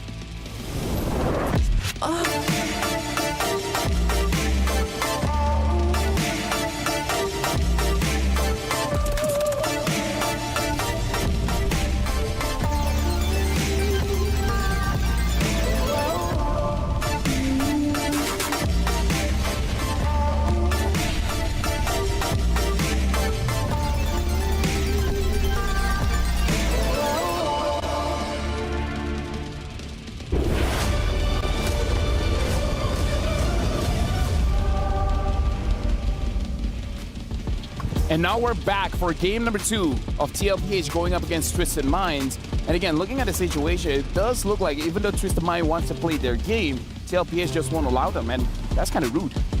It is very rude, but in the land of Dawn, it's actually what you need to do. Oh, really? I think so. There you go, folks. You heard it here first from Mercury. If you want to win games, you got to be a bit rude. I mean, they recalled in front of their faces, and that was one of the fastest games today, so they were successful, man. And we're utilizing their Moscow sooner than you would think. Yeah, so definitely is rude and definitely is effective. And it is something that Twisted Minds have to wake up from. Maybe, of course, they've tried this Fanny pickup. Maybe try to limit it down in the next game. I know that they have their plans coming up against Team Liquid, the PH. Unfortunately, that will not work. Or maybe this is just the jitters. You know, maybe this is the first game perhaps. Minds. Maybe they're gonna be trying again. Maybe they're gonna be twisting our minds once again. Speaking of twisting our minds, I'm gonna give you it could be an easy question, it could be a difficult question for Twisted Minds. Okay. Looking at TLPH, who should they shut down? Doesn't matter in the draft, in the game, who do you target? Oh man, I think Ben got the MVP, but should he get targeted? I think so. I think usually the marksman is the target. I think that's a general answer here. I think when it comes to like controlling Sanford, what you have to do is just to force him into heroes that aren't active. For Carl TZ, you can't stop the GOAT, the young GOAT, unfortunately, because he's gonna play. If you're forcing him to play utility, he's gonna play good. If you force him to play assassin, he's also gonna be playing good. So I think yeah, you're left with no choice here. Well, I mean, throughout most tournaments I've seen, he has not stopped picking out the box here because no one stops him, right? I want to see someone force him on something like a Julian, but now we're jumping into the draft where Twisted Minds is first pick, TLPH second pick, and they still don't want to see Sanford on the Yuzong. I don't think anybody wants to see Sanford on the Yuzong. I want to see Sanford on the Yuzong. I don't think any of his opponents wants to see him on the Yuzong. I think even in the grand finals of MPLPH, Falcons AP.Bren, they were like, you know what? Nah, we're not going to let you on the Yuzong. TLPH, they always, when they get the chance to, they first pick the Yuzong. That's how confident they are. Sanford's capabilities on the Yuzong can carry the game single-handedly. So the fact now that Liquid Echo are on the red side up against Twisted Minds is going to be very interesting, right? Because Twisted Minds will be the ones to actually be able to dictate the drafts. They can force out some of these crazy prio bans for Echo to ban out, and for them, they'll just get rid of everything that they want to respect. But I agree. I think banning out or trying to target Carl TZ would be a good way, because Carl TZ is really the enabler of the team. We were talking about this as well for MPLPH, Wolf. I think you believe that, you know, even though Sanford won Finals MVP, you were making a case for Carl TZ because he enabled a lot of the plays to happen. And in Game 1, that's what happened. We got Benny as the MVP. He was the one that took the spotlight, but a lot of the skirmishes to set up for the diversion plays, to set up for the Spear of Destructions as well, it was Carl TZ. Yep, and this time it's going to be the backshot. That's a ban for Twisted Minds, which, as we have mentioned, is one of the more important picks here that TLPH can have. Harith is going to be banned out as well from TLPH. Definitely a great answer. However, I think TLPH might just let go of the Luigi. Kind of feels like they want to bait it out and then pick up Faramis and Arlott afterwards. So there's this chance that the Valentina is the ban here for TLPH as their third ban. That's what I'm thinking. So far, no one really has been prioritizing the Angela, even if the Angela gets picked here. And Twisted Minds, they are going for full target ban. Yuzong, the Baxia, the Moskov. We've seen the Moskov getting banned, of course, in the first pick, but Louis banned. This is very interesting. Louis has been banned. Firamis is open, but do they even want to go for it? Perhaps they just want to go for the Valentina. Yeah, I think with the Valentina open, it does, you know, fit a bit Roger. better. Oh no. Oh. So this is definitely a Firamis situation here for TLPH, and I think they don't mind if they pick up the if Twisted Mind picks up they pick up Valentina, and as well as the Edith. All right, so you cannot pick the Firamis now, definitely 100%, because Edith counters the Firamis already. Then Valentina also counters the Firamis, so I think you're gonna be forced with a Farsa here if you are Twisted Minds, and you cannot not pick it right now because TLPH will just ban it out afterwards. So I'm guessing Farsa Arlet here for the side of Twisted Minds. This asset, by the way, is just still so beautiful, right? The fact that we can see these heroes. Valentina is beautiful. Yeah, right? I was like, I was kind of stunned. I'm liking her day by day. Yeah. With the MSC skin, do you think she looks more beautiful? Here's the thing. For me, my number one is always Kagura, so... All right. What about Kadita, though? Kadita pick with the Arlet together. Twisted Minds definitely want to try that Twisted Express again. Just with a different flavor. Carl Teasy talking about him on the enablers. Now he wants to be the carry. That's a Ling for Mr. Carl. What I don't like about the Kadita is that you give a big ultimate for the Valentina to have going up against the Roger, right? Valentina alone versus the Roger is already very good, but if you add in the rough waves, that's gonna be difficult. And TLPH reads through that, bans the Kaja, classic combo for the Kadita. Also, a hero that kind of counters the this Ling. So I think the next ban should be Tigreal for the side of TLPH. But then again, this Valentina Ling combo is already very strong. Let's actually start first with the first 3 picks coming in from Twisted Minds. These 3 picks requires a lot of mechanical prowess here. So things could look cool, but things could go wrong very, very fast. So the execution coming in from Twisted Minds, having this first three picks shows a lot of confidence. But the moment, say, the first 3 minutes, they blunder a few engages, it's not going to be looking good for their draft. They need to be very, very organized. And that's something in game number 1 that TLPH was able to punish from Twisted Minds. They weren't organized. In a lot of the jungle skirmishes as well, I remember we were just screaming at the TV saying, choose one member you want to go for. Because for Twisted Minds, when they find themselves in these, you know, chaotic and awkward duels, they kind of have their own thought process, every single one of them, and no one really decides who to go for in the skirmish. So yeah, definitely the layering of the CC, the layering of this damage, especially in the early game before they get going, they have to try to organize that. But later on, they can go for that. Is this crazy for Twisted Mind to go something for like a Clint? If you want to go full burst, like put Roger in the... like again, it's crazy, right? Being like a full damage comp, but maybe against the LPS, you gotta go local. Yeah. Perhaps. Maybe a Franco to go with the Kadita. TLPH though, I think they're going to be forced to go for the Benedetta. The way that they think about this is that they're going against the Kadita as well as the Arlet. They need a little bit of vision, right? So they have to find a hero that can just run through. And maybe go for something very standard like a Beatrix or a Ruby for their gold laner. What about a Claude? A Claude versus a Kadita, yeah, that could work. But that means Sling and Claude, which is very farm dependent. Which is definitely, okay, workable. Okay. Did not expect that to be the choice, but they still did it. So, does this mean Lolita for Twisted Minds going up against the Claude? Or a Minotaur? But that, again, gives a big ultimate for the Valentina. A Joe. So I'm thinking like actually like Franco and probably Franco and Fredrin perhaps for the setup. Franco and Julian actually works. For Twisted Minds? For Twisted Minds, yeah. I feel like if it wasn't Troll, if it was Maro, right? That something like Franco you're right. would pop up for here. Sure. But the thing is, for Troll, it really does feel like he finds more success on these kind of initiators, like the Grok, the Kajas. That's why CLPH, you know, they've done their homework. They've actually banned it out. And for Twisted Minds, I'm just looking at it, you know, the Cho does come out, so shout out to LaFell there. With the Nolan, too, they get that lockdown. They get the physical defense shred, technically, with the new passive of that Cho. But this is full aggression. Like you mentioned, man, if they don't get going at the start of the game, it'll be deja vu game number 2. I think game number 1, sorry. Tigreal territory. Oh, there it is. Yep. There we go. We've like been this able fight, to bro. call out the roaming picks for both teams. And again, Twisted Minds, I feel like this is all or nothing. And speaking of all or nothing, we're throwing it over to the casters. You guys think this is going to work?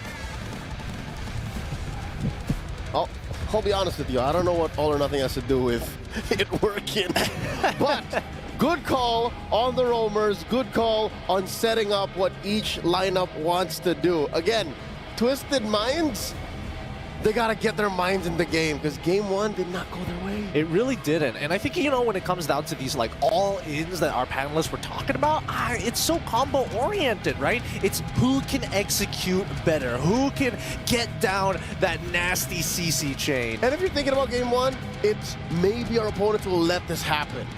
Oh, let it happen? Just to really push the limits? Yeah, but you're going up against Liquid Echo. You're going up against the MPL Philippines Season 13 champions, the former M Series World Champions, and they're not gonna lay down and take it. Here we go, game number 2 in a best of 2.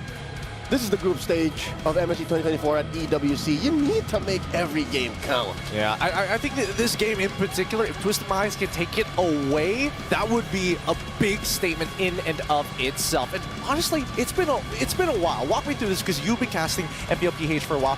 When's the last time we've seen Carl TZ on an assassin like Ling? All right, looking back at the history of Carl TZ, which I'd like to think I am an expert on. Of course, I am it's the GOAT, big naturally. Carl TZ fan. I believe he's the best in the world. I'd say on average, 1 in 20 games of Carl TZ in the past year were assassin games. Dude, so those are low odds, man. Very low So odds. this is once in a blue moon. Yeah, Literally. Honestly, I think it would have made my day if he was playing Lancelot. I think that's the one thing that I missed for a very long time, you know? What truly made him to be the GOAT in the first place. That's literally him. That is him. He's got a skin designed around it as well, which he never uses on stream. He actually refuses to. It seems to be by principle. Looking at the early game again, Sanji here, just pushing, cuffing back. Oh no! Very good movement. Very good movement from Sanji from TLPH. But he did have to use that Purify to ensure that at least when the rifts collide, they don't get the initial slow. But Oda, once again, trying to make sure that he is determining where his domain actually is. Carl TZ could try to go for this 1v1, but he's trying to bait out spells from Oda to waste the energy as much as possible. Exhaust the man.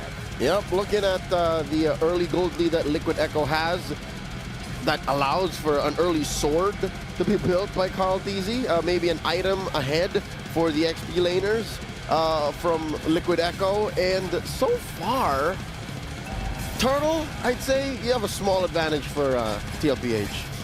Small, but at the same time, oh, look at the bot side of the map. This might just be first blood here. It's Carl TZ, but QT going for a clean dive. Gets the knockup as well. Carl TZ, he's still got it. Mind you, has the war cry, so he definitely needs to get those swords up in, and then finally the basic attack, final slash starting it up. Oh, they're pushing back, but Sanji makes the opportunity into a bigger play here with the final slash stolen away onto the Twisted Minds of Sanji. He should be going down, but he still is able to walk out. Sanji is trying to get it closer to him. Sanford is the one who finds it, and Cuffin steals away the turtle. And now they start backing away, and hopefully Juffin can actually make it through. Sanji, he can still get damage down, but not enough cooldowns just yet. Troll is gonna go for the kick.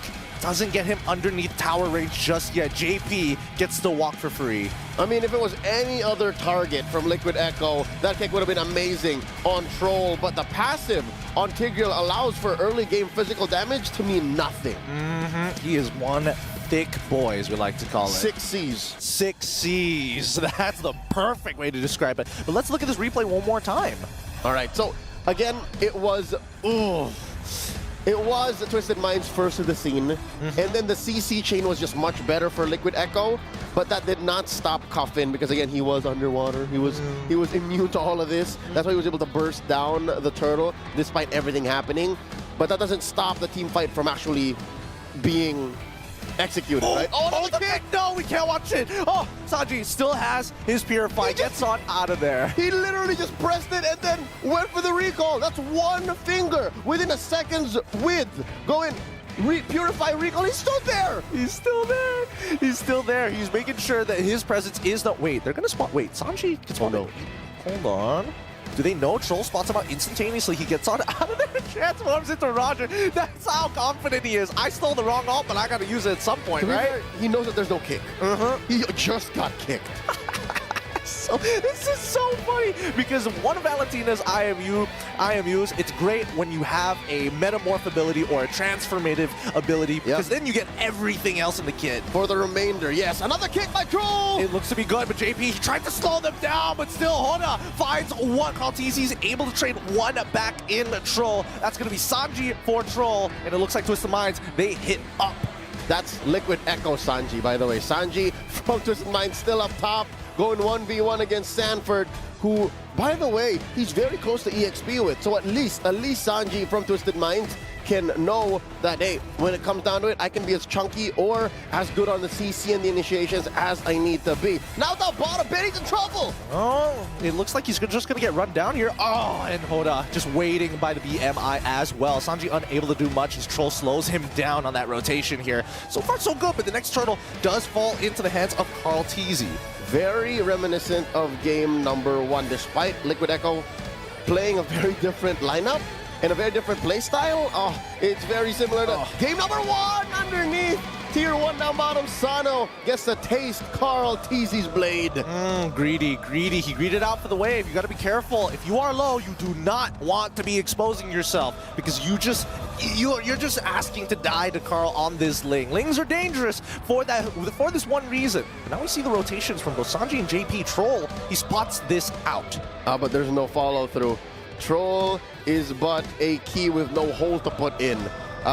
There's no doors to open up there, but up top, final slash on the one. Why did we pull away? They want to force the ult out of Sanford as quickly as possible because they still have the kick, and they do find it. A clean dive for the side of Twisted Minds. They should be trading tier 1s on the opposite ends of the map. Already, I don't know what the play was for Liquid Echo there. I don't think they made much space. Say maybe for bottom. They got the bottom push. Yeah, I mean, that's pretty much what it was, right? Twisted Minds, Troll spotted out the initial rotation, and they're like, okay, hands off. We're going to the top side of the map to make a play. They got the dive successful. And look, the worst part about it is that the tier 1 is still available for Liquid Echo on the top side of the map. I guess that was worth it for the flicker and for the life of Sanford. And Liquid Echo still did eventually get the turret down bottom. Now in mid. Trending it. Throw with the kick. The kick is so good. Sanji walks away. A very weird looking interaction, but now with the implosion as well. Benny QT just sitting on the edge. The BMI as well. Hoda finds one, looking for another opportunity. He has the purple buff, so he can make the play, but it looks like he will get on out of there. Not enough. Sanji actually finds the final slash onto 3 targets, allowing him to get back in, but Carl says that's what I've been waiting for. Takes them all out. The cleanup is good, and Sanji still from Twisted Minds evens it up. Well done. As bloody as that was, despite there being a lot of casualties from Liquid Echo, you could not ask for a better outcome. Kaltizi is full on core once more. Check out the replay. Man, this is bringing back memories. It feels like it's 2019 all over again. Oh, don't remind me about 2019 all over again. That was a good time. He's still, I love seeing Carl on these assassins, man. It's only once in the blue moon do you ever see him actually perform. And he's currently deathless after securing that final turtle. 7.5 minutes in, they are looking at a 3,000 gold lead, which, by the way, doesn't look like much. But in a bloody exchange, look at this Kaltizi. He's unstoppable. I mean, he can pinch points into there. Oh, he spots out Troll. Sandwich. No. No. Fine. All right, he lands. What I was saying is, with a kill score at like 7 to 10 and the turrets being as close as they are, this is the best thing you can expect, especially from 2 lineups that both have assassins. Which is weird because we haven't seen this as much in recent years. We usually see large changes, and now wait, Troll gets to kick one more time. He's trying to make this actually happen. I mean, everybody's trying to make the play, and finally, Sanji for Twisted Minds pulls 2 under, but it's too late. Troll is already dead, and now the mid-tier 1 is going down as we see Kaltizi splitting on the opposite side, 1v1ing Hoda, but look at the damage that Liquid Echo is applying to the Twisted Minds' map. Mid-tier 1, now mid-tier 2 as well, should be falling in JP, just saving the HP of the minions as he's going for the recall. That's a triple kill for the Lone Stallion. Impressive work once more from Xianyou, who, by the way, has been ego-checking Twisted Mind since minute 1. Yeah, he has really been flexing. Whenever he has that Purify, he is hyper confident in making that play. Oh, here we go. Gets kicked this time. Still unable to get out of there. He got confident without the Purify and gets punished. There you go. It was bound to happen. Again, Xianyou is not superhuman, although sometimes it does look quite damn close. He is not. He's still playing with a rather soft mage in mid that's doing wonders for Liquid Echo, but he still has to respect the boundaries. Because again, Twisted Minds, much respect to them, they never let up. Again, Troll is averaging what now? Maybe 1.5 kicks per minute? He always finds a target. Yeah, honestly, he's been very accurate with it as well, right? He's kicking them in the right direction, optimal positions as well. But truly, it comes down to just one battle spell. Usually, yeah. And now it's about to come off of Sanji's cooldown since he respawned. And now he's back to the scene. It's river control for Liquid Echo right now as they start up this Lord. Cutie just bashing away at this major objective. About 10 minutes into game number 2. Purple secured by CarlTZ, and now Troll looking for another. Forces the Shunpo, gets the initial kick. This is not looking good. They're trying to chain CCJP down, but it's honestly not even close. He tanks the damage and CarlTZ goes it straight into the back line. Oh, the implosion finds one! They got Hoda, and now the rest of them will start to fall! It's not even remotely close! And in a snap of a finger, a blink of an eye, 4 fall for Twisted Minds. And this is where the cavalry smell blood on the battlefield. Look at that. There's a wave in mid with the Lord, an enhanced wave down bottom, another up top. CarlTZ, deathless.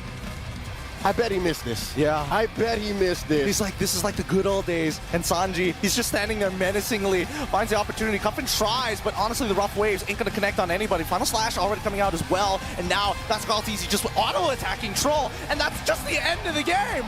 That's it. That's all they wrote. What? This is what they call in the streets a liquid stampede. Under 11 minutes, Liquid Echo finish the game in sweep. Twisted Minds.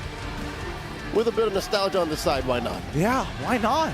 What a game coming out from the side of TLPH. They walk away, they're looking hyper comfortable. This is why they have been world champions before. This is why they are one of the favorite teams. GG will play the Twisted Minds. Again, a lot of lessons learned from game 1. Here in game 2, they tried to do a lot. Again, even in the face of adversity, even when the odds are against you, again, they put on a show. I gotta say, in the 11 minutes that they put up against Liquid Echo, I'm pretty entertained. I am too.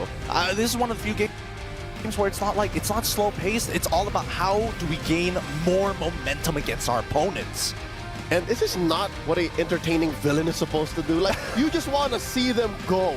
It doesn't matter if they win or they lose, but they put on a show. Is this TLPH's villain arc starting today? By defeating one of the villains in MPL MENA? Maybe. This is what Manjin Faldas calls the revenge tour. The revenge They've tour. lost so much in the past year. They didn't even make it to M5 to defend their world title. And here they are, playing like it's 2019, going game after game, play after play, finishing under 11 minutes. Can you hear that in the back? You can hear people just screaming the name of CarlTZ, the man. If he's not MVP, I don't know what to say. He's got to be. He's got to be. We're moments away from hearing from the GOAT himself. He's on stage right now with Mara Aquino and the Wood Sandstorm. I wonder what kind of questions you got, because my mind is racing, Gideon. My mind is racing. Hey, who knows? MSC skin, Ling, CarlTZ, it's happening. I hope it happens. Well, we're hearing from him now.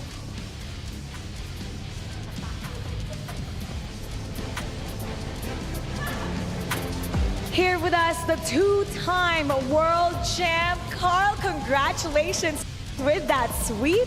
We almost thought that you were gonna stick with Baksha, utility junglers, like you normally do, but you surprised us with that Ling. I know Assassin is your comfort hero. So how does it feel that now Assassins are viable? Masaya lang po sa feeling na nagagamit ko na yung mga hero na di ko pa nagagamit dati. Tapos parang nakukulangan pa ako sa performance kaya feel ko mas kaya ko pa talaga.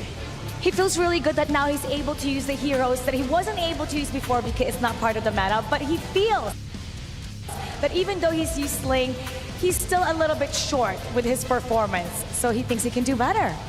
I mean, look, honestly, looking at the game from my perspective, he was doing pretty good against Twisted Minds, and it was an uphill battle, I want to say, for Twisted Minds, but he looked incredibly comfortable, I have to say. But I have one question for you, if you don't mind. Now, the MSC title, that's the one title that you are missing from essentially cementing yourself as the GOAT. Do you agree? Is that the one thing that you're just focusing on right now? Is that your only goal?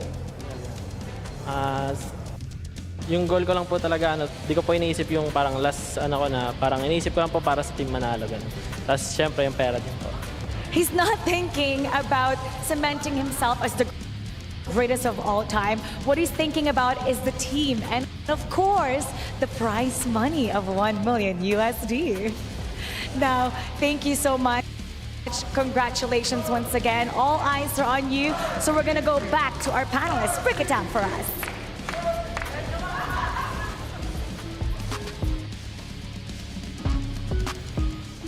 Carl TZ. Carl TZ. Carl TZ. And now we gotta look at him using the assassin. He finally got the link. Like, I feel like he was waiting for someone to ban the box here just so that, coach, what else do I have, right? Give me the link. Yeah. I think the link makes a lot of sense in this game, knowing that the Roger was up and going in for the Arlet as well as the Kadena kind of gives this runway for the entirety of Team Liquid Echo to pick up this link, and then they pick up the Tigreal as their last pick. I think it's really genius because it now counters the Cho. At the same time, it deflects the Nolan, right? Because if you're Nolan and you're going in for these kind of plays, you're always in that awkward spot where are you gonna go? Are you gonna be focusing on farming? Because even the farm is not safe from the Tigreal skewers. Mirko, if Sanford didn't get the double kill, Carl would have gotten the Maniac. Exactly. I was actually expecting, oh, is it a Maniac? Because I was looking at the Ling, the whole fight, and it was just really impressive to see, Carl TZ still has that mechanic in him. It's, like they said, it's once in a blue moon that we get to see Carl TZ on the Assassins, and I'm glad it's on day number 1 that we get to see it. Let's talk about Ling's itemization here, because he went for a Berserker Fury Twist and then the Houseclaw, and then a GDS, a Great Dragon Spear. Can you guys expand on this? Like, what's the logic behind this build path? Well, it's the movement speed that you get from the GTS, which is great because now, after utilizing your ultimate, no matter what happens, you're gonna land that stun, knock up afterwards. And also, you can get out of harm's way. It's really just a utility build. At the same time, it gives you that damage. It gives you a lot of comfort when it comes to like team fighting, even in your 3-item power spike. So much, and it's very rare to see the Sky Piercer built up so late. But yeah, fourth item. He makes it work still. He was able to get the executes in the end as well. At that point, you already have overwhelming damage. But something else I want to talk about has got to be JP, because the way that he was utilizing the Tigreal was a little bit weird to the normal sense that we know for the Tigreal, right? Usually for Tigreal, you expect him to go for the initiations, to go for a lot of the cheeky little angles, flank as well, but for JP, it was all about reacting to the plays made by Twisted Minds. All he wanted to do every single time was to peel or to re-engage better, and it actually made him more of a threat. You're talking about JP, but I want to go back and actually talk about Carl TZ, because I feel like he's the MVP for this game. In fact, let's check it out, because we got to look at the highlights coming in from our MVP. And again, what a spectacular performance coming in from Carl TZ. Honestly, game number 1, game number 2. Game number 1, Deathless. Game number 2, same as well. Yeah, we could see some of the important like 4-blade setups coming up from Carl TZ. I think it did it twice, and sometimes this is not one of the occurrences. But yeah, there will be times where he is going to be flexing, utilizing his ultimate, and then look at this connection, knowing that Sano is just gonna be in killable range, and JP even like missing the dash, which is Carl TZ was laughing because of that, but. Yeah, some of the plays that we are going to see is about him just, you showing us how Ling should be played. Thinking of the 4-blade setup once again to eventually complete the 4K coming out from the entirety of TLPH. I think there will be another play up top if it will be shown. And it's, again, another of those moments where Carl TZ is just maximizing the potential of this assassin. And that's why he is our Sony match MVP. 13 KDA, again, not dying at all. the entire match. 992 gold per minute, almost hitting that 1,000 mark, Mirko. Yeah, 929, 68% kill participation as well. And again, the itemization that's very, very unique, right? The Berserker's Fury right into the Haas Claws and then the GDS. So even then, he was still, you know, respecting the members of Twisted Minds even after getting so many kills in the early game. I believe it was 5-0 that he was before he got that great Dragon Spear. And he's still going for the utility, not the Sky Piercer. Still going for the sustain instead of, you know, a lot of people would probably go for the Endless Battle or maybe the Sky Piercer in the second slot there. One shot, yeah. Very interesting stuff. But I would honestly say, you know, I want to go back all the way to the drafts. Twisted Minds, if in the second phase, in the first phase they banned out the Moscow, second phase they banned out the carry, right? At that point, and they picked up Roger. So technically they're already trying to deny Benny QD. Why not go all out? Why not ban the Claude as well, right? I mean, like, it just feels like they wanted to go and ban out Benny, but they were like, yeah, you know what? We don't need to ban out it fully. And then the Claude came in, and like you said, you know, it is conflicting, technically, the Claude and the lane, because you want to farm both of them. But at that point, I think for the Claude, he was just playing like backseat, you know? On the backseat, just farming weak side. I feel like, again, this is first day. Teams are still figuring out how much they want to extend when it comes to the banning phase. And for you guys at home, your opinion matters. Scan the QR code for the broadcast feedback survey and let us know your thoughts. Because again, we're trying our best for you guys. Whenever we're reading the comments, it's good and all. Scanning the QR code is going to have an almost immediate impact. But I got to say, gentlemen, this has been an amazing day and it's still not over. We have one more match after this that we're gonna watch after we come from the break. For now, we're gonna have a short break, giving ourselves a breather because what a game that was. But after this, it's gonna be the final match of the day. We'll see you guys then.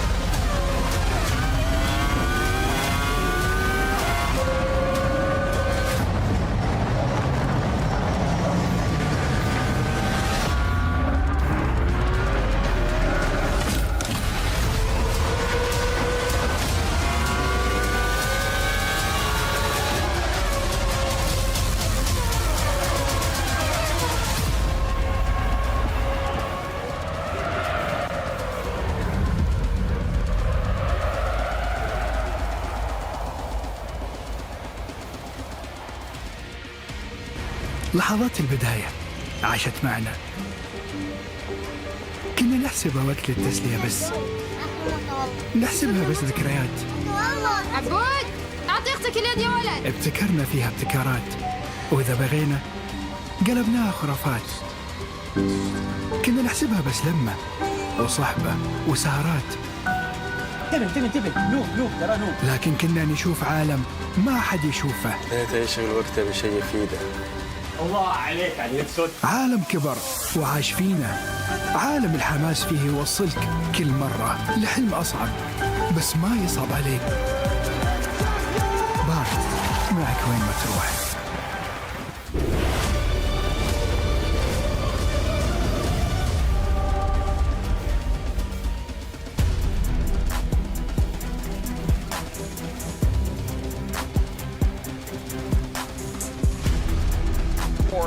Mine is a Phil. Alongside me is going to be Mirko as well as Wolf. And you guys are seeing it on your screen. It's going to be EVOS Glory going up against RRQ Akira. Where again, looking at both franchises here, like they've been at it for a while. Mirko, what do you think about EVOS Glory going up against RRQ Akira? I kind of feel like for all the games today, this is the one that could be a 1-1. You know, it's so cool to see that a classic derby could happen internationally as well, right? Just even without the you're right. EVOS Glory, the fact that it's EVOS Glory taking on RRQ Akira, you can see them walking up right now.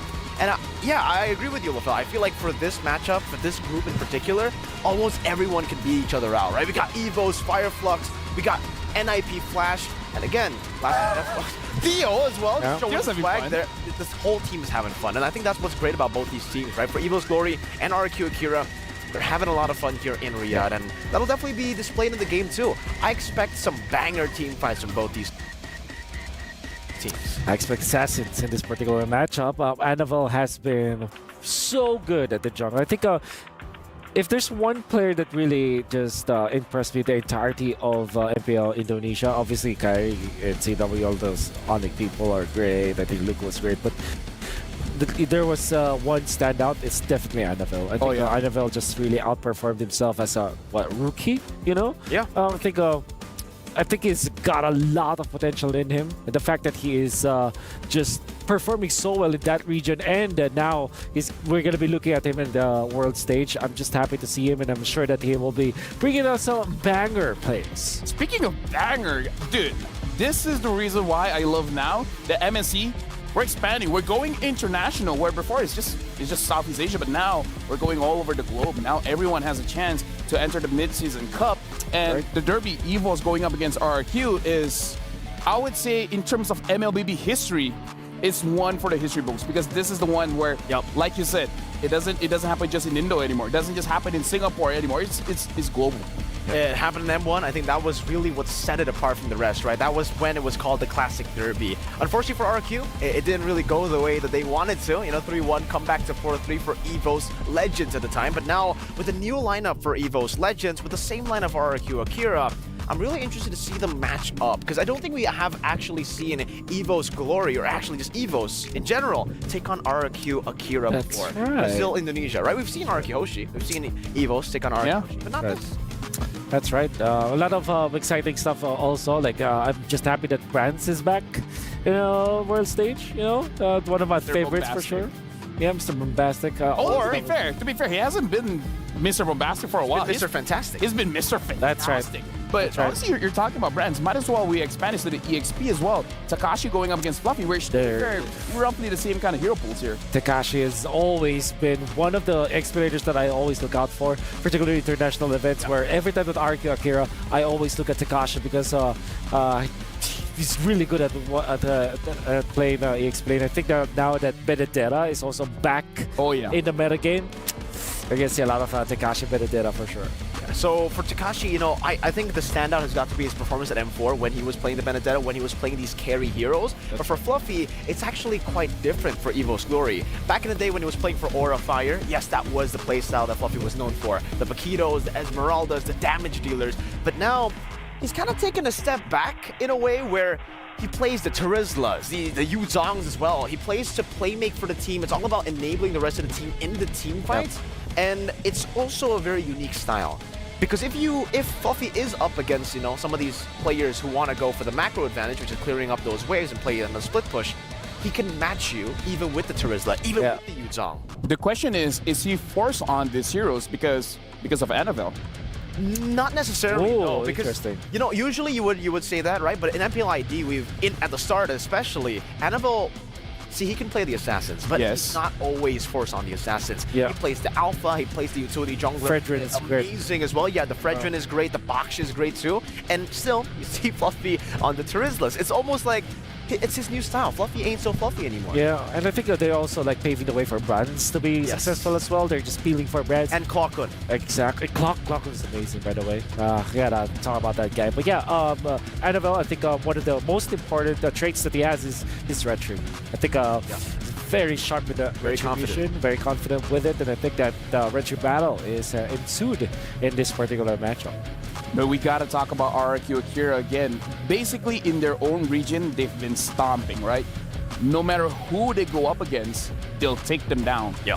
And that's one thing that I still remember looking at RRQ Akira. The first time we see them, it's like, you know, they're okay. You know, they're nothing too crazy, but they've been expanding. Now it does look like they definitely belong. Like whenever they go up against any team internationally, they do very, very well. So going up against EVOS Glory, if RRQ Akira gets a 2-0, that's going to be quite the statement. Because again, EVOS Glory is the #2 of MPL ID. Yeah.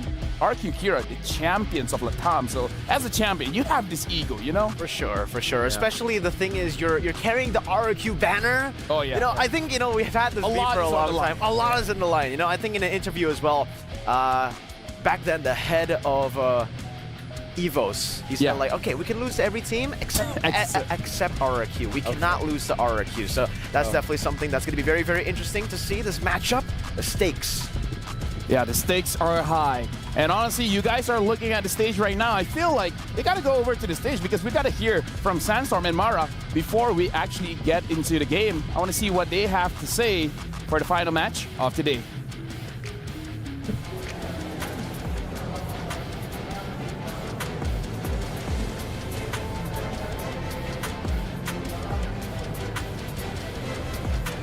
And we are back, ladies and gentlemen, as we are about to start the 4th and final best of 2 of the first day of the MSC 2024 live in the Amazon Arena in Riyadh. We've had 3 sweeps so far, but this 4th game is going to be an incredible one. We have a team rich in history when it comes to Mobile Legends coming up against a regional giant, Mara.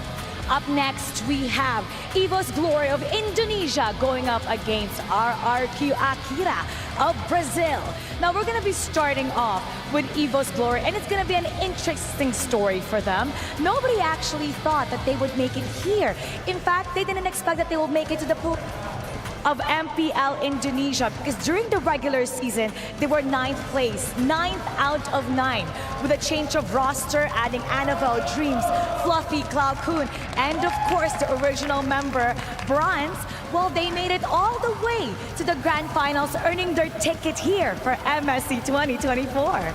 And the question remains, what's going to happen in their first game coming up against RRQ Akira? Now, we're talking about this team, Season 2, 3, 4, and 5 champion of MPL Brazil, and of course, the MPL Latin American champion of Season 1. You're talking about an enormous potential here when it comes to RRQ Akira, and when it comes to them against EVOS, honestly, I'm not sure, especially with them, having an incredible run towards the end of the playoffs. It's going to be one heck of a way to wrap up our first day here. And I'm curious, are we going to see another sweep, or will we sweep our first 1-all? Now it's time to get this game going.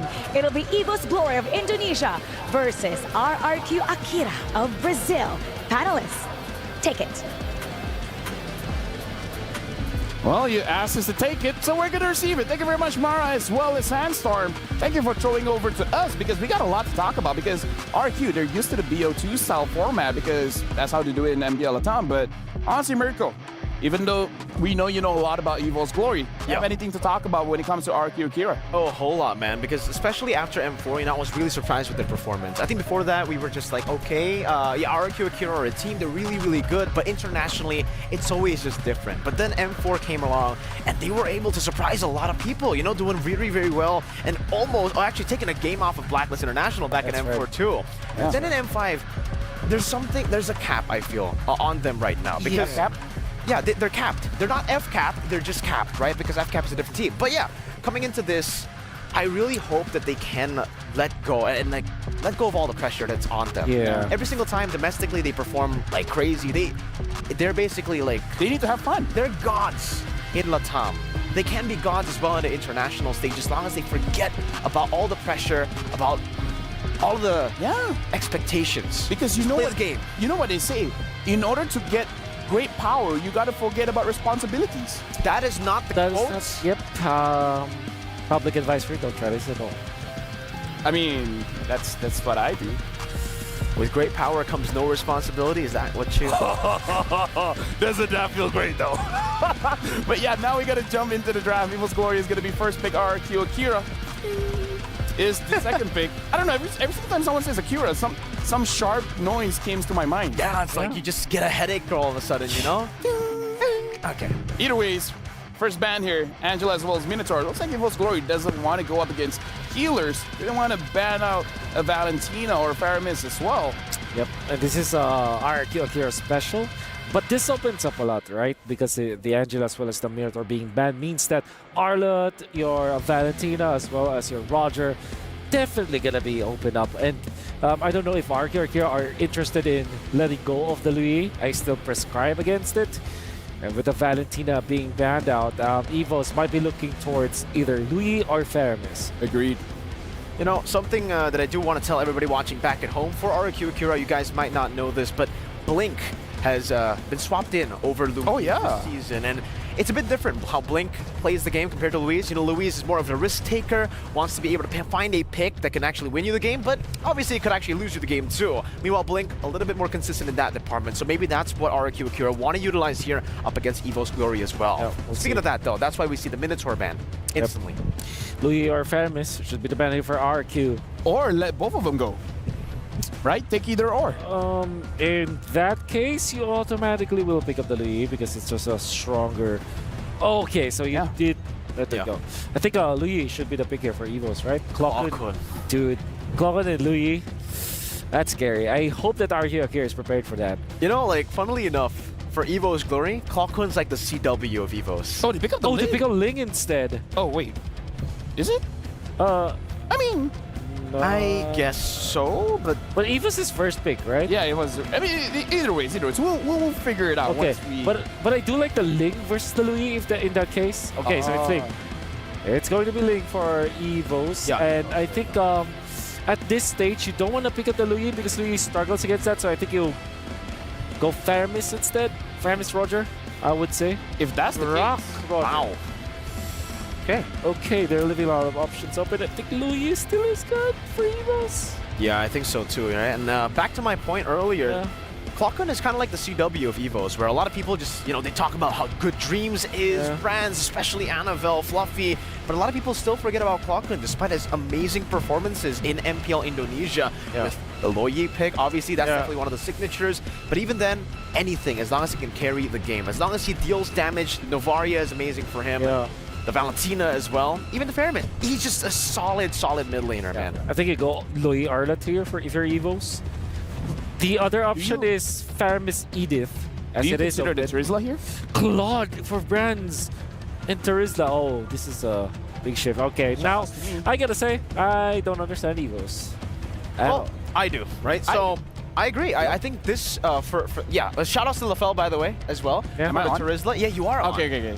He's gotta shout out LaFell here for that Terizla pick as well. But the Claude and the Ling. So when you go for the Ling, or early on already, you want someone to really just set up for it. And Terizla has been one of the ways that EVOS Glory have been able to enable Annabelle on the Ling. So something safe in the gold lane as well. That weak side that we were talking about for the Claude. This is how they like to play their compositions. Ling on Annabelle. How they actually try to balance out the farm with the Claude, because that's one of the main concerns for you, I believe, Wolf, is the Ling goes and invades very early on through mid control and through XP control. So it's all about winning the XP matchup, the mid matchup as well, and now you're probably going to see them set up for that. Meanwhile, Claude is just like, all right, brands, do your thing, just play safe in lane and scale up later with the gold lane. The biggest reservation for the Claude is the presence of the Grok. That is now available for RQ, and then now going for the Baksha. I think RQ Akira have this Claude under control. Same, it doesn't go well with the Ling, however, but because of the fact that they didn't pick Edith and/or the Faramis, RQ might just ban it out. Edith just makes a lot of sense to be banned out here. Baksha obviously is great versus Terizla, so that you kind of nullify the healing factor for that Terizla, so that's a great pick from RQ. I also like the Baksha going up against the Ling because you're great at the early game, but then come the late game, now you have a lot of problems facing that. And to be fair, EVOS, they have great late games. So I think they're going to be closing this out with wave clear heroes, like probably Minotaur plus Farsa, so that they can have a bridge to the late game. I feel like Claude, there's two factors here. One, Brands is amazing on the Claude, and perhaps they want to pick that up early to kind of like make it so that RQ is staying away from the Faramis. Like, Claude is okay going up against Faramis, so maybe it's like a one stone kills two birds kind of situation where you pick up one hero and then you kind of deny the opposing part from picking the Paramis in the first place. Yeah. How about Kadita for RRQ? Grab Kadita so that you have control over the Ling. Technically, the Loi is still up for grabs too, right? That's right. But you don't want to pick the Loi for RQ. That's gotta be difficult. That's Claude as well as Ling. I think you go either Aurora actually, but that might be the last pick. So at this point, you pick up Benedetta now for RQ. Or maybe a Yu Zhong. Oh, it's ban out. Yeah. So Paquito or Benedetta for RQ, I would say. Alright, so damage dealing, damage output, maybe something RQ Akira wants to go for. Obviously, with the Baksha and the Grok, the two frontliners already for the team, does make sense to go for something of the sorts for the XP. They don't go for the Benedetta or the Paquito, though. They go for the CC instead. And I agree, I see your face. It's kind of like a, interesting pick. I agree with you. Usually the CC, you want to go up against, the frontliners, the guys who can you can actually punish hard, but there's a lot of damage dealers, a lot of mobile targets here on the side of EVOS, so I definitely agree. The CC pick definitely is a bit interesting. Yeah, that's my initial reaction. And now the Loi is there and the Tigreal, as expected. There is no legitimate CC killer for EVOS unless we come to the late game. CC picks up the Vengeance naturally, so that's great versus the Claude. And you'll see later, Link is going to struggle versus the CC. But what Link can do is just to go to the backlines. Yep. So you're going to be looking for the last pick for RQ. With this lineup, I think Benedetta is... they still don't have a mage. No, they need a mage. Yeah, Vixana. I mean, Paramis is good enough. Bavaria, perhaps?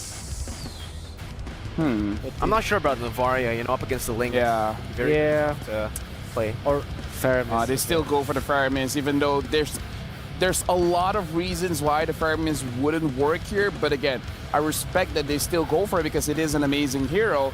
Speaking of amazing hero, I have friends and they are amazing casters. Oh, you do? I do. I want to hear their voices. So, amazing friends. Please talk. It's your turn. Holafel, you flatter us, but thank you. You're also an amazing hero.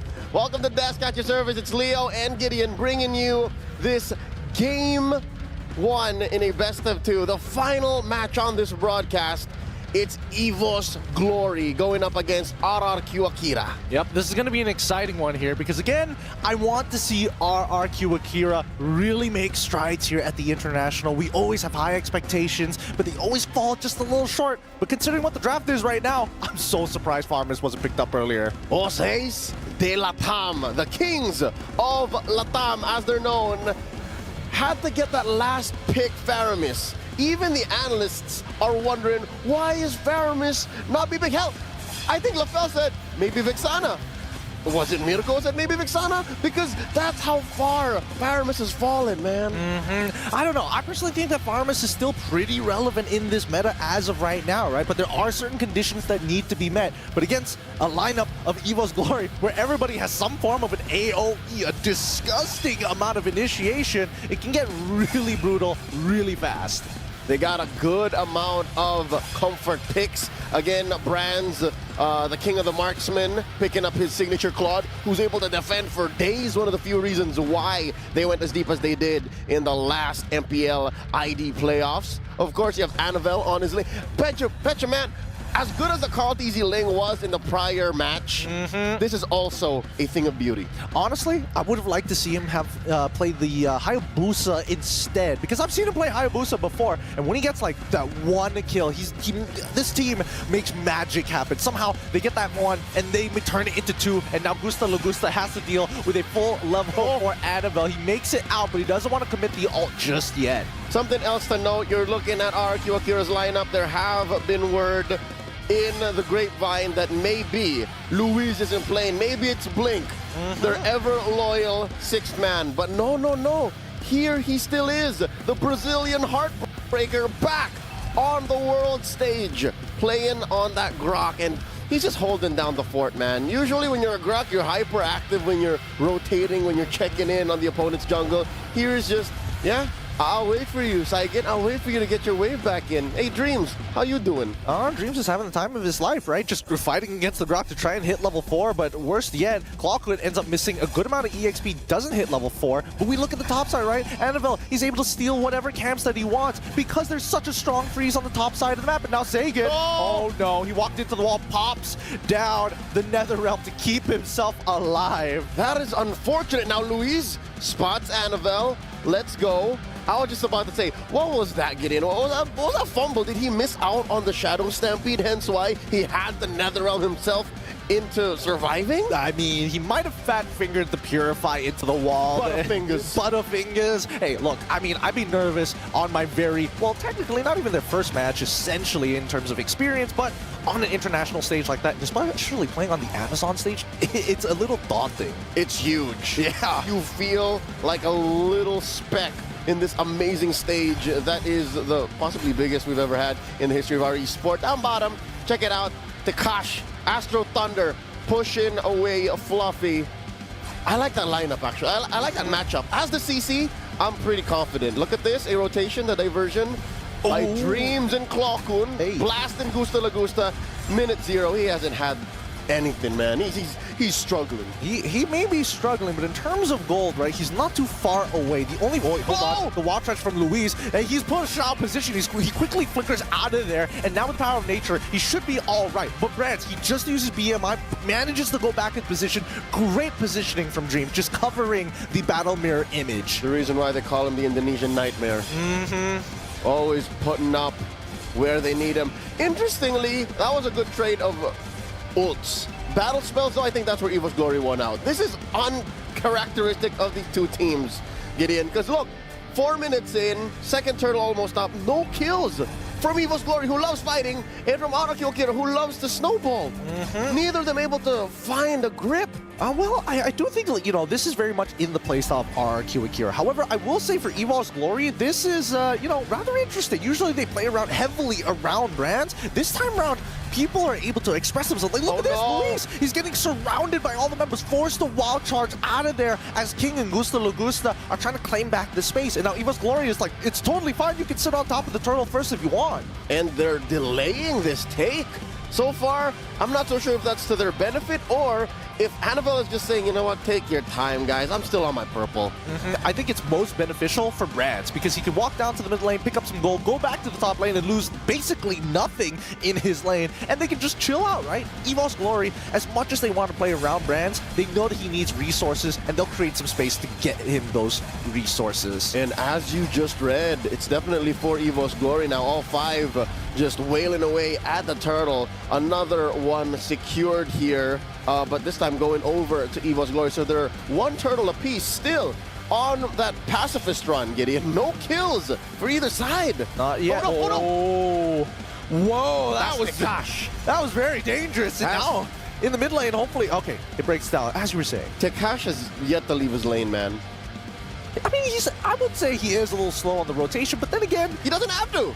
I mean, the problem is that he hardly, it's difficult for him to push waves, man. It's Terizla, man. You can't outpush that guy. But he's winning. Look at that turret. I mean, that's only because they made that initial rotation, right? Like, while everybody was at turtle, we see this fight down on the bottom side of the map where Takashi chunks out Annabelle. As mentioned during the fight. Oh, wait, Luis, great Purify coming in from Clockwood, but Dreams will still die. The Implosion does buy a little bit of time, but Brands, he can only do so much. A lot of AoE. Great splash from the... Wait, the TP. Luis spots it out. Clockwood, he whips. He throws it the wrong way, and Fluffy's here in the middle of it. He's trying his best as the Netherrealm pops, and now he's only just begging to survive. Please let me go. 1 HP. Body of Smith once again saves his life. An absolute unit, thick with 14 Cs. At this early on, what's he building? It's a War Axe and a Warrior, but what? I mean, that's what we've been hearing from the panelists. War Axe, Terizla, they just go hand in hand. Now you get all the benefits, the spell vamp on top of the War Axe passive, and now Takashi is going to crack open tier 1 bot side. Astro Thunder just keeping up the pressure. He is doing work, man, and because of that, they're about 1,000 gold ahead here. That's amazing. I don't know if Akira knows that right now is the best time to strike. As soon as they hit the 8-minute mark, oh, Luis, holding out for it. All right, as soon as they hit the 8 to 9 minute mark, that's when they should really bear down on EVOS Glory, because if y'all watched any MPLID playoffs, they're capable of coming back. Oh, No, the timing! It's so bad! Gusta Lagusta just walked into the brush. He didn't know that the diversion was going to happen there, but King does secure the turtle in the meantime, and that's the final turtle of the game. Dreams, he's caught out of position, pulled back even by Sagan with a combo. Wait, hold on, the implosion to turn things around, and now Fluffy with a penalty zone. The reactions just won't stop. The Netherrealm keeps them alive, but it doesn't mean that they get to walk away. Clockhood finds another kill. Whoa, amazing, the turnaround by Dreams. When you thought he was the prey, he turned into a predator and just, with a flick of a wrist, took down 2 members from RQ. Man, because of that, the conversion is through the roof. Look at this. Now, it's them up by about 500 gold. I mean, they've equalized. They've equalized the economy between the two. And just to add on, Dreams, honestly, he's being that nightmare you were talking about. He's the guy that you close your eyes, you open. Wait, what's that in the corner of my room? And it's him. He's sitting just standing there menacingly, just waiting to hit you with an implosion. And next thing you know, you're 3 men down and you're about to lose a Lord, which, by the way, is about a minute away from now. What's the items looking? Dude, I am afraid of how EVOS Glory aren't really bearing down on Tekash. Like, they better watch out for Astro Thunder, because all of this space that they're giving him might bite him in the butt later on, especially if you find Tekash and Sagan in the same spot. Like, we haven't really seen that yet. Yeah, we haven't seen them just yet. And I think, you know, once we've I mean, the map is a little unlocked for now, and maybe Tekashi is going to be able to get into the middle of those fights, but let's talk about the lead, because as much as they equalize, Annabelle is significantly ahead of King. Similarly to how Tekashi is significantly ahead of Fluffy. And I think that's fine, because, oh wait, we'll talk about it later. Fluffy's in trouble! He can't get out of this one. The poor man just has to close his eyes and just let it happen. They folded that boy in half. I mean, body of Smith withstanding, it doesn't matter. You can't do that against 5 angry Brazilians. I mean, I think he just doesn't want to lose out on that flicker, to be perfectly honest. I think that EVOS Glory can really drag out this particular fight, because they're depending heavily on Luis to find the engage. Yes, they can. And now it's all about the lane control. Conceal here by Dreams. Can they force something? They let go. Little Wanderer scored by RQ Akira. The Lord very low. He's going to try to step steal. Annabelle gets it. The Netherrealm keeps them alive. And that just means that Dream sacrifices life for hires. Clockhood cannot get out of the situation. This is about to get really bad as now the flicker and the wall charge comes through. Not enough follow-up damage. RQ Akira back off. They're happy with just 2.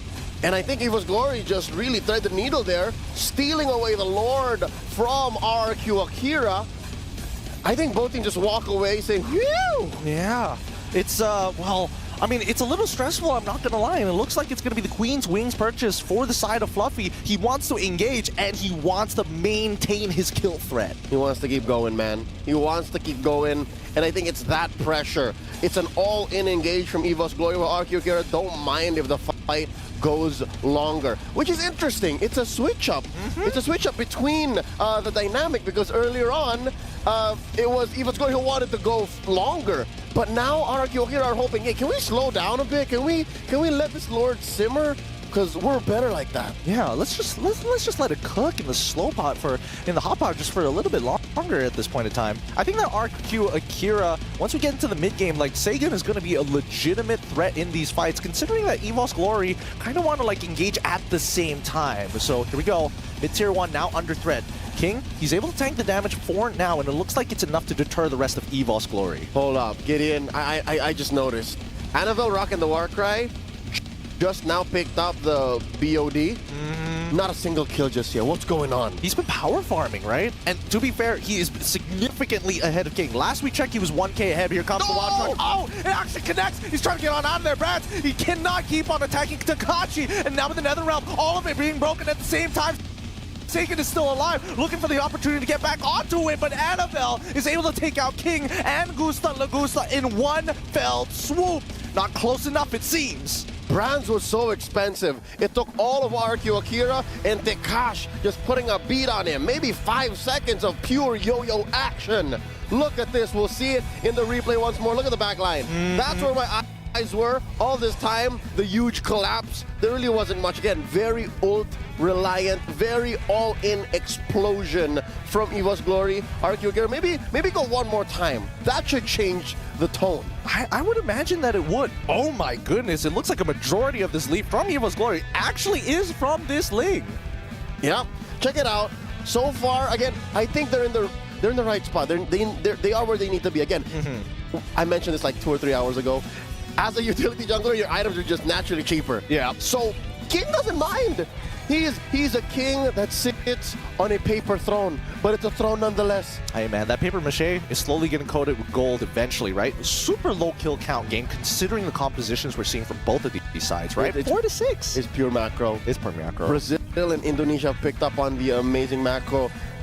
I correct myself. Latam, that is the kingdom that RQ are carrying, man. Not just the country, but a whole region. At least a dozen countries. At least a dozen countries in there, all combined. NFL now completing the endless battle. Now going to have some true damage to really start applying the hurt onto people like Luis and even some of the squishier targets like Lagusta. At this point in time, how long can they actually hold this dance? Because it's getting low. It's getting real low. All right, that's a 5th left on to the Lord. The conceal by the Indonesian Nightmare. Looking for an engage. Here he goes. He's gonna Very find close. it. Great timing. Steal from Animal. The implosion perfectly timed. Sagan tries with the Netherrealm, but it's already too late. And it's gonna be the Blade Tempest taking out Sagan with the backline. Brad, so expensive. Animal has to carry this, has to secure these kills as Clockwood takes it. Doesn't mind. You can try and outplay this. Gusta Lagusta at 1 HP will try his best. Finch points. He doesn't find him. He doesn't actually want to go because Takashi, the bodyguard, keeping him in check. Literally 1 HP. Gusta, you got to try. No, he backs away. They let him live. They let him live to send the message. All right, 2 for 3, plus the Lord going over to EVOS Glory. Again, I'd say this is very, very scarily similar to the very first Lord. It is. It does look very scarily similar. I mean, I like now that RQ Akira, they're very together. Last time, it was kind of all over the place, but now... together. Yeah, they are. They target acquisition. Yeah. They all are going for the same targets each and every time. If they spread out their damage, I don't think they would have gotten the same result. That's right. So now they just have to be more together. They have to be more than just one. They have to be a singularity. It's gonna get to that point, right? A Latin American singularity. The Latin American singularity. Because I like that. They're so good at it, right? It's true. And anyone from Gusta to Tekash to Saigon could have hunted down Anavel.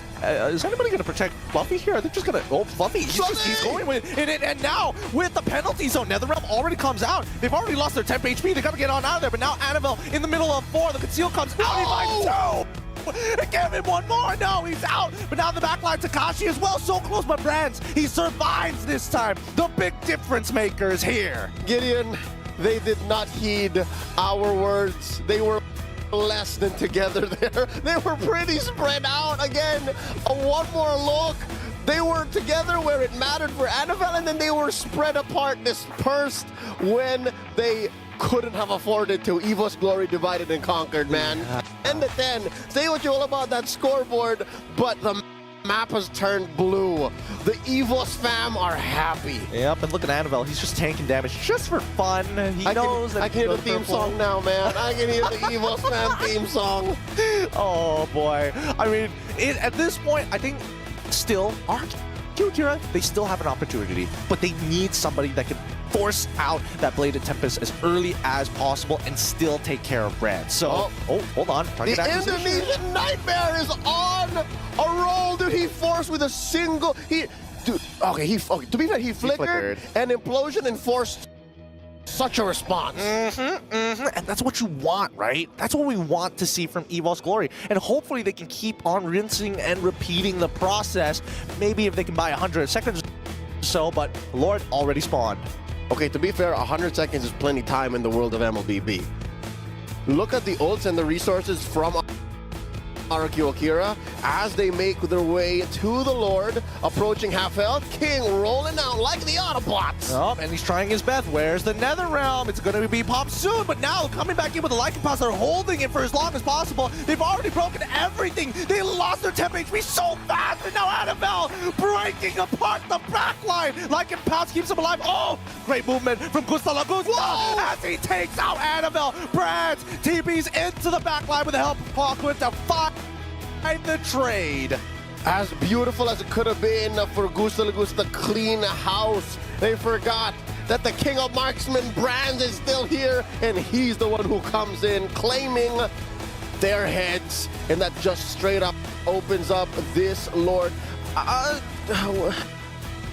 Annabelle's 15 out, give or take. Oh, the fact that King is down makes us all the more an EVOS glory lord. Yep, EVOS, again, they've done a really good job at securing these neutral objectives for a majority of this game. But worse yet, I think that RQ Akira are banging their heads against the wall. It's like, what do we do against Annabelle? Like, he almost guarantees jumps in after the temp HP from NetherRealm and gets 2. And that's why I think we get the answer to why do we not see Faramis. Prior to this matchup, Faramis only showed up 3 times across all Stream A games. We used to see Faramis in 100% of games, Gideon. This is a new age. It is a new age, and it's more surprising that it only... it's even more surprising that it only takes one person to cause that much destruction. Like Clockwood and the rest of the team decided, we're going to flank. Now, here we go. Lord already cracking down on towards that crystal. They're going to take their time. Ooh, interesting angle for the wild charge here as Fluffy trying to get... the penalty zone absolutely whipping. They're out of there. That's an ult for an ult. A good trade if I were you. Listen up. RQ Akira can still defend. And I think, given their lineup, this is a good position for them. This is an okay position for them. I would rather be RQ Akira's comp than be EVOS Glory's comp stuck in their base. Also true, their high ground defense is very nice, but RQ Akira is eventually going to come to a point where they're going to have to walk out of that base, right? Yep, there is a fresh amount of jungle for a take-in, and it's out of their base that they can find these sneaky wild charges, which has been a while since we've seen Luis do something with that. Yeah, especially when Luis are top in the damage charts as well, right? That's why there are just so many conditions that need to be met. Hold on. Looks like the rest of RQ Akira are just going to squat up at this point. No point trying to split push. Yeah, I think they're just respecting the fact that there might be a huge diversion play from Claw-Kun. Again, folks, you might be confused. Louise, Louis. We'll call them the player names, for sure. Unless we're specifically talking about the kits, then that's when the heroes come up. So far, so good. Again, that's a fully built CC we're looking at. And then just one more for Saigen to hit the threshold. It's about to happen, King. He notices, but he's able to take a good amount of damage. Always finds 2! And now they're starting to take the space. They're not giving them opportunity. As Takashi is already in the backline. Fluffy's trying to slow them down with penalties on Nether. Rail finally comes out, and now Brans is dead. Saigen is going to keep on pushing, and here comes Annabelle, their biggest problem. Winds of Nature is out for Gusta Lagusta. Bladed Tempest comes out, finds one in the kill, and Saigen says, no, you don't have the magic defense. Get out of here. For the first time in, I'd say, 5 or 6 minutes, RQ Akira actually get a winning trade. They give up Gusta Lagusta for Fluffy and Brans. Thank you very much, or... I guess, gracias. Gracias. Oh, man. Honestly, these teams are like dead even. It's 14-14. We're 20 minutes into the game, the longest one we've had so far. Obrigado, Portuguese. But you're right. It's amazing how both teams are playing on different axes, and they're still trading to the level that they are. Look, oh my God, what a zoom in from our Amazon Arena stage cam. 9-1-2. I almost forgot that we were looking at Annabelle at what, like 7-8 minutes? 0-0-0. And now he's at 9-1-2. Dude, Annabelle's portrait is so funny. It's so funny. So it's like the difference between you and me is about 3 inches. It's so Annabelle. It's so Annabelle. He's known as the jokester for EVOS Glory. He was scouted by the EVOS fam when he started playing at 14. And now he's a ripe core. Check it out. They're starting up the Lord one more time. King trying to pull it out a little closer to their side of the map. Dreams spotted here by Luis. They trade blows. And so far, this is why a Ling is so dangerous when he's in meta. He does more than just clean house. He cleans up the map. Almost with impunity, Gideon. He's able to go split from side lane to side lane. And the worst part is they also have the combination of Hawkwood and as well as Brands. Lowly just TPing the Claude up to the top side of the map and then BMI back. Yep, the world's longest BMI. It's dirty. It's almost broken. And now we're waiting for a fight to actually break out. Lord here approaching half health. That's one of the things you actually get with a Grok as well. With a Guardian's Barrier, you're able to control and cordon off the Lord. Oh, the Shadow Stampede with a pull! Oh, he gets pulled tight on in. Sakashi's doing some good damage, but does Fluffy end up, and well, he does end up using that Winter Crown to survive. I thought he might end up dying there, but... And a Tranche. A Crown, there you go. And a Flicker, I'm rather, sorry. At the end of the day, right, nobody dies, and we all reset. The biggest problem for RQ Akira is the fact that they're missing 2 inhibitors. EVOS Glory are like, hands off, we'll just let the game do its own thing. Because they aren't in control of the map. They did penetrate top and bottom, so that's RQ Akira with permanent damage that they constantly have to deal with. It's actually the onus on them to maintain and manage their waves. Lord here, now at 2/3 of its health. Clockman and Brand just wailing away at it. King with a slight pull. And yeah, this is where you can really feel RQ Akira with the pressure on the map. Like, they're not able to make many moves. They're just finger on the trigger, just waiting. Come on, show yourself. Yeah, they constantly have to put up a bishop or a knight next to their king. I mean, literally speaking, so that they don't get checkmate. Here we go. Brands and Annabelle opting to try and, beat Takashi down. This will prompt a response from RQ Akira to take them a little bit of control, but they notice that a majority of the EVOS members are still holding the mid lane just to ensure that they don't get flanked. All right, Little Wonder, this is going to be very important for RQ Akira to score. At least they have passive vision. Takashi now! Wait, Gustavo Gusta is in the middle of that fight as well. Bladed Tempest is out. Does he have the Finch Poise? It looks like he does. Takashi is going to start running down Brands, but here comes Gustavo Gusta. Tries to go on in, but Brands outplays him. Lycan pounds Winter Crown into this fool. Okay, so this is what's painful about that last engage. Could have been amazing for RQ Akira, but it's relatively low stakes for EVOS Glory because, again, they're more mobile on the map. So now RQ Akira have to actually walk their way, march their way into the pit. Now Lord at less than half health. Yep, Fluffy's in some trouble here. Winter Crown once again already activated. Ooh, great welcoming for Luis, but still creates an escape. Netherrealm is already out, and this might be the moment that they've been waiting for. Gustavo Gusta is chunked low, and Annabelle is going to look. Winter, Winds of Nature popped. He still goes down. Clockhood is able to splash the damage into the backline. Gusta and King are down. 1 minute death timers, and EVOS Glory, they've already got this Luminous Lord empowered, in a matter of fact. Annabelle just chasing them down. Takashi by in time, but there are just some things that another realm can't solve. Takashi, Luis, Saigen, they have to defend for their lives. Guardian's Barrier up, just delaying the inevitable. Oh, the splash damage. Clockhood, stop it, man! He's just harassing all of the penalty zone as well, shoving him even further out of the crystal. That's going to be GG. EVOS Glory in a tight game against RQ Akira. Take game 1. Just under 25 minutes in true EVOS Glory fashion. They took the scenic route, put on a show for the EVOS fam and everyone watching all around the world to take the first game. Whew. Oh, that was a hot one. But it just goes to show, I mean, they need a good amount of time. And 25 minutes was all it took.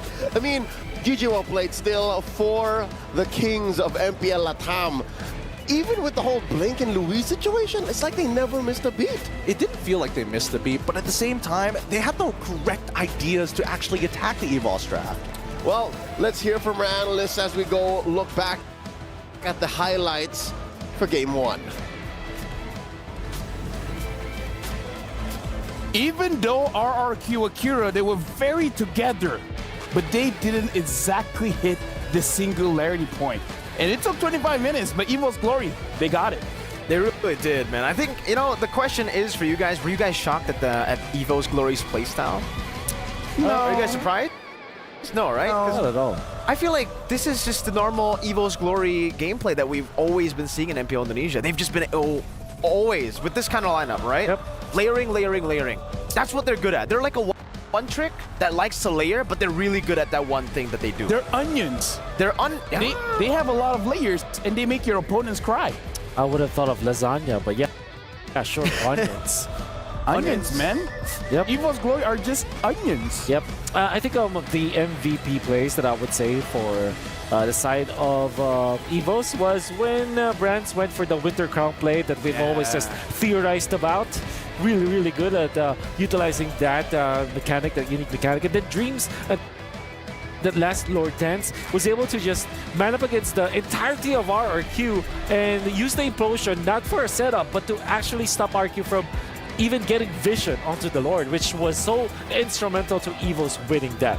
I like how Gideon was like, yeah, try to go through this Winter Crown, fool. Winter Crown, fool.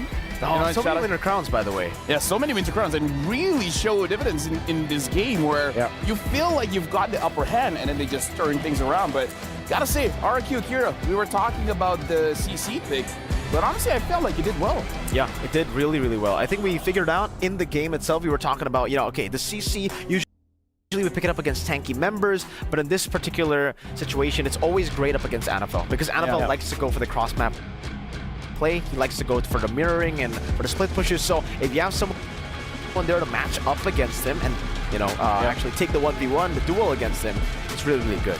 It almost worked, but I think the itemization coming out from Fluffy as well as the entirety of EVOS Glory going for the Winter Crown make it very difficult and very awkward for the CC to eventually have a nice late game. You can see that around the 16-18 minute mark, CC is already like hitting like critical mass, and it's just being very difficult for EVOS Glory to deal with. But then EVOS Glory figured out, okay, there's a new meta item. Let's go for the Winter Crown, fool.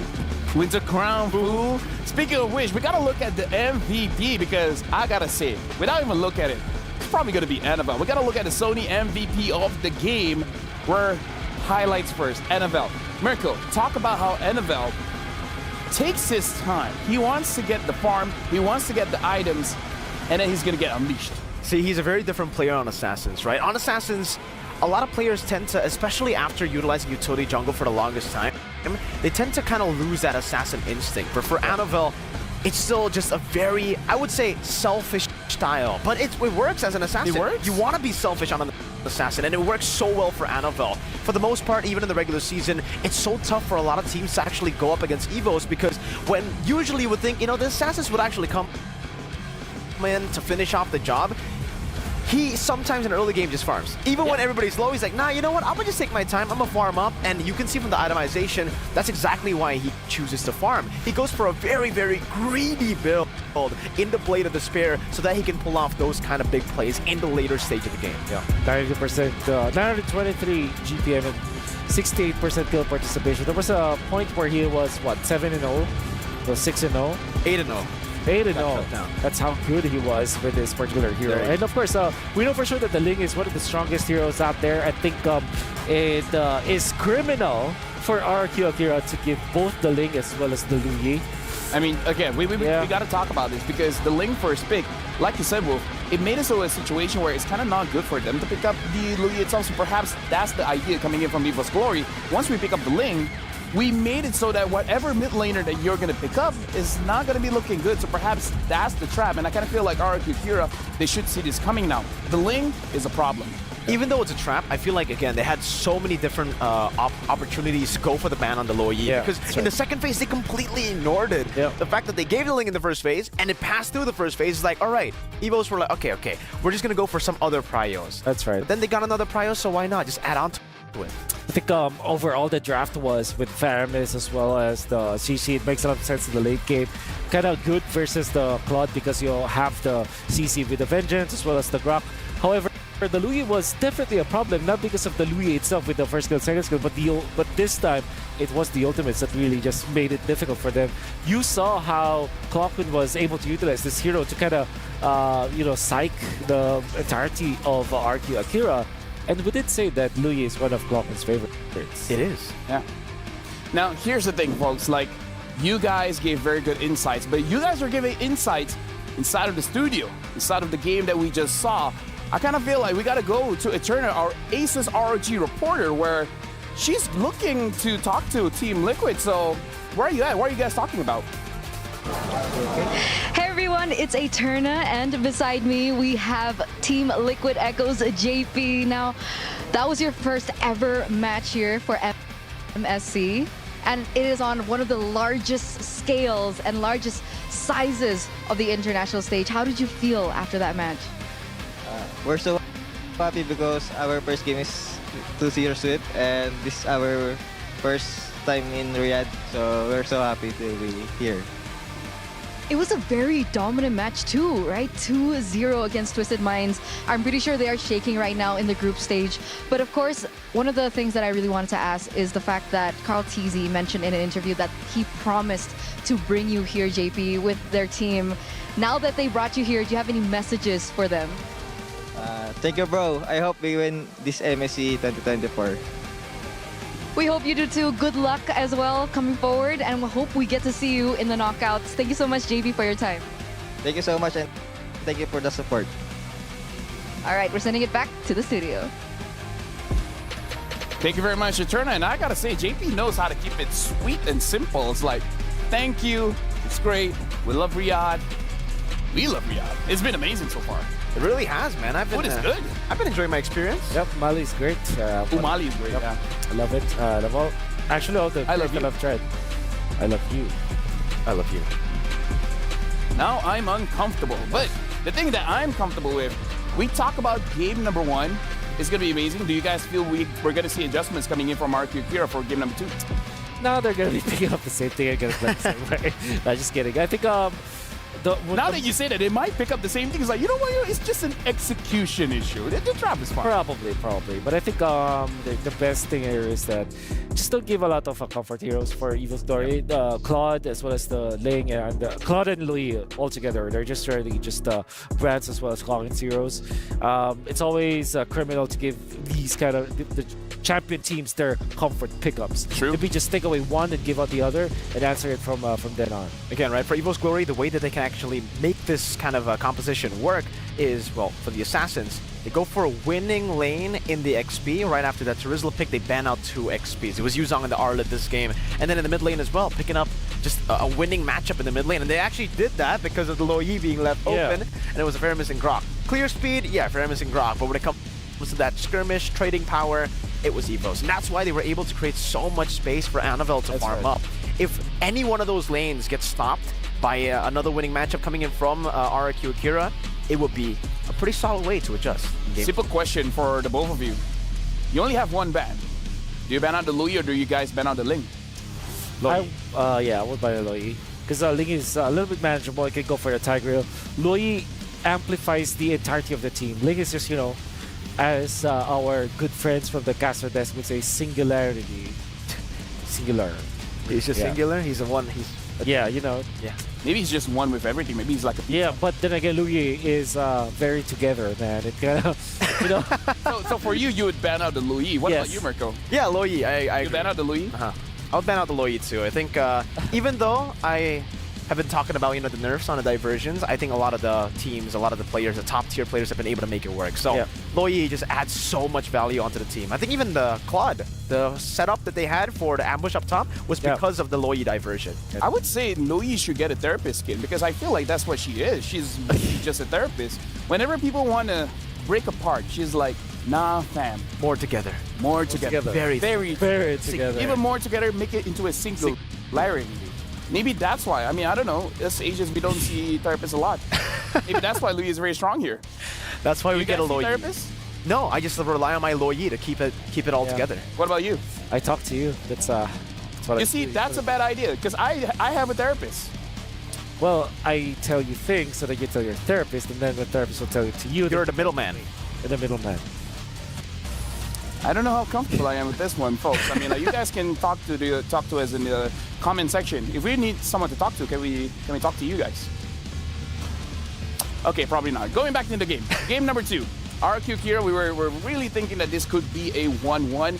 Game number 1, it went to 25 minutes. So ban out Louis, first step, And then if the Ling gets through again, I feel like is the least of the problems, because one of the things that NFL is pretty good at is the Hayabusa as well. So one of the problems, if you take one problem, NFL's like, yo, I got a lot of picks, fool. Yeah. Technically, even the alpha would come out, right? I mean, this is the signature pick. This was the pick that actually gets banned most of the times. Not the Ling in MPO Indonesia, in the playoffs especially. So a lot of different picks you got to respect from EVOS Glory. I definitely understand the problem for RQ Akira when they want to go for these respect bans. They're kind of already capped by how many power what is a power hero? When you're talking about EVOS Glory, that comes to mind, because almost everything for Anavel seems to be a power hero. This kid is amazing, man. He's a prodigy. But even then, brands respect this Moskov. Yeah. And also, like, I think if I'm just gonna be considering all of the options, maybe the real power pick is the Terizla, because it kind of is the glue that ties it together. Like, if you pick up the Terizla, you now have access to both side laners to have greedy picks. Like, you can go for Moskov or God for brands, and then you can go Assassins for Mr. Anavel. But then again, Terizla also has great combination and synergy with Fredrin, for example, with a ton of CC that then activates brands in the end. So I think when you're just starting about power picks, maybe it is a Terizla for EVOS Glory. I mean, to be fair, he did make a lot of plays, and one thing that I do want to talk about, looks like this might be the new build for Terizla. In case you guys are Terizla players, go for the War Axe, go for the Queen's Wings, and then after that, freestyle. Do what you guys need to do. Do what you want to do. Go for the Winter Crown, man. Winter Crown is cool. Winter Crown, fool. Winter Crown, fool. But now we're going straight to the drafts here. RQ Akira are going to be the first pick. EVOS Glory is going to be the second pick. It looks like RQ Akira, you know what? We heard the Louis, that's why we banned the Ling.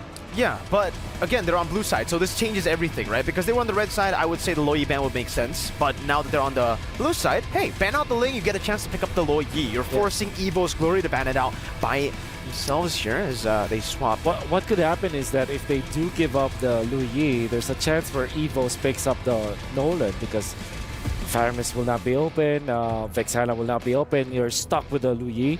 They still Arlet, and then maybe pick up Edith to go with it, or Arlet and Faramis maybe. Yeah, there's a lot of options. Although, I still feel that Louis is still a power pick, so let's see how that goes. I agree. I think RQ Kira should be able to utilize it as well, man. In the mid lane, Sagan, he's always a team player, so if they really do want that singularity, if they want to be very together, the diversion certainly does help, but they will take away another global presence hero.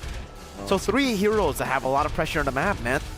Very good mobility with Angela, Ling, and now the Moskov. Really trying to take away that 4-1 formation that EVOS love to play with. Alright, so if EVOS... Okay, so that's a Roger.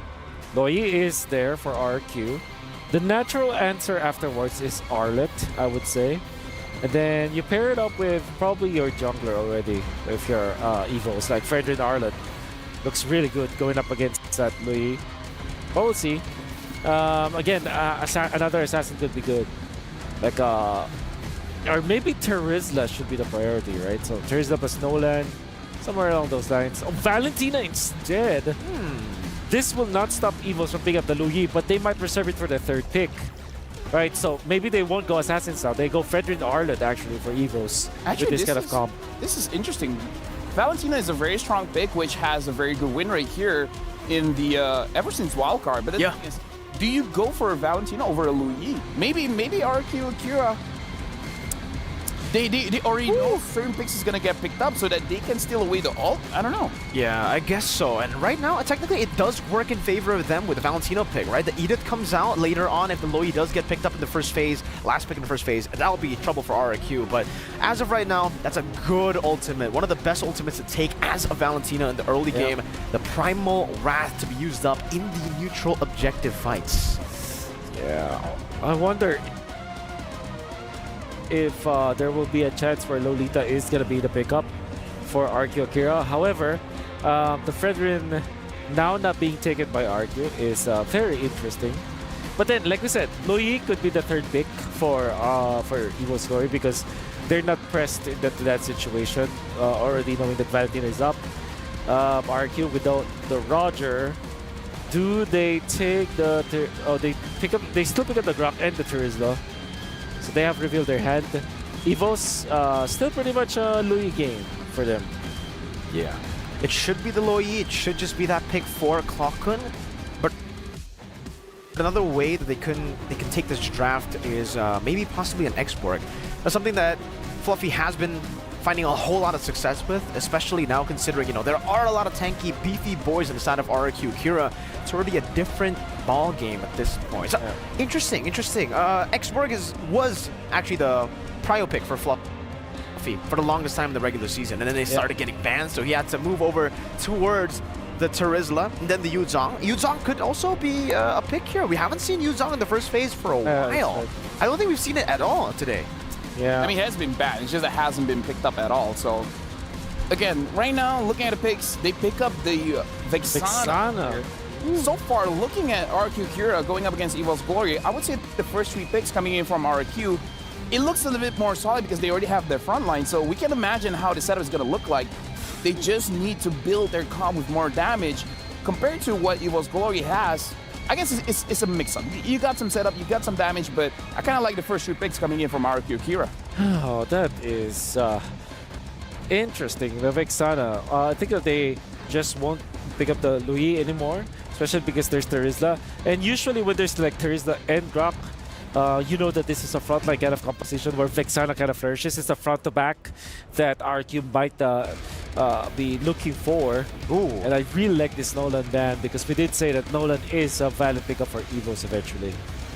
Yeah, the Nolan, any of these assassins that could come through, but they're going to actually ban out the carry and the Natan, so perhaps what's else to look for? Force them into a Beatrix? Beatrix, yeah. Forcing him into anything that can't go for Purify and Flicker, right? So you're kind of forced on just like a Flicker. Brody, Beatrix, those kind of pickups. Yeah. There's this argument of the Irithel. Maybe if EVOS will not get another crowd to go. I don't think so as well. I feel like Irithel takes too long. Like she doesn't even do well in the late game. Here's from the thing, my experience. Like if you want a goal leader that skills, perhaps just pick up a Beatrix. Yeah, for sure. There could be a RQ can pick up an assassin actually. That's their last pick. Yep. Hayabusa looks really good, but that's also true for EVOS. But this time, Edith Vexana looks already super duper good. So maybe they'll just pick up Barretts or Xbox, Minotaur. Just wow. Edith going to the EXP. Okay, so trying to just utilize the Annabelle pick for last. What is a burst hero that can pierce through the Minotaur? So maybe they pick up the Xborg jungle or Dyaroff? Who knows? Beatrix. How about Leslie though? There's not much. Great in lane, yeah. There's not much dive for EVOS. But if the Hayabusa comes up, right? You go for Leslie and then the Hayabusa last pick. I guess that's why they're hiding Annabelle's pick here. Yeah, I think they're left with Beatrix. No choice. And then what else is... Like, Frederick doesn't look really nice. Baksha maybe for RQ. Let's go back to the Baksha. I'm just worried they don't have that much damage. You know, you're really hoping for the Grok as well as the Valentina to really bring out their damage. So, I mean, a lot of control. A lot of control. Is just that when it comes to the damage, the Valentina kind of has to carry this one. I don't know. For me, it definitely feels like for EVOS, they can actually go for something crazy here, like a Lancelot. If they don't go for Hayabusa, they could go for the Lancelot. We have seen Annabelle play this before as well. If they can't find any other assassin, they usually go for the Lancelot, just for the retry battle as well. Knowing that you already have a Minotaur, an Edith, and a Vexana, you want to have more prio when it comes around to the neutral objective. So I'm guessing either utility jungler, or they could go for that Lance. Utility jungler should be Barretts. I think Lancelot should be good here. How about a Joy? I haven't seen that in a long time. Oh yeah, I saw that in Wildcard. I think it was Chibi. Yeah, but there's Valentina. Yeah, they go Expert. Okay. Expert jungle. Yeah. I mean, like, again, look at RQ Akira. They're very tanky. Makes sense. Speaking of which, looking at both these drafts, I don't know, looking at like EVOS as well as RQ Akira. At this point, even I'm not so sure what's gonna happen between the drafts coming in from both teams, but let's see the oneness of both our casters casting this game. This is gonna be the final game of the day, so casters, take your space. As one we shall. Thank you so much, LaFell, Mirko, and Wolf. Going into the final game of today's broadcast, welcome to Game 2 of RRQ Akira versus EVOS Glory. Once again, it's Gideon and Leo at your service.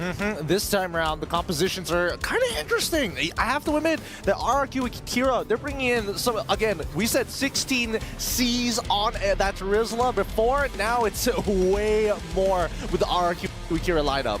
I couldn't think you could go beyond 16, right? And here they show us.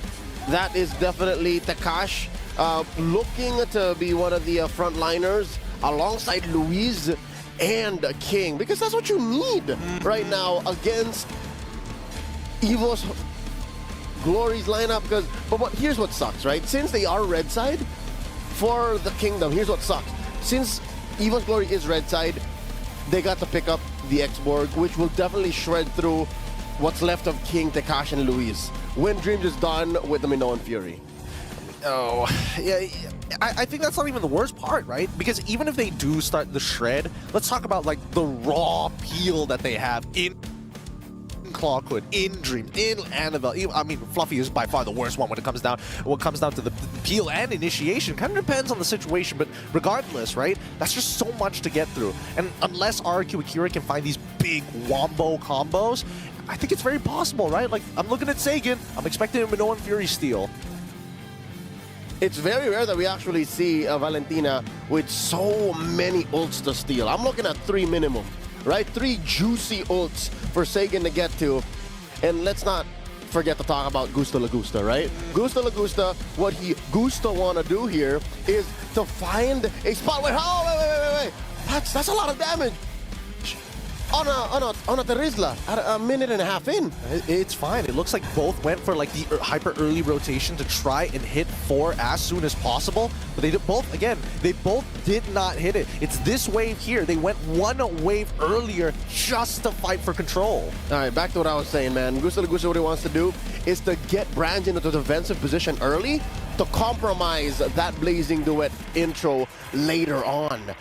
Right now, maybe they just trade blows. Maybe they just farm up out of their minds. That's the best way to go, but check it out. Turtle fight now, early on, Luis from the back. Yeah, but here we go. Instantly, Clawhood is able to get on out of the Minoan Fury as well. The Eternal Guard has just dropped down, but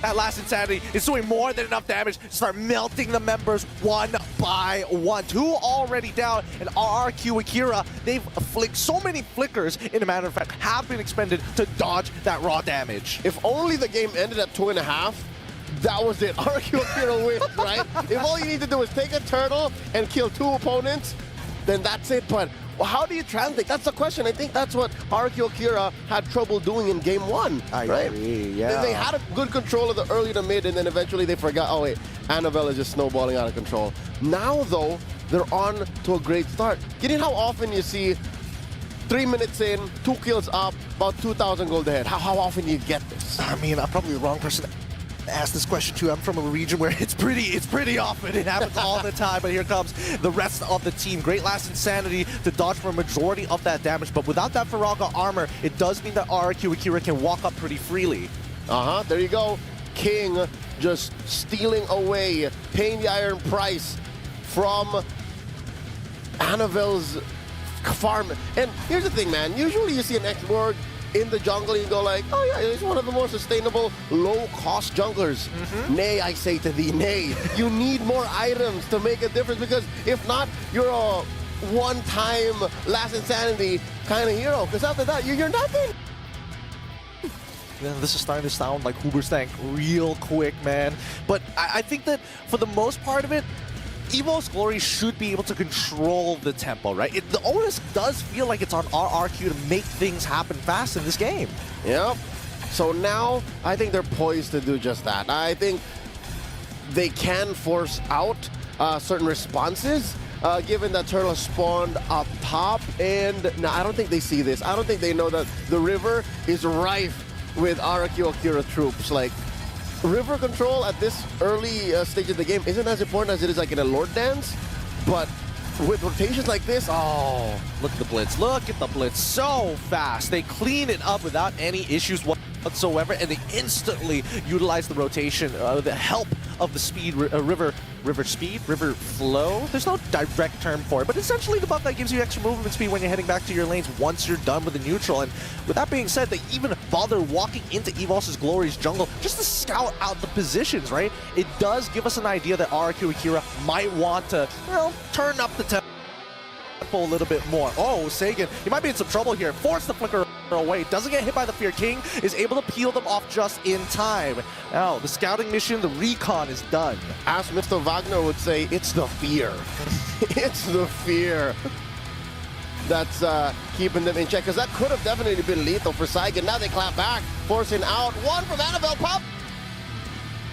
His immortality. Yep, that Bandit's Rage is looking so very good, but now Annabelle, he can't get out of it. He lost everything, all of his resources. Viraga armor on top of the early immortality, all down the drain. And with that, RRQ Akira just grow their lead even more. Gideon, we're looking at 3,000 head. 3 for 3 now, 6, well, not even 6 minutes in. I think this is just a great hard read from the side of RRQ Akira and Luis. He's doing so much on this Grok, something that EVOS Glory might have to think about. But when do we expect EVOS Glory to actually bounce back? Here's the thing. In Game 1, they were playing with a jungle Ling, right? They were playing with a core assassin in the jungle.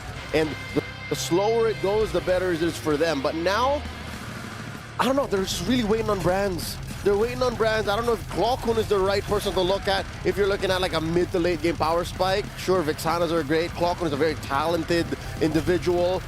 But just looking at the tapestry of skills that RRQ Akira is able to bring out at any point in the game, it's so hard to see how EVOS Glory could win in the late game, man. Well, here's the thing. My only concern for RRQ Akira is that they have no means to protect themselves against CC.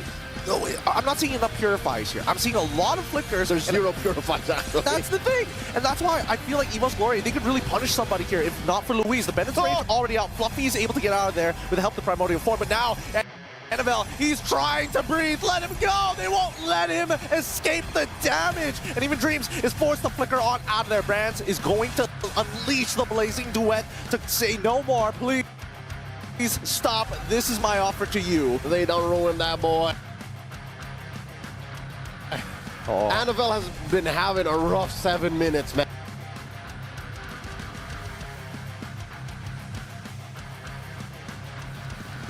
And there's nothing EVOS Glory is putting on the table. Again, I'm going to say it now. In before, this just turns out to be an anime protagonist arc, wherein in the early episodes, he gets beaten down, and then he learns a lesson from some authority figure, and then they figure it out. And who that is, I'm looking at brands. Again, I mentioned it earlier, it's got to be brands. It's got to come from brands.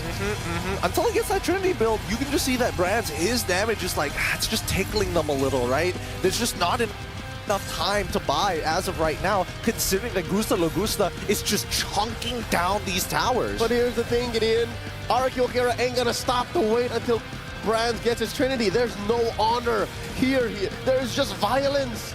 It's just raw violence. Where is he at now? He's at... Oh, he's just at 1. He's just at DHS. Yep. I mean, Brands is having a really rough time here.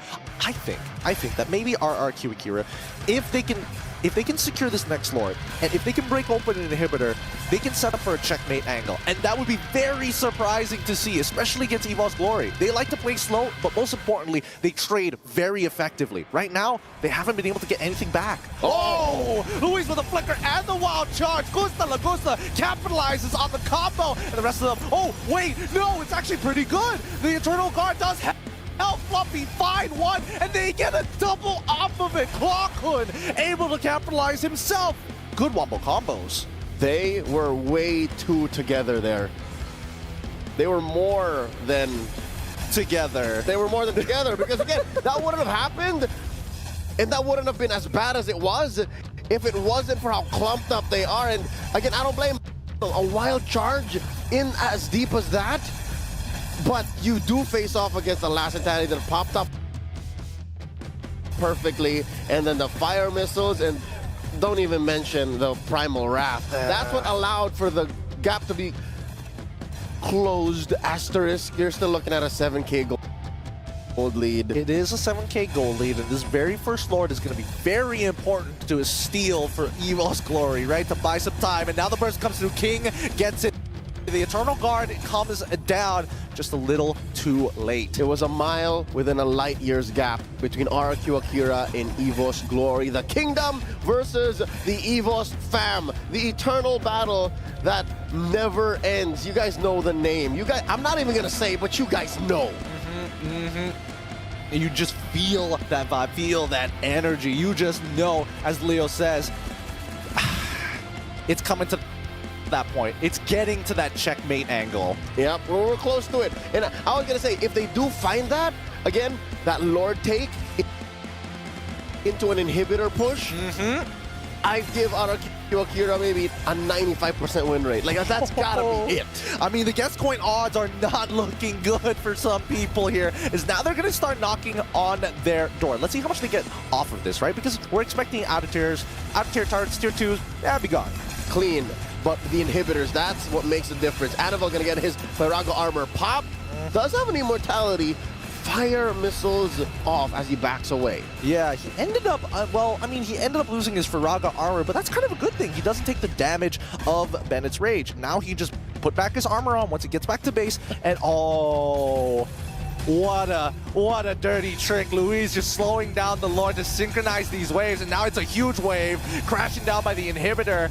The Eternal Guard does come down, but it ends up getting blown to bits straight away. EVOS Glory maintain their high ground defense. Interesting small micro decision there done by Saigen. He stole the Primal Wrath, turned into a Fluffy's Edith for just a second, hoping to time out the Primal Wrath armorless form so that he would get extra CCs. But that would only be if they barreled down that turret and then won the fight. But again, they played a defensive play, and much respect. That's that discipline. Yeah, honestly, both of these teams are like extremely disciplined. We haven't seen too many coin flips, honestly, from the side of RRQ Akira. I feel like I've seen more coin flips in game number 1 from EVOS Glory, to be fair. But those were coin flips that were necessary. They needed to do that to be able to put Anivil over the top. And now, again, now that they're on the back foot, what are we looking at? Oh dear Lord, I did not expect 12,000.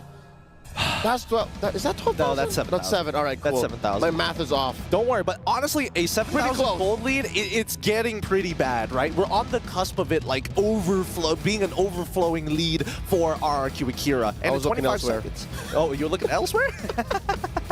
25 more seconds. Oh, sorry, 20 seconds, actually, until the next Lord does spawn. And we do see the corrosive side purchase from Brands. Hopefully that buys this team a little bit of time. That's a third item right there. Is it? Is that the Trinity? Can we say now that the King of Marksman is online? But who's he gonna find in the back? Best case scenario, Gusta Lagusta. But Gusta Lagusta can just flicker out of there and he's still an item up. Yeah, I think the worst part is that anybody can CC him. Luis, Takashi, King, Sagan, like anybody can hurt Brands until he gets his situationals, right? We're waiting for the Winter Crown, right? We're waiting for the Winds of Nature. That's 4 sources of CC, you're right, Gideon. He's overloaded. He's overloaded. Check it out. That's 1, 2, 3, that's it. Yep, definitely. So he's built into his Trinity, compared to Gusta Lagusta, who is on his way to his 4th core item after the BOD. Man, this is like a really unfun game for Brands, right? Like, he's just waiting for things to happen. He's waiting for RRQ Akira to make a mistake, and everybody else on the side of EVOS Glory just wants to take a traditional front to back. But as soon as RRQ Akira grab you, they hold you, and Gusta Lagusta just pushes you over. And now the Lord. Oh, here we go. An early Last Insanity from Anivil. Not going to save this inhibitor, though. Just one more hit in. Ooh. That's fine. They're not going to force it. I love the discipline, though. Proving me wrong. Yeah, I mean, it's basically as good as gone at this point, right? Anybody can just walk up, auto-attack it. It's basically going to break. You can take the wave, sure, but at the end of it, it's going to go down. Sagan finds it, and now the rest. Oh, Last Insanity coming up from Anivil, and Dreams might be in some trouble. He flickers out of there, but the penalty tone from Takashi is going to tell him, hey, no, we don't want you to leave just yet. Last Insanity stole it from Sagan, able to find one, and Brad, oh, he ends up getting blown up by Gusta Lagusta.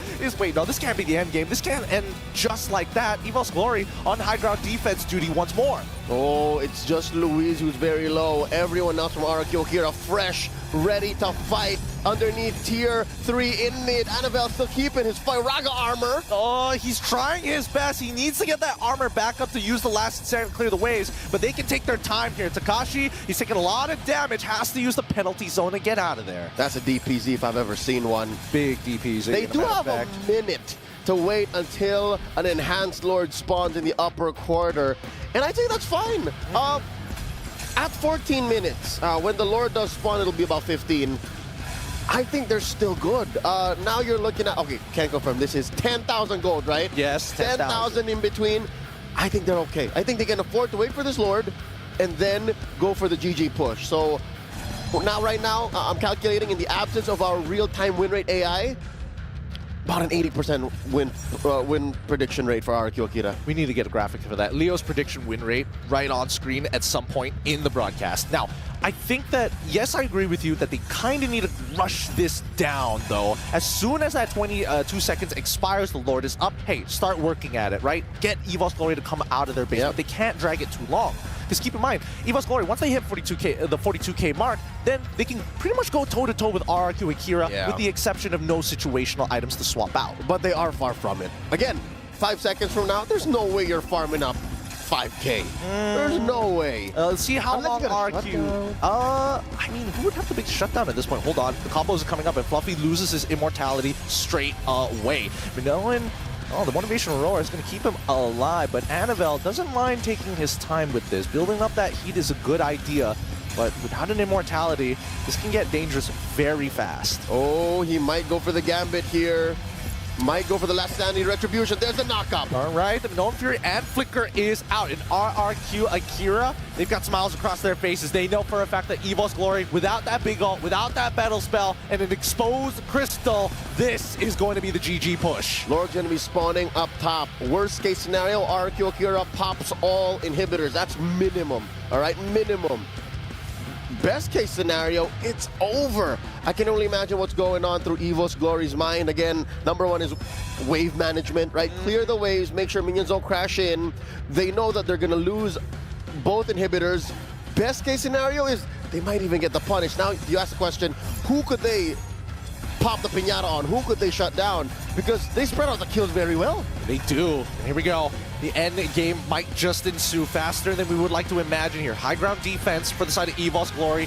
As this Lord, penalty zone actually getting on top of Fluffy. Fluffy can't get out of there. Quickly flickers away, even using the Primal Wrath as well. No Fury coming out from Dreams, but that means RRQ just push backwards and then re-engage into this fight. They're trying to zone them off, but there's not enough minions to make it work. The raw sustain from Dreams with that motivational roar is keeping them in this game. RRQ Akira keeping EVOS Glory within an inch of their life.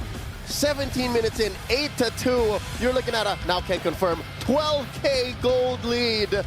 Man, this is why they call this match the oldest time matchup, man. It's a rivalry that spans regions. I mean, sure, same franchise, different team, but who'd have thought that RRQ Akira, not RRQ Hoshi, would put off a fight as good as they are against EVOS Glory? People are going to be talking about this to their young ones when they go and tuck them in for bed. Oh my goodness, where did that Firaga armor go? Sagan has so much damage. What was that? I mean, after a wild charge, plus a few right clicks, a few basic attacks, and again, with the 12K gold lead notwithstanding, best believe that Firaga armor is going to pop, but good news, at least he still has his immortality. So, you know, no harm done. Yeah, no harm, no foul. And I think at this point, as much as I would like to say that the checkmate angle has been achieved, I think that RRQ might need to actually roll the dice a little against these two lineups, right? These two comps is EVOS Glory invested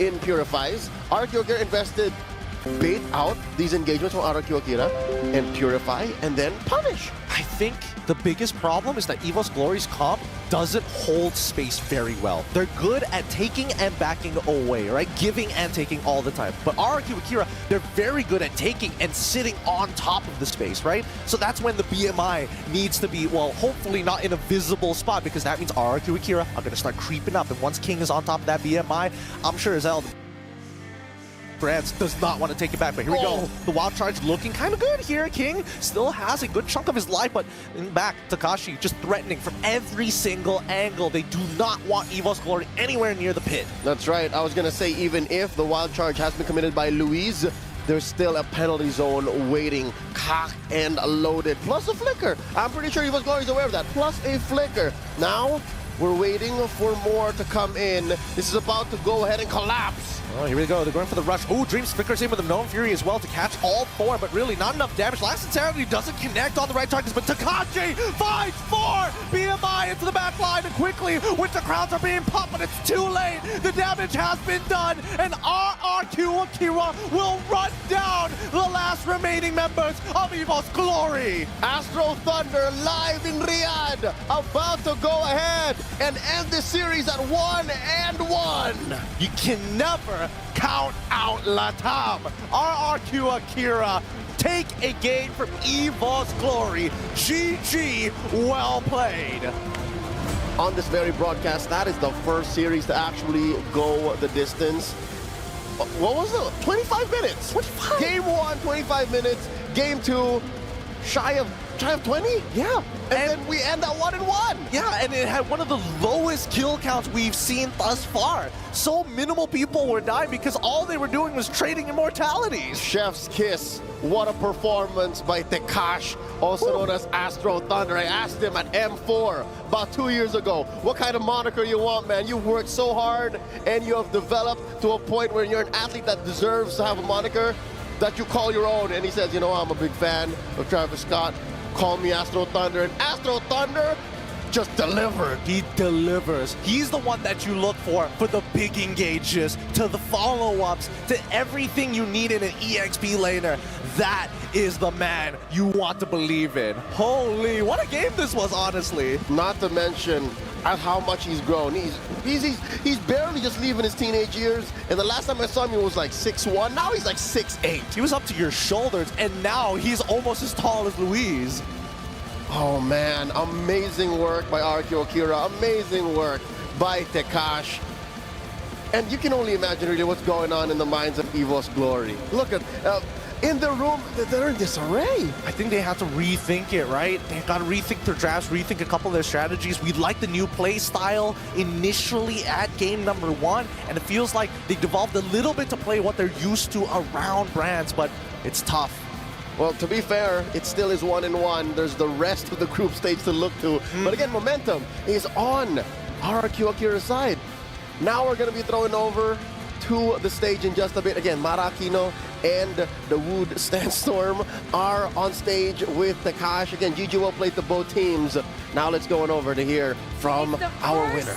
1-1 tie game of the day. Congratulations to RRQ Akira, and here with us, Takeshi. Congratulations.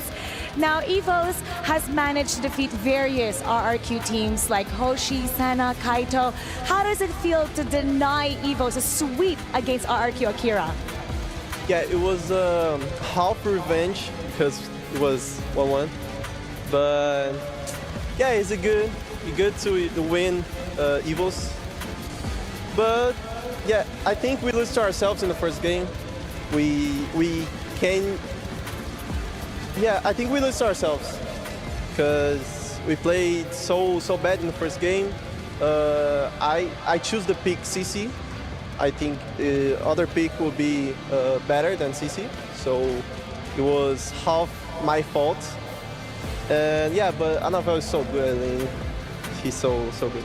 But what's important is that you're able to bounce back and take the win and prove yourself for RRQ Akira. Yeah, that they did. It was an incredible bounce back. You saw they didn't lose, I believe, a single turret at the end of the day as well in that second game. So very strong comeback from them. Now, I have a question for you. Considering your team's performance in previous international tournaments, how does this result impact your team, and does it boost your confidence going forward in the tournament? Yeah, boosts our confidence. Our mentality are pretty good. We are very confident. We think we can win Fireflux and Nip Flash not easily. It will be a tough matches.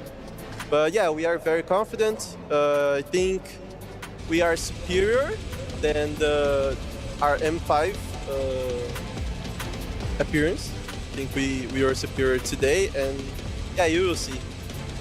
Very, very strong words from Takeshi at the end there, especially after that 1-1 against EVOS Glory. And that is a wrap for us right here in the stage. We're going to take it away to the studio to wrap up day 1 of MSC 2024.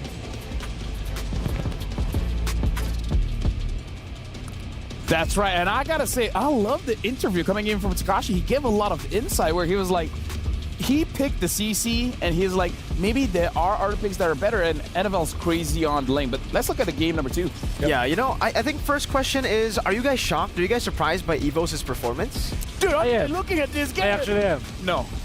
Yeah, because, well, this is just them. This is how they play in the regular season of MPL. Wait, I've said this before, and that's because they're playing the same style. We were talking about how mid-prio is very important, XP lane as well. If they don't get that mid-prio, if they aren't able to get that lead in the start of the game or actually get space for the jungle to farm, they ultimately crumble, just like we see in game number 2. Yeah, I think at this point, I probably will not be looking at the draft for EVOS anymore. Like, it probably doesn't matter because I really thought that they had this in the bag. They have a great competition. By the way, Takash as well as Sagan.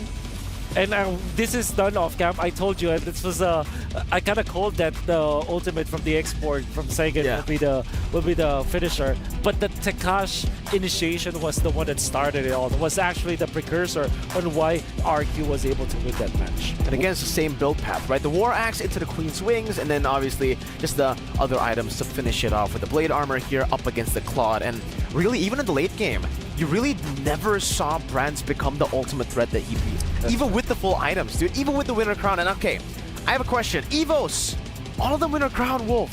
Yeah. Are they like overusing it? Because the Wind of Nature, I feel like, would have been a bit better up against the Beatrix. He was one-shot a couple of times too. Yeah, I have to agree with you. I think this Winter Crown that was picked up by many members of EVOS were definitely overthinking the meta item that we have. Maybe it worked in the previous game. It definitely wasn't the price, but it seems like RQ are really prepared for that. They're not allowing, they're actually forcing the Winter Crowns, forcing the Immortalities. Even the Immortality on both Fluffy as well as the NFL, the export, they were forced out so easily because of how the Beatrix plays it. Gusta Lagusta was on point with the Renner, and he was able to force out so many ultimates and immortalities because of that. I gotta say, looking at the draft coming in from RQ Akira, this is like a very meta draft a few metas ago, so maybe it's a bit of a comfort. I don't know. We gotta look at our Sony MVP of the game. And again, we are gonna get to see the highlights again coming in from our MVP. And I believe the MVP is gonna be Takash. Like our analysts did say, honestly, a lot of members coming in from RQ Akira. King winning those retry battles, really setting the tone for the team. But Engages coming in from Takash has been amazing. There's so many good ultimates to copy here for Sagan, and they will go for the combo again. This will be eventually punished. And the thing for Sagan is that he's not overcomplicating things. He went for the export as the primary target for the Xianyou because the export is always in their face anyways. Like, he's not able to get into the backlines to get even the other ultimates. But then his combination with Takash this time was on point, and I think the reason why we feel like this was the meta from way back is because they're comfortable with it, and you can see it translate into the game. And it definitely feels like in this meta in particular, like looking at the team fight meta, the hard commit meta, it's just really valuable for you to get someone like a Yuzong, a Terizla as well, someone that can pin people down in the team fights instantly. It's an instant initiation. It's all about that commitment, and even the export. I feel like that was a great time to go for the export pick. You know, there were a lot of beefy boys on the side of RQ Akira, but we really didn't get to see these team fights play out all the way to like the later part. So layering gets a bit tougher for EVOS Glory compared to game number 1, where they had assassins, they could just layer